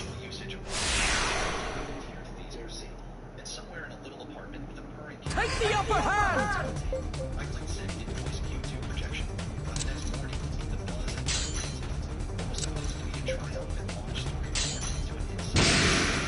Come on, let's kick some A! All right! How you like that?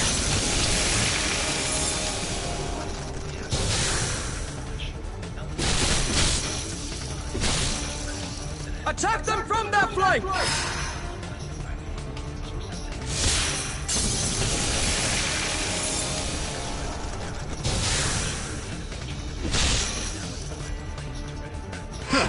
Tis just a wisp of a thing. Do they expect to do anything but die?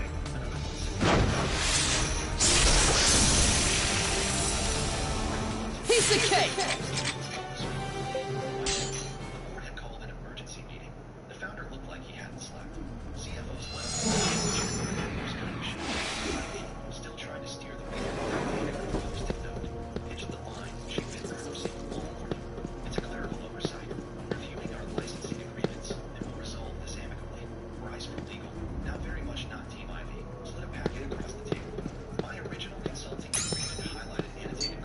Come on out! Okay, later. Let's do this!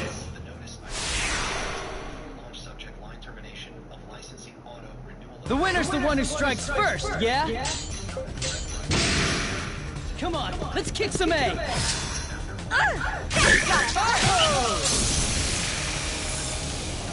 I know I'm good. Stuff.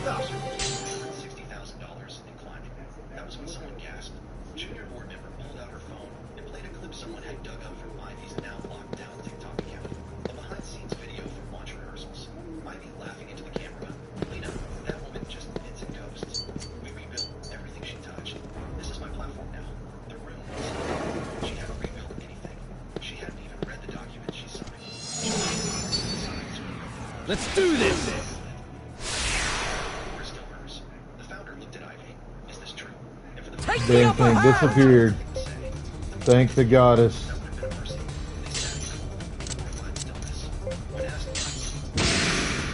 We shall stop them here!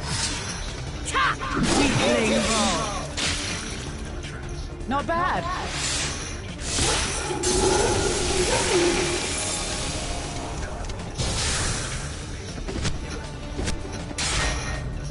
Smash him from the side!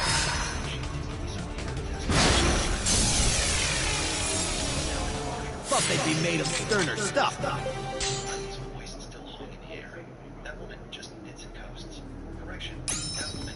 Let's do this! It's held in the conference room with the soundproof glass walls. Ironically, Hit him hard, hit him fast! We shall stop them here!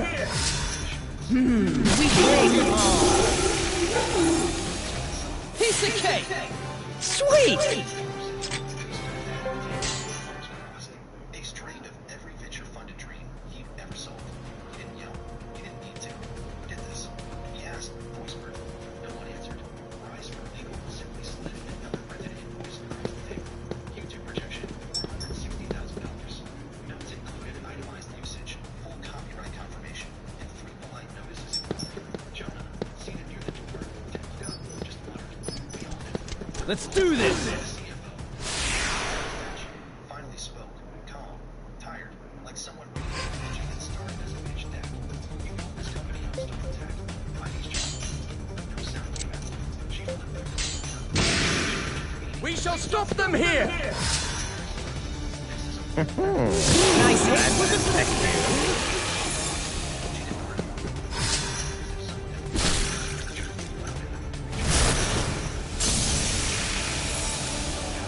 Thought they'd be made of sterner stuff.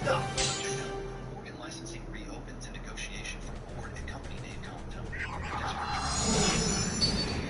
Let's do this! Negotiation of the licensing terms for your intellectual property. Misunderstandings. We hope to find an arrangement beneficial to both parties. Sincerely, We shall stop them here! Hang in there! Not bad. There's still plenty of power left in these old bones. I logged into the back end of my licensing. Opened the pricing dashboard. Edit terms. Under global license agreement. Changed one line for secret pricing enabled. Retroactive fees applicable. Saved. Closed the laptop and picked up my knitting. Silence is a powerful tool. So is paper and spite. And remembering exactly where you buried every waiting for the batch. I never raised my voice. Never made a scene. Opened a reckoning. Let's do this! Alright. Get the upper hand! These are the motherfuckers I've been hunting. We shall stop them here! Have at!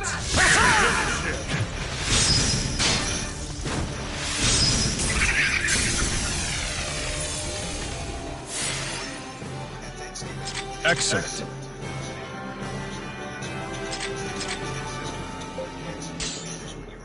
I pulled on their coats, loaded the car, and texted 14 relatives from the line. Let's do this! Missed calls in. And Mom saw the sender's name on the package, and the Rolex hit the table. The winner's the one who strikes first, yeah? Then a second one, 2 boxes, ready to load. We shall stop them here! Have at! Well done. I hope I've grown stronger than before. You've earned these. Delaney opened the first box and actually gasped. She held up a Rolex Datejust, gold bezel, fluted, the links catching every bit of the dining room chandelier light. Then she opened the second. Same model, slightly different face, $2,400 each. I knew, because my father had told the whole room what they cost 2 Christmases ago when he'd been shopping for one for himself. My daughter Waverly, who was 9, leaned forward across the table. Those are so pretty, she whispered. Not at me, at my kids, both of them. Waverly and my son. Content. Close 12. He pointed. Let's do this! Just Delaney was.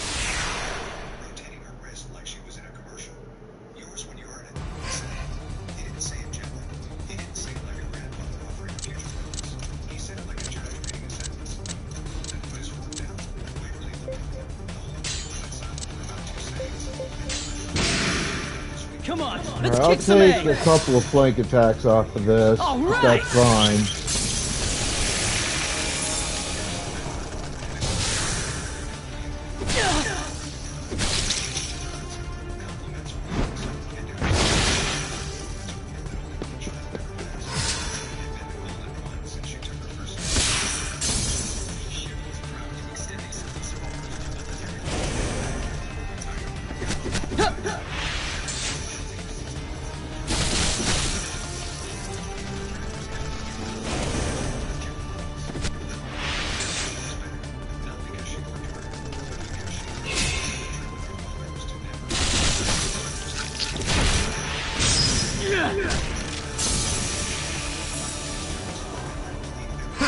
Tis just a wisp of a thing. Don't be careless, men.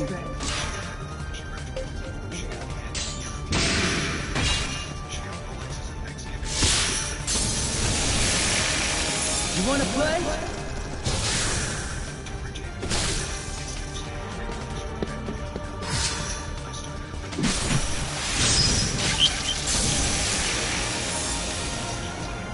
Yeah, this is our big chance.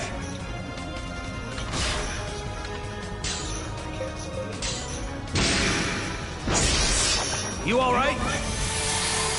Thanks. I hope our drone's stronger than before. Magic missile too. She had said grace, but nobody told Bryn she needed to earn anything. I looked at my wife, Maren. She was sitting to my left, napkin on her lap, jaw tight. She didn't say a word. She didn't have to. We had the conversation. Come on out. Okay, later. Let's do this. What, Trent? That was a hell of a thing to say to Keep them off balance and crush them! Pokeballs out. Come on, let's kick some ass. All right. Sweet.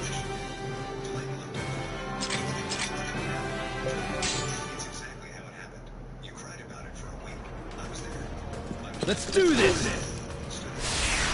Just have one holiday. Sit down, Mom. She said. Brilliant! Yeah! Come on, let's kick some ass! All right! How you like that? Thought they'd be made of sterner stuff. I must grow stronger. Like he was waiting. Like he already knew what I was going to do. That kid had been watching me negotiate with contractors and clients his whole life. Let's do this! You too. Trent, you're being dramatic, Delaney said. The best defense is a good offense.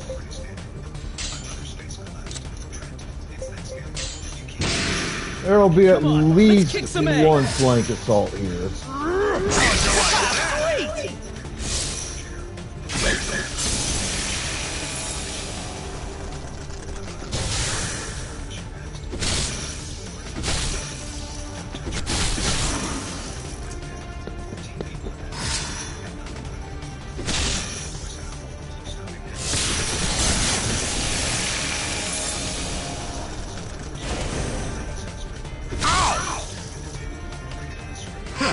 Tis just a wisp of a thing.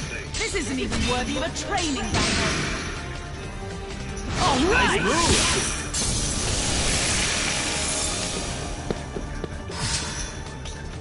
Weakling. Piece of cake! Sweet! I must grow stronger.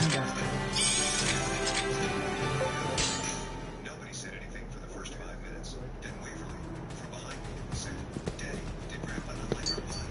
Grandpa liked the pie just fine. I said, Grandpa's got a problem with fairness. Oh, she said. Maren reached over and put her hand on my leg. Not squeezing me, just there. We were on I-95 heading back to Bridgehaven when I made the decision. It had been forming for months. Honestly, this was just the thing that locked it into place. My father... Come on out! weeks away. Every year. Okay, later.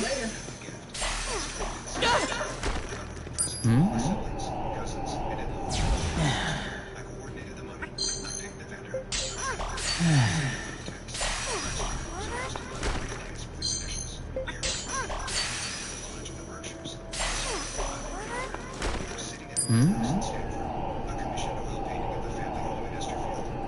right! Awesome! I'd hired a painter from Roanoke, Virginia, a woman named Remnant.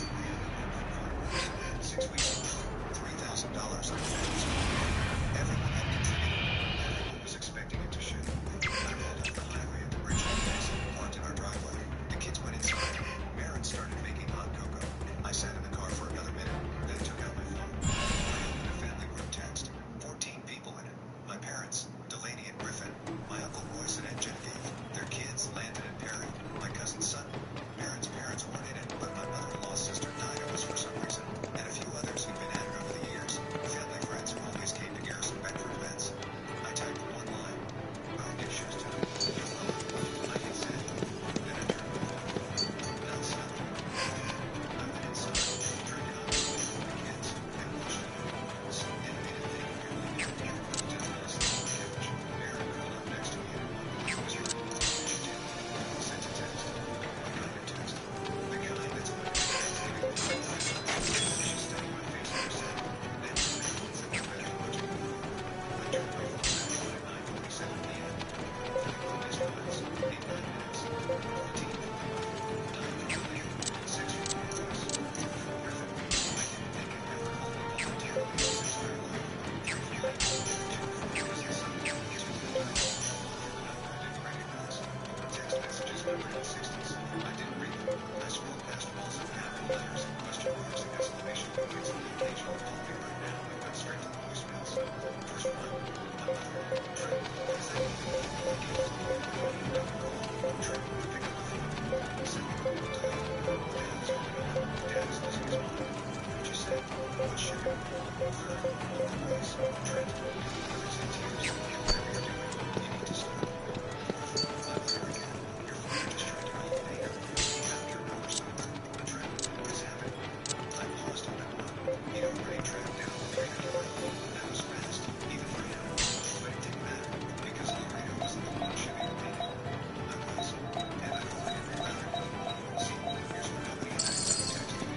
2 weeks before Thanksgiving, I had a conversation with my uncle. Prescott Man. He Prescott ran a gallery in Nashville, North Carolina. Small place, serious work. He dealt primarily in contemporary American realism, landscapes, architecture. I'd sent him a photo of the painting when it was about 80% done, just to get his opinion on the frame. He called me back within an hour.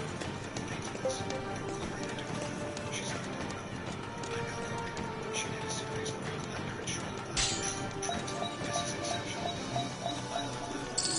You can hang this in a museum photo. It's a birthday present for my dad. Your dad's a lucky man. Listen, if he ever wants to sell it, or if for any reason the mission falls through, I have a client who collects exactly this kind of thing. Architectural portraits and heritage homes. He paid well. I filed that away and hadn't thought about it again until I was sitting in my car in the driveway on Thanksgiving night with 41 missed calls. I called Prescott. Happy Thanksgiving, he said. I need to read the painting. The Yesterfield house piece. Yeah, your client, the collector. Is he still interested? Trip, what happened? Long story. Is he still interested? I can find out in the morning. Find out tonight. Prescott was quiet for a second.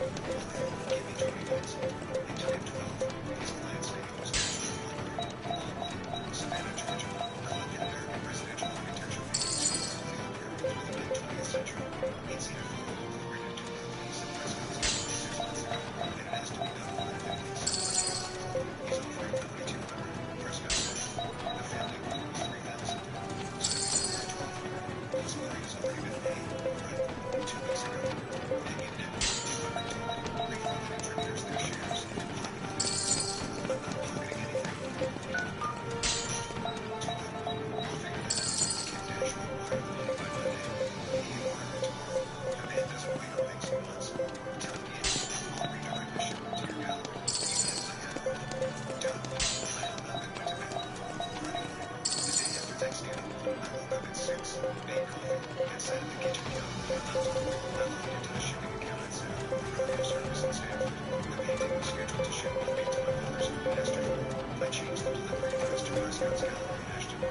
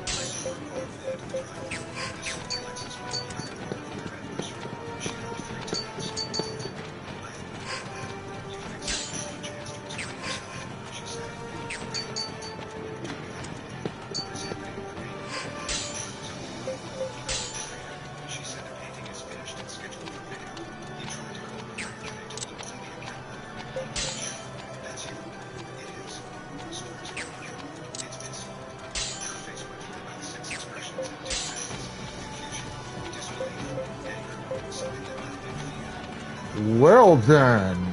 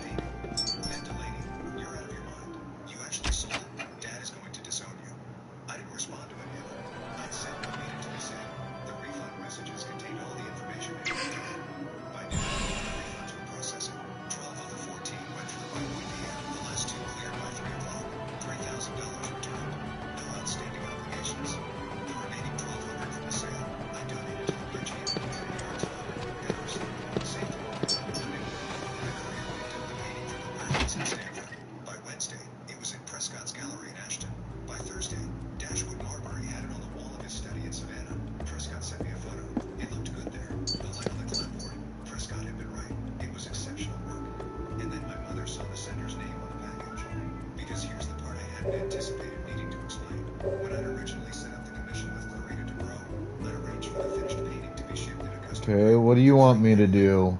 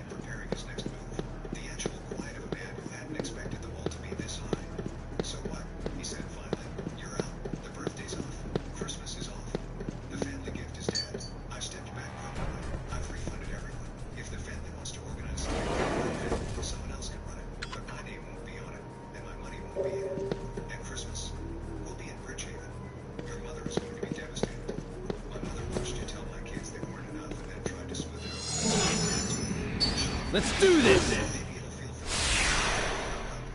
I sat in my home office for a while after that. Colton, Dad, We shall stop them here! Ta! Finish him!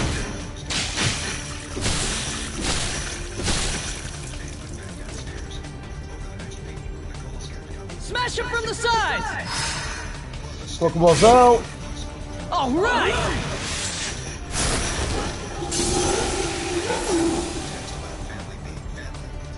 They just keep coming!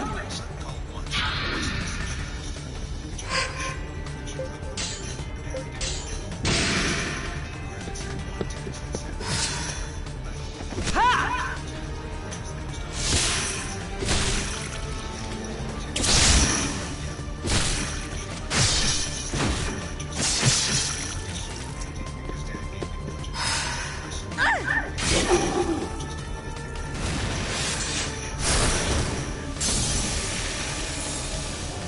Thought they'd be made of sterner stuff. I know I'm good. I must grow stronger.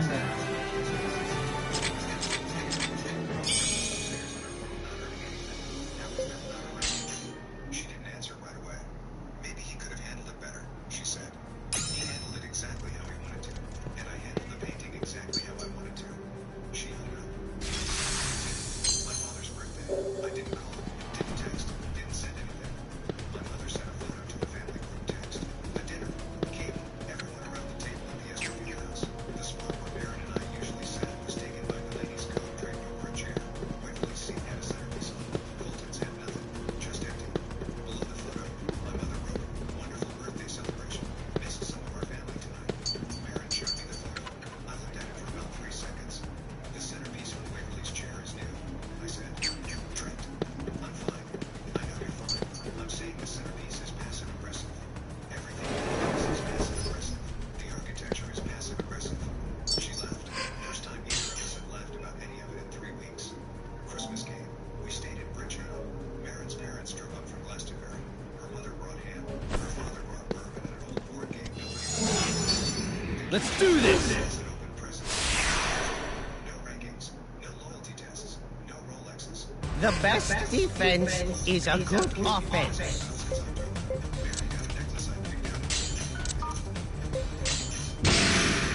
Come on, let's kick some A! All right!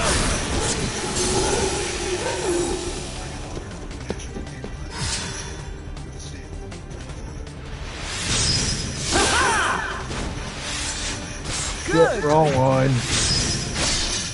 So, 2 for 3 on that, not bad.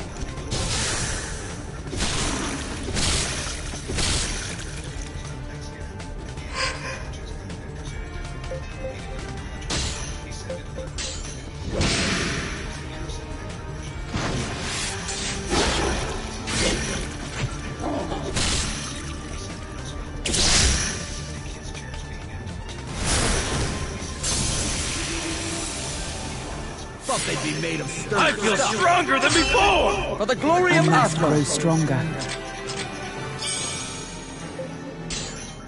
We went to a restaurant in Bridgehaven called Coswell's. Good pasta. Colton wore a tie. Let's do this! Because his mother's birthday. Treated as non-negotiable. Waverly drew a card with a picture of our house. And inside she wrote, "Thank you for always making sure we're enough." Baron ran to the table and had to excuse herself. Come on, let's kick some A! All right! Thought they'd be I made feel of stronger than before!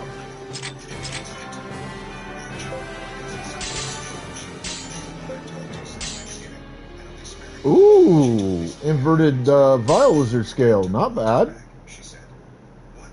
He asked Delaney to return both of them. She's furious. When did this happen? Last week.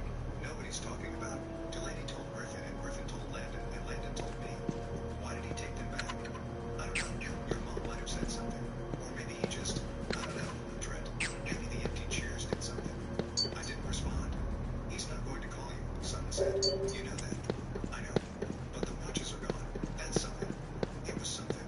I wasn't sure what.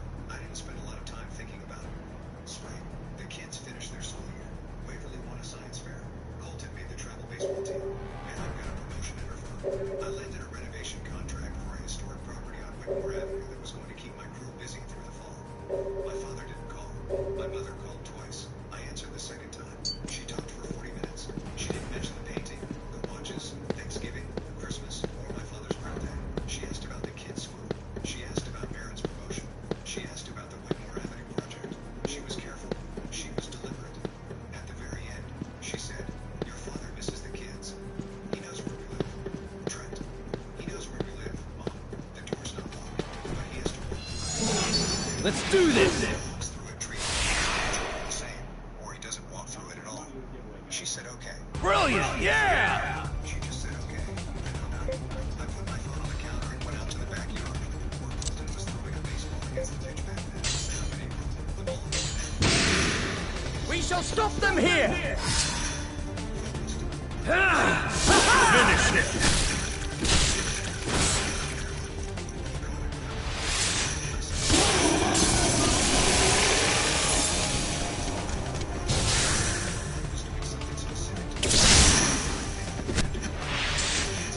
God damn it. Smash him from the side! Nice move! Piece of cake! I hope I've grown stronger than For before. the glory of Athlon! Realize I sent a password-protected copy of my reports to my private email every month for years. When the things ran in the office, my lawyer handed me the password. The CEO just stared.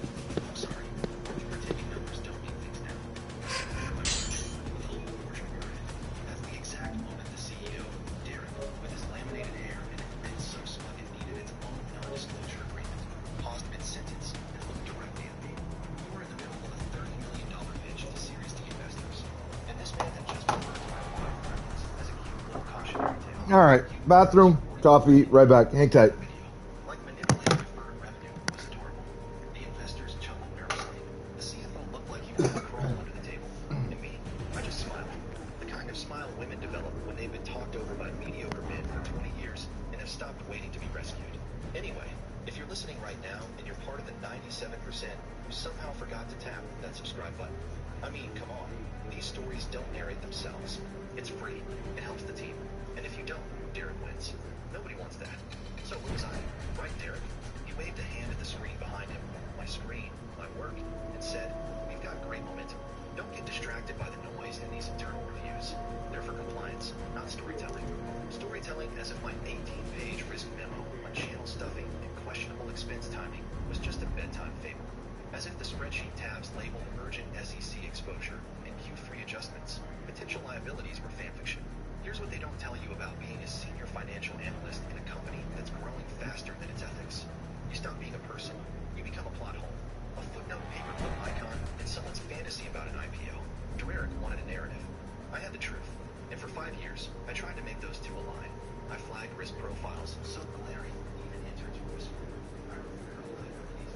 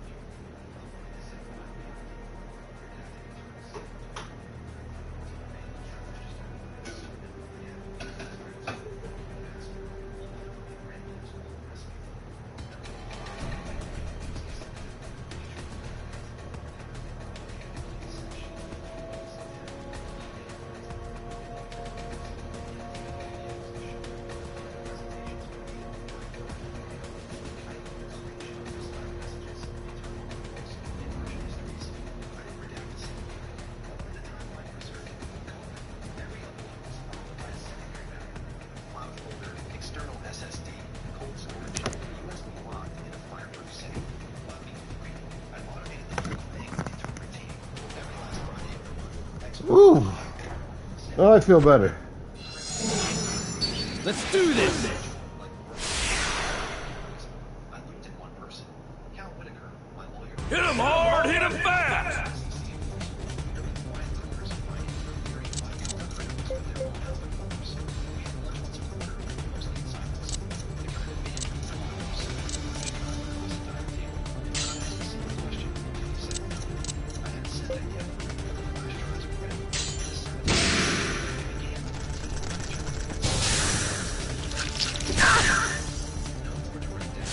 Finish him!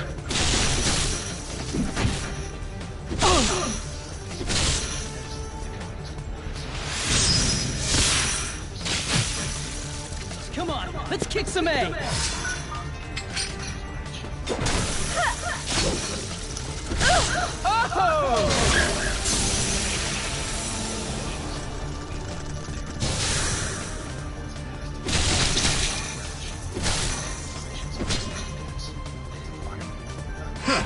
Tis just a wisp of a thing.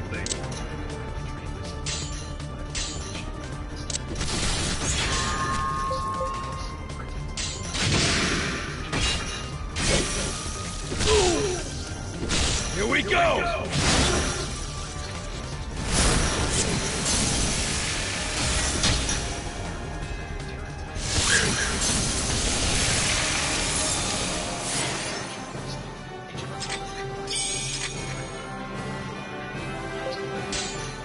Systems.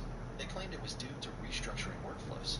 Right. The same restructuring that left my calendar empty and my projects reassigned to Doug, who once asked me if you could delete liabilities like cookies. But I smiled. Smiled when they CC'd me instead of including me. Smiled when legal forgot to loop me into risk discussions.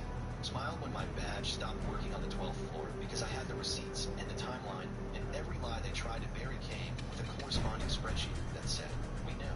We all knew. By the end of that quarter, I wasn't an employee anymore. I was an archivist. Cal called it insurance. I called it the truth, just waiting for its moment. The lights were too bright, the fonts too big, and the truth nowhere in sight.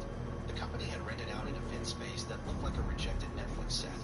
Faux exposed brick walls, Edison bulbs dim to authentic innovation glow, and a catered breakfast bar filled with foods no Give one me a actually minute, eats tap because it's refreshment. fraud. It was roadshow day one. The investors had flown in, the camera crews were rolling, and Tarek strutted on stage like a televangelist pitching salvation through synthetic KPIs. Ladies and gentlemen, he said, mic clipped to his tailored collar. What you're about to see isn't just numbers, it's momentum. The screens behind him burst to life with graphs so steep they looked like ski slopes for billionaires. The title slide sustained profitability in volatile times. I nearly choked on my complimentary green juice. From the back row, my new kingdom of irrelevance.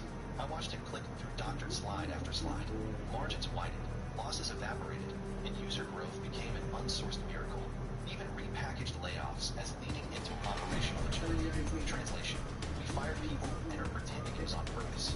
It was my Q2 forecast, or at least the Frankenstein's monster version of it. They'd taken my numbers, stripped out the footnotes, relabeled deferred income as realized revenue, and slapped on a chart that made it look like we were printing gold bars out of SAS. He said we reduced regulatory exposure by 60%. That was cute. We had reduced risk. We just moved it offshore into a shell corp with a Cayman Island mailbox and a name that sounded like a discount vitamin brand. I looked around the room. Most of the suits were nodding, eyes glazed like they were being hypnotized by the rise of our fictional line graphs. But then I spotted him, Reed Kaminsky, private equity warhorse. Only man in the room who'd ever grilled me on variable interest entities and thanked me afterward. He was staring at the screen, head tilted slightly, eyebrow raised just a hair. Not enough to draw attention, just enough to tell me he saw it, too. I didn't wave. I didn't whisper. I just sat still and took mental snapshots. Slide 12. Net retention YoY growth 142%. My actual report said 92%. Even that was optimistic. Slide 15. Legal liabilities fully resolved, except we still had an open inquiry with the DOJ, conveniently postponed due to remote operations. Slide 19. Client confidence all-time high. Meanwhile, I had Let's do this!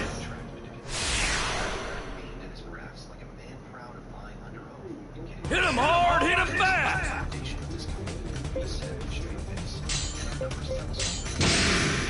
Come on, let's kick some A!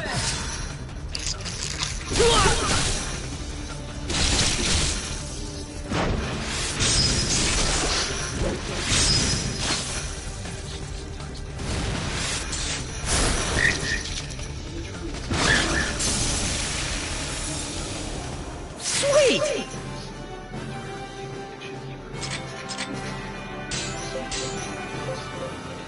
Financials that showed where the bodies were buried. And I had time. The kind of time that makes predators sloppy. So I let them lie and I watched. The email came at 7:06 a.m. Subject line, organizational update. Not from Darren. Not even from Vanessa and HR. Just a name that said... Let's do this! I didn't open it right away. I stared at it for a moment, letting the coffee... The best defense is a good offense. We shall stop them here! All right.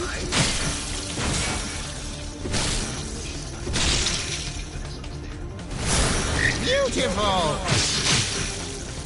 Smash him from the sides!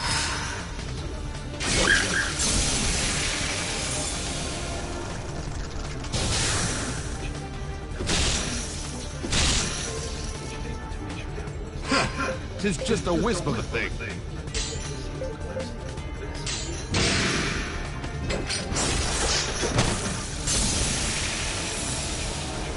Piece of cake! I feel stronger than before!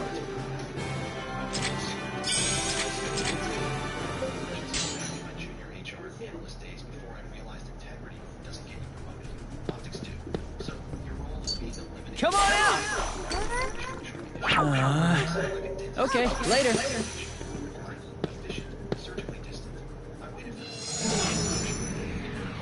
Let's do this! Process the handover. We'll need your badge as well. I placed the laptop on the table like a police officer. It was wiped clean, reformatted twice, and every cache approach. Every file vacuumed. There wasn't so much as a sticky note left behind.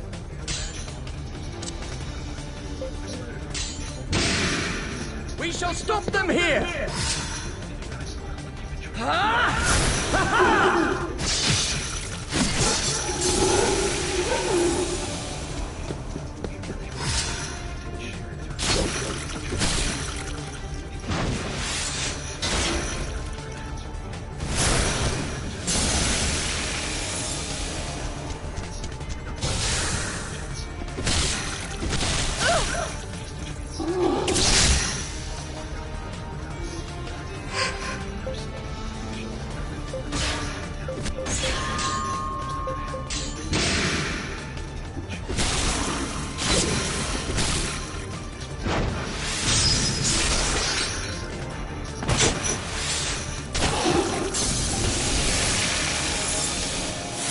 Sweet!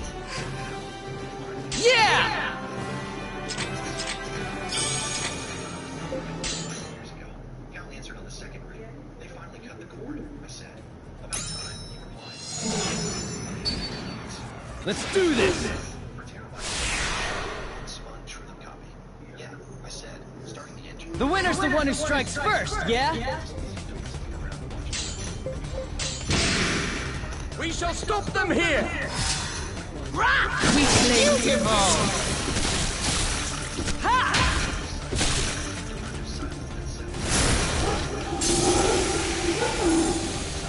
That was boring.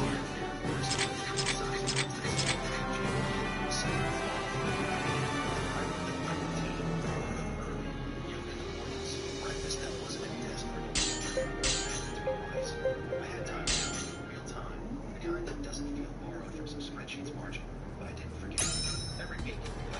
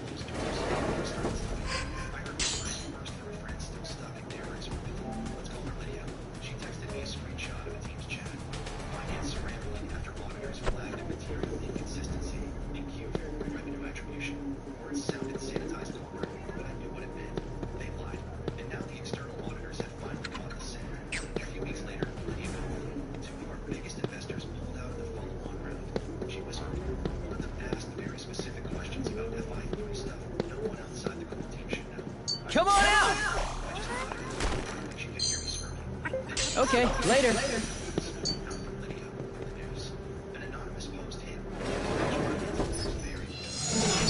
Let's do this!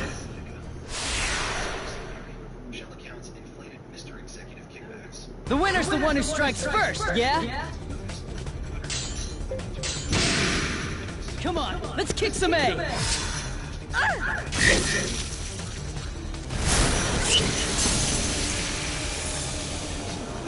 Sweet! I know I'm good. I hope I've grown stronger than before.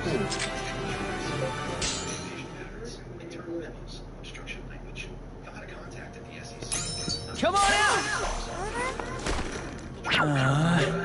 Okay, later.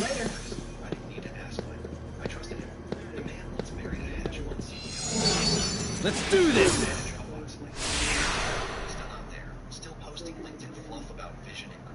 Take the upper hand!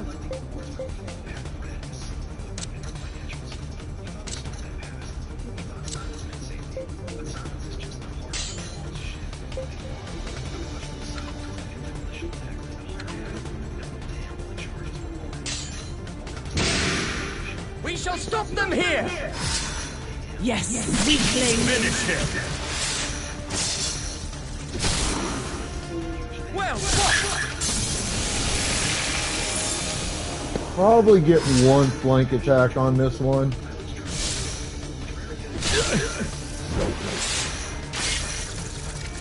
Maybe two.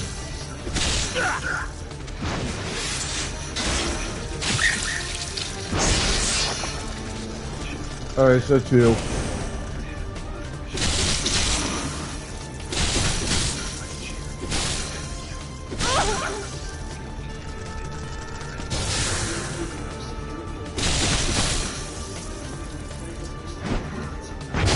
Steady there! Tis just a wisp of a thing.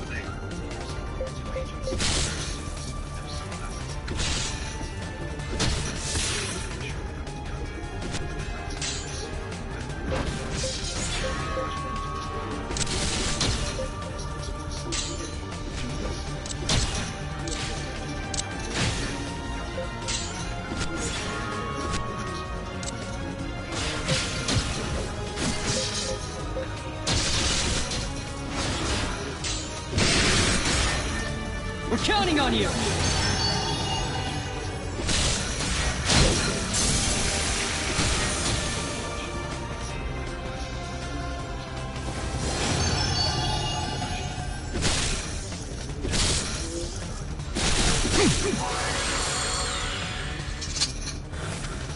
Nicely done!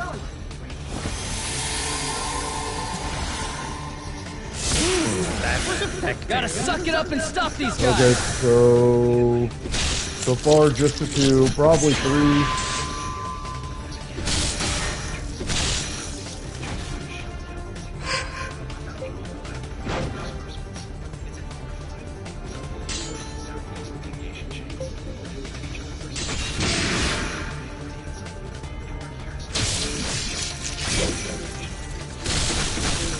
God damn, these things are dodging everything.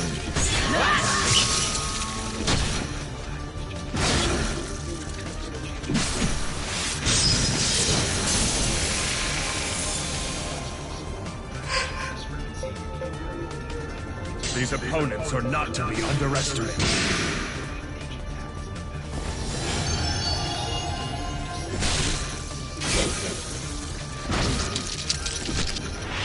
Dodging and blocking. Jesus. Okay? Attack them from that flank!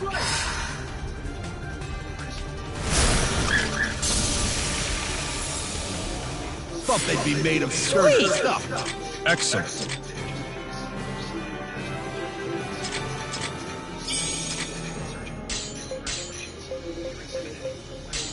Not from joy, from relief. Not because I won, but because the story was finally leaving Derek's mouth and hitting a record. The meeting was scheduled for 9 a.m. sharp. The kind of artificial urgency only insecure execs the system. Derek's favorite power move. 16th floor conference room had been staged like a product launch. Branded pastries, iced coffee, and glass cars.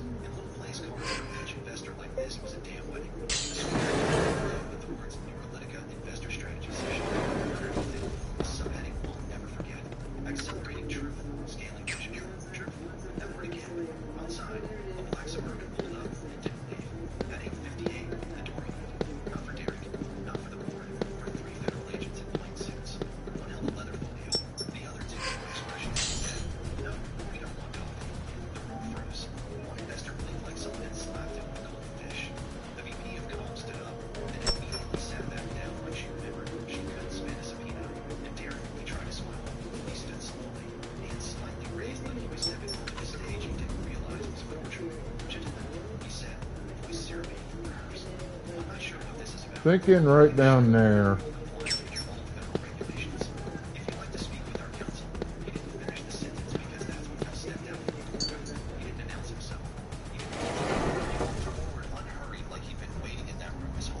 Pokeball's out.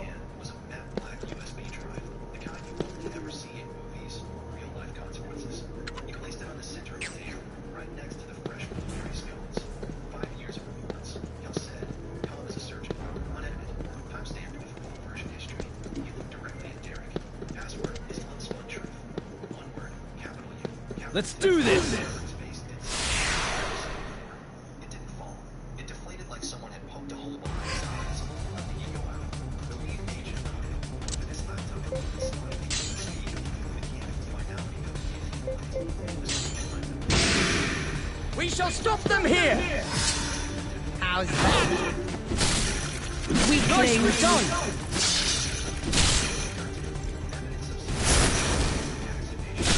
Well fought!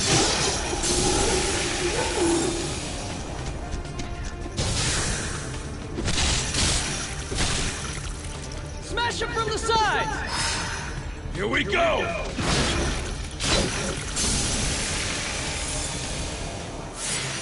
I know I'm good.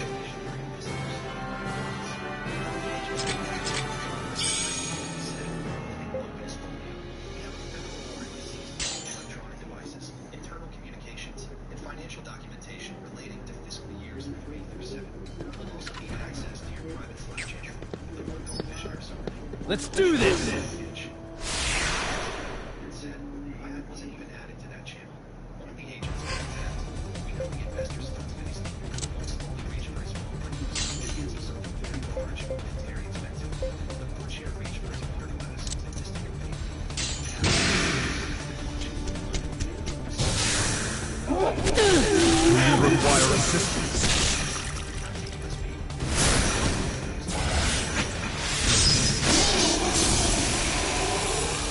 Come on, let's kick some A!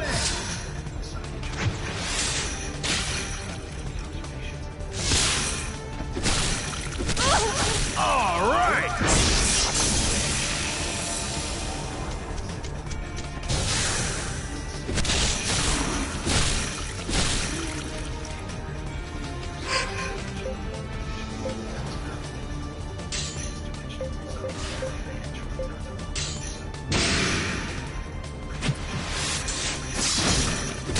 Steady there! I feel stronger than before!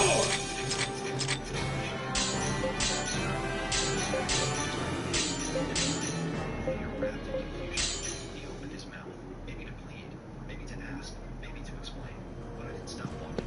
I turned, left the building with the same calm I entered it. Outside, the sky had that pale, hollow brightness that only happens after storms. I stood on the sidewalk, pulled out my phone, and opened a new message. Let's do this! Guess my reports told the story after all. I hit send, and just like that, the circle closed. I didn't wait for it. Not this time. Not for them. Not for me. Not for those that share. It's the strategy. We shall stop them here! How's that?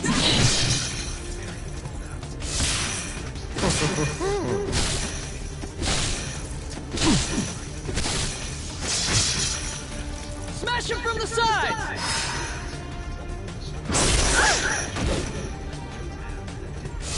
Whoa!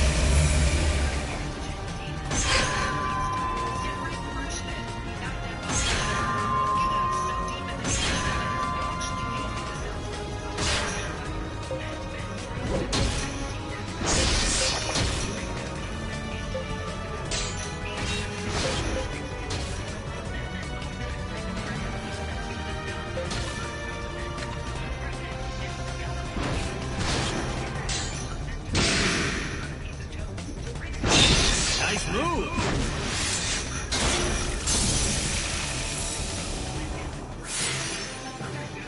Sweet! I must grow stronger. I hope there's still plenty of power left in these old bones.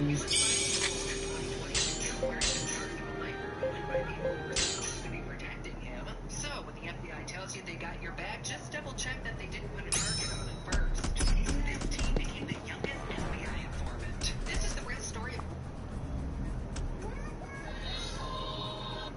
In Skyrim, the Unbound, my family didn't even realize I moved to another state 6 months ago. Let's do this! Family image court-in-law when I refused.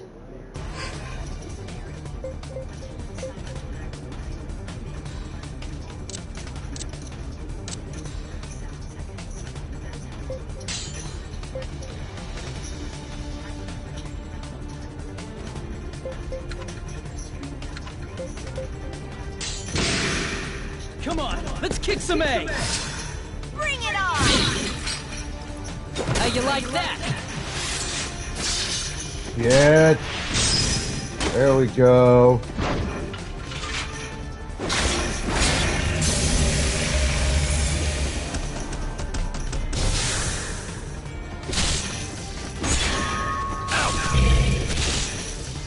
Attack them from their flank! There.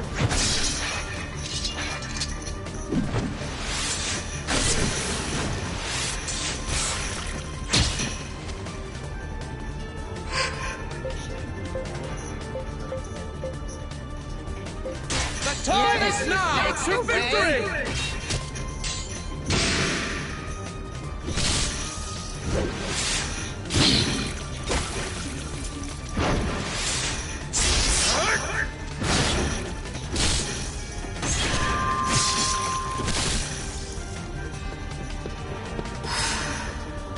What's this?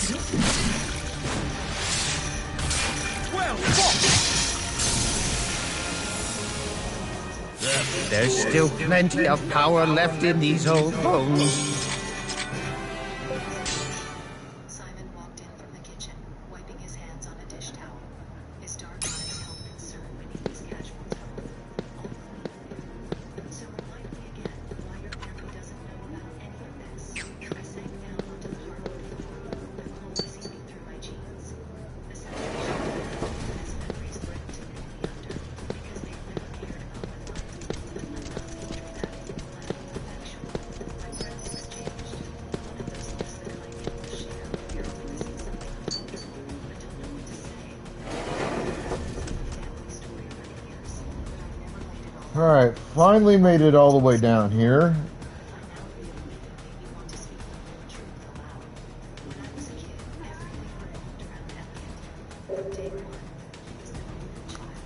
I picked him at his tape, stuck to my fingers, absolutely. He's 2 years older, and in my parents' eyes, infinitely more valuable. That's messed up, Simon said, settling against the wall. When I was 8, I won first place in the school science fair. The volcano wasn't just the typical baking soda disaster. I had researched actual volcanic patterns and created a working model that demonstrated real geological principles. The judges were impressed. My teacher called my parents specifically to tell them how exceptional it was. I could still see it so clearly standing by the dinner table that night, certificate in hand. You're supposed to notice what my parents said. That's my son. Then they spent the rest of dinner talking about Elliot's soccer game. Not even an important game, just a regular practice where he apparently made a decent pass. The apartment felt colder somehow, got worse as we got older. When I was 12, I made honor roll every single semester. Perfect grades across the board. My parents barely glanced at my report cards, but when Elliot made varsity football, they threw him a party, invited the entire neighborhood. My dad bought a new grill just for the occasion. The words flowed easier down my lips than old law. The railmaker came when we were teenagers. Elliot wanted to attend this expensive private college, and my parents were absolutely thrilled to pay for it. Full tuition, fancy apartment, money, everything he could possibly need. When I turned 18, they sat me down for a financial reality talk. They told me they already spent their education money on Elliot, so I'd have to figure it out myself.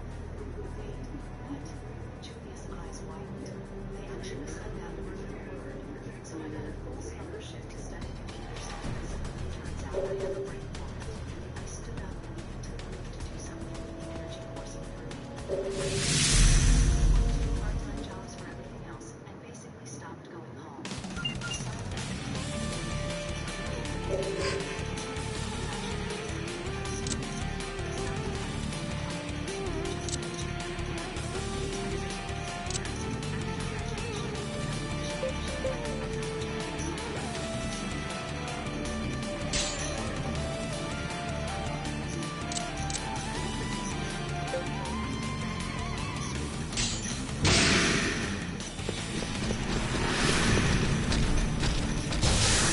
Yes!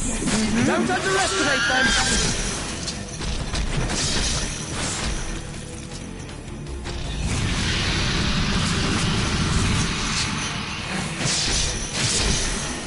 Come on, let's kick some A!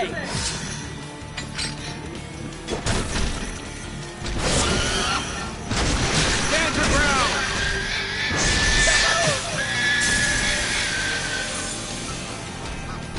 Excellent.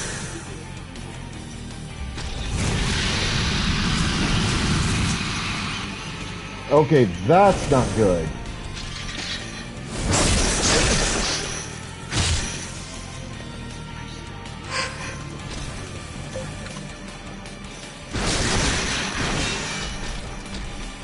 Looks like we're up against quite the nasties.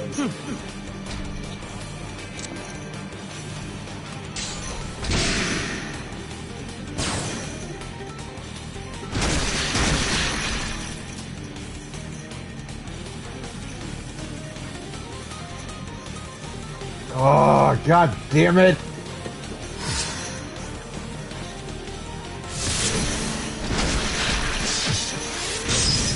Not bad. You're finished! They're right beside us!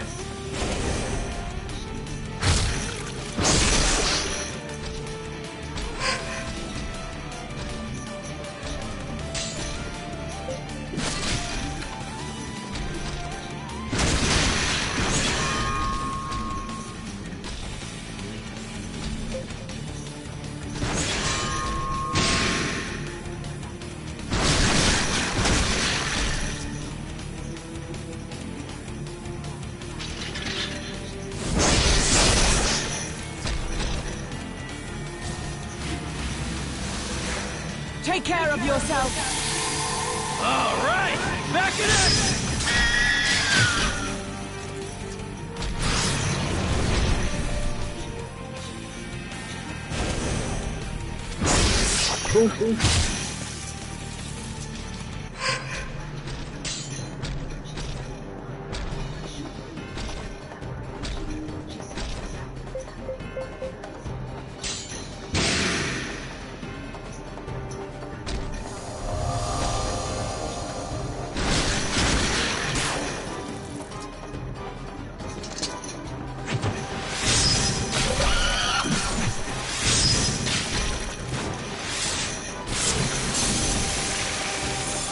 Strike back!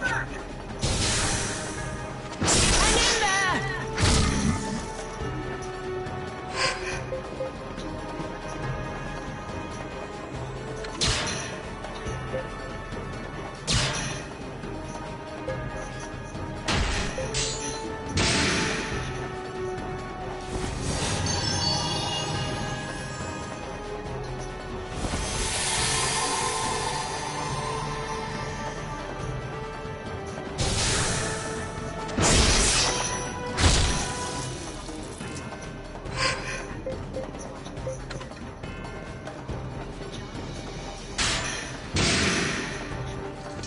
Prepare yourself!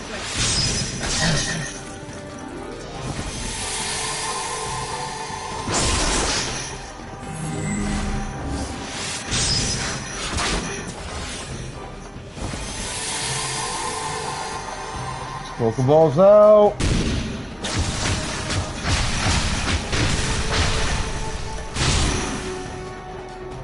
Jesus fucking Christ.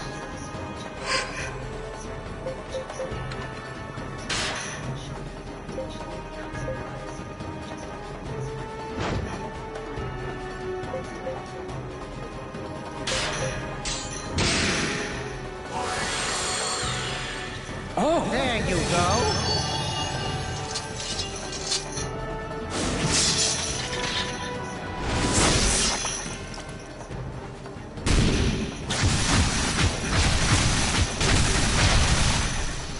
Forgive me. Fuck! That goddamn curse bullshit! No, the command struck me as so absurd that I couldn't hold back my response. I'm not coming. Anger was looming in his voice, that familiar edge that had made me shrink as a child. But I wasn't a child anymore. Exactly what I said. I'm not coming to your dinner party. Why not? And then something broke loose inside me. Not anger, but a kind of wild, liberated amusement. I started laughing, not politely, not nervously, but deep, uncontrollable laughter within me done. What's so funny? Dad demanded. This entire situation is hilarious. You want to know why I'm not coming? I'll give you 3 reasons. First,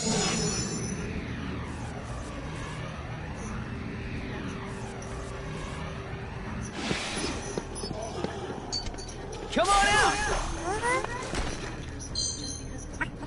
Okay, later. I paused, savoring the moment. I can't come to dinner because I moved to California 6 months ago. Tense silence. Damn! God damn it! This information. You let them get the first hit in! Do you require assistance?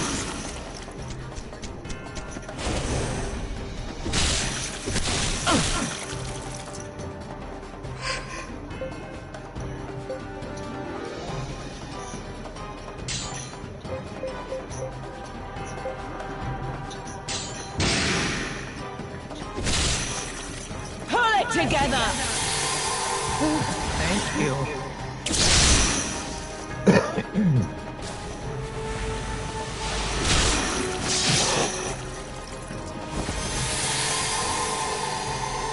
Come on, let's kick some A! You okay?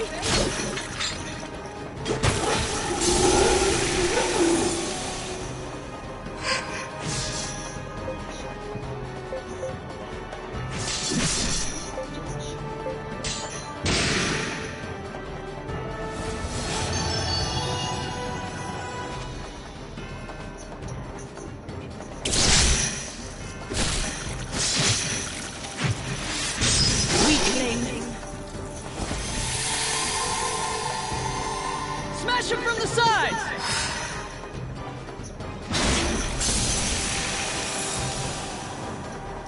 They just keep coming!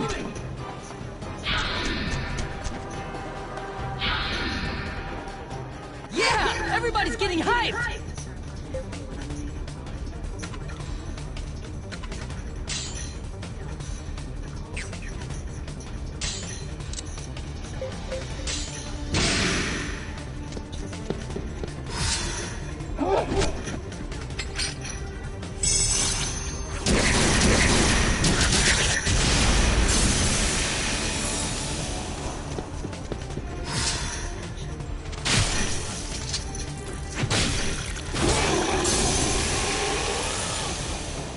He's telling us know I'm fucking good. all of them. I must grow stronger. I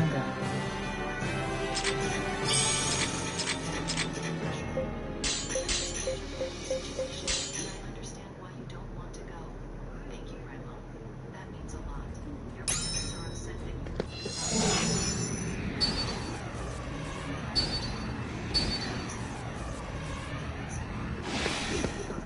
I watched this family dynamic. Come on out!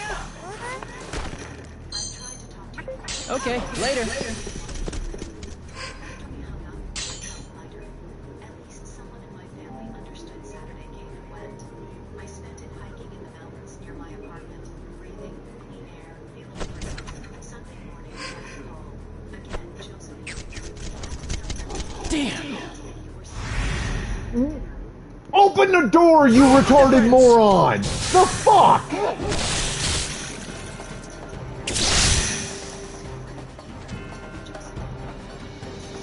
More of them?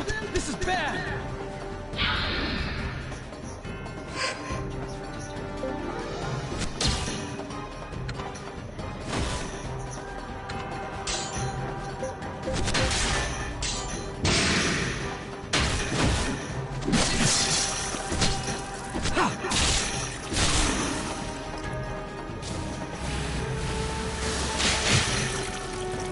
Smash him from the sides! How you like that? You all right?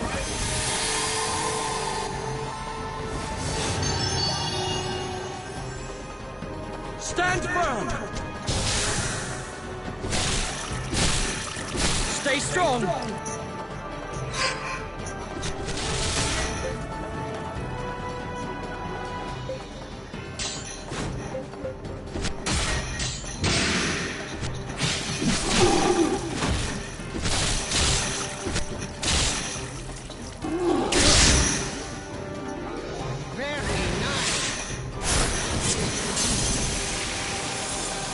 Okay, get off of me, god damn it!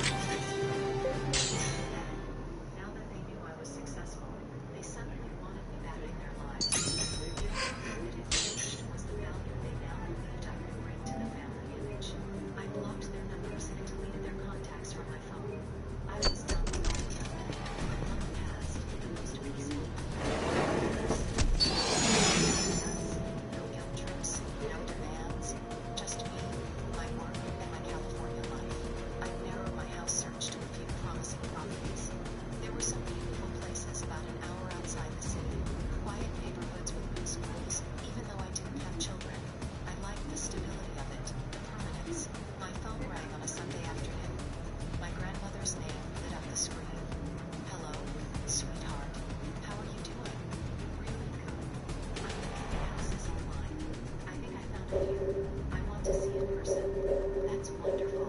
Josephine, I wanted to tell you about the wedding, and I have some photos to send you. How did it go? It was tense. I'm happy that you didn't come. They kept making excuses for why you weren't there. It was obvious. What were the excuses? First, they said you were still sick. Then they said you had to work. Then they claimed you were traveling for business. The roads and Princeton's you told.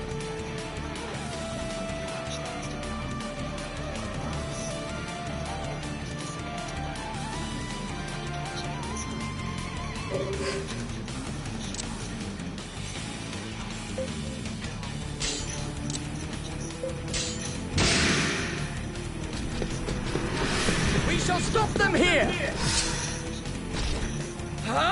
What's this?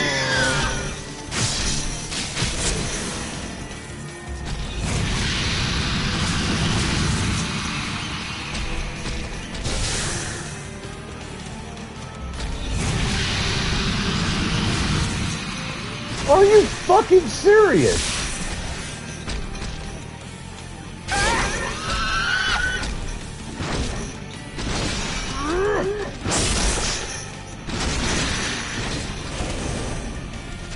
Steady there! Nothing to do but fight now, is there? Looks like we're up against quite the nasties.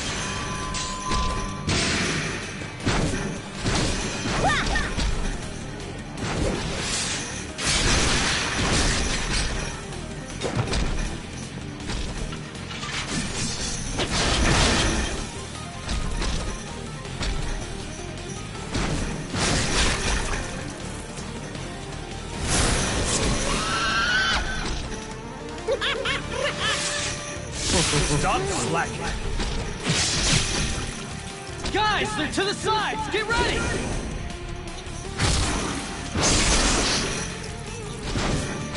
Jesus Christ.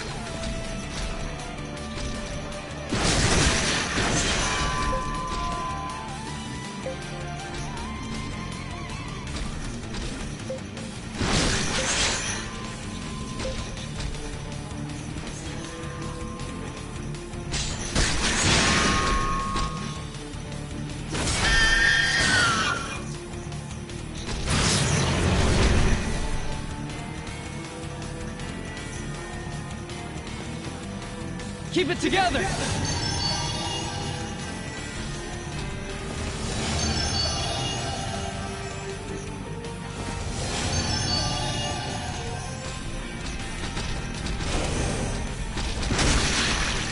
Gotta suck it up and stop these guys! Gonna give you something to remember!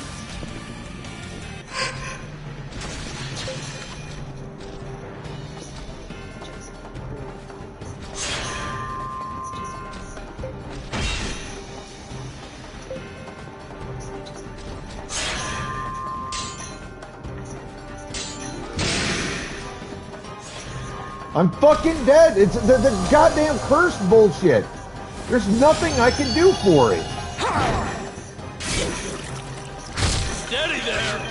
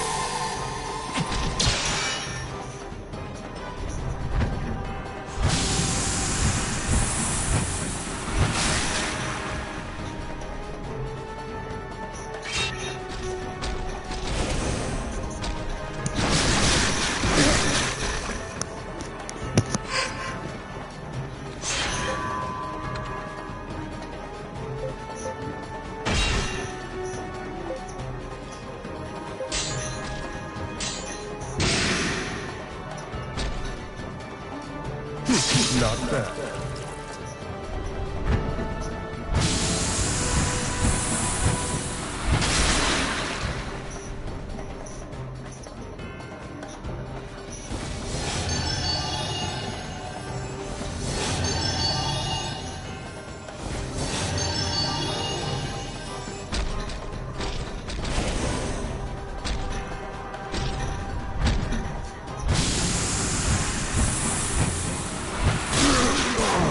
Well fought.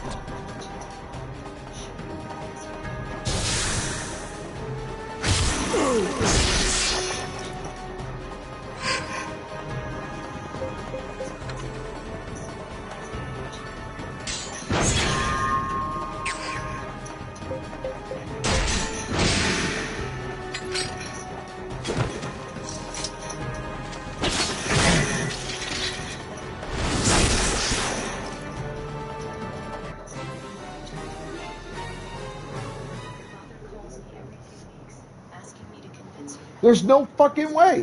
That goddamn curse bullshit fucks you up so bad you lose like half your goddamn squad before you can do anything. And there's 2 of those motherfuckers.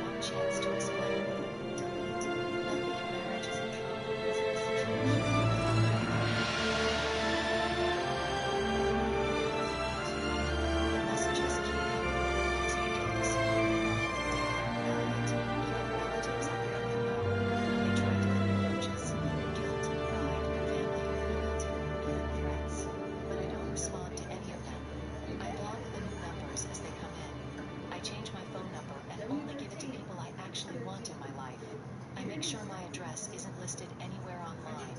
A month later, have siblings? She asks. Nope, I say without hesitation. Just me. What about your parents? They're not really part of my life anymore. I'm sorry. That must be difficult. I take a sip of my wine and smile.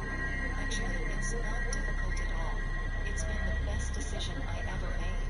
And I don't miss them. I do wonder what they're doing. I don't feel guilty about not talking to them. I'm just living my life. 6 months later, I get a promotion at work. My salary increases by another 30%.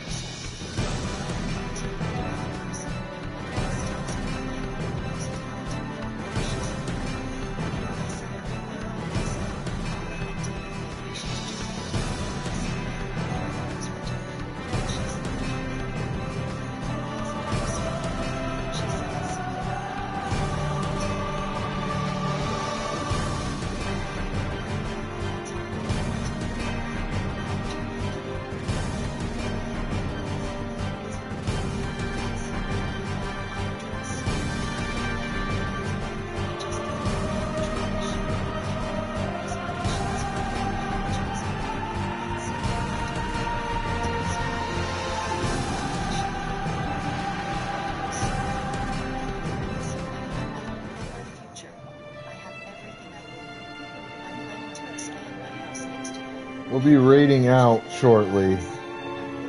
That's fucking pissed me off, man.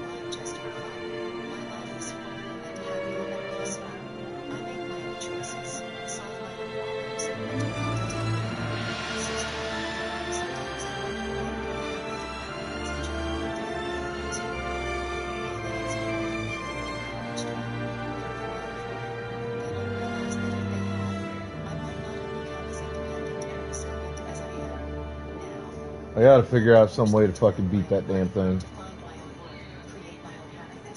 And honestly, I wouldn't change a thing. Thanks for listening. And if you like this story, share it with someone who needs to hear that family is who values you, not just who shares your DNA.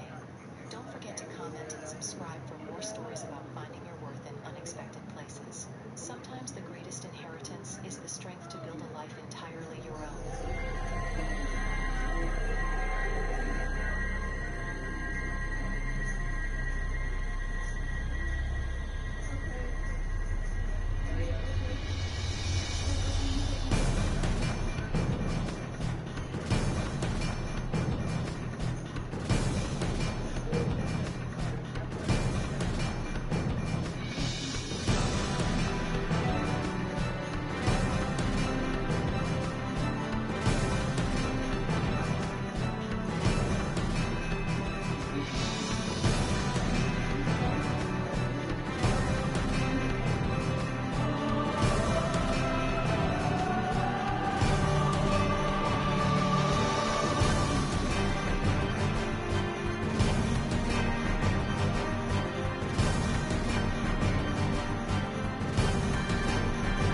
Alright, so I'll be back Friday.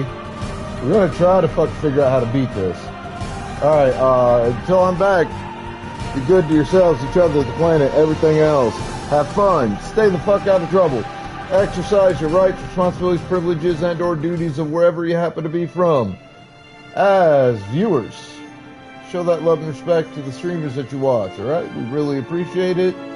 It 100% makes our day. It makes all of this worth doing. As streamers, show that same love and respect to your viewers, because, I mean, we can do the job without them. But it wouldn't be any fun, and to be honest, what the fuck would be the point? Alright, this is your immortal Sith Emperor signing out, saying I will see you motherfuckers on Friday.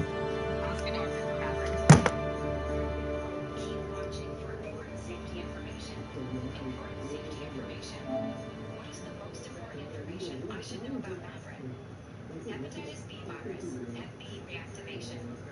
Before starting treatment with Maverick, your doctor will do blood tests to check for Hep B infection. If you have ever had Hep B infection, Hep B can become active again during this video.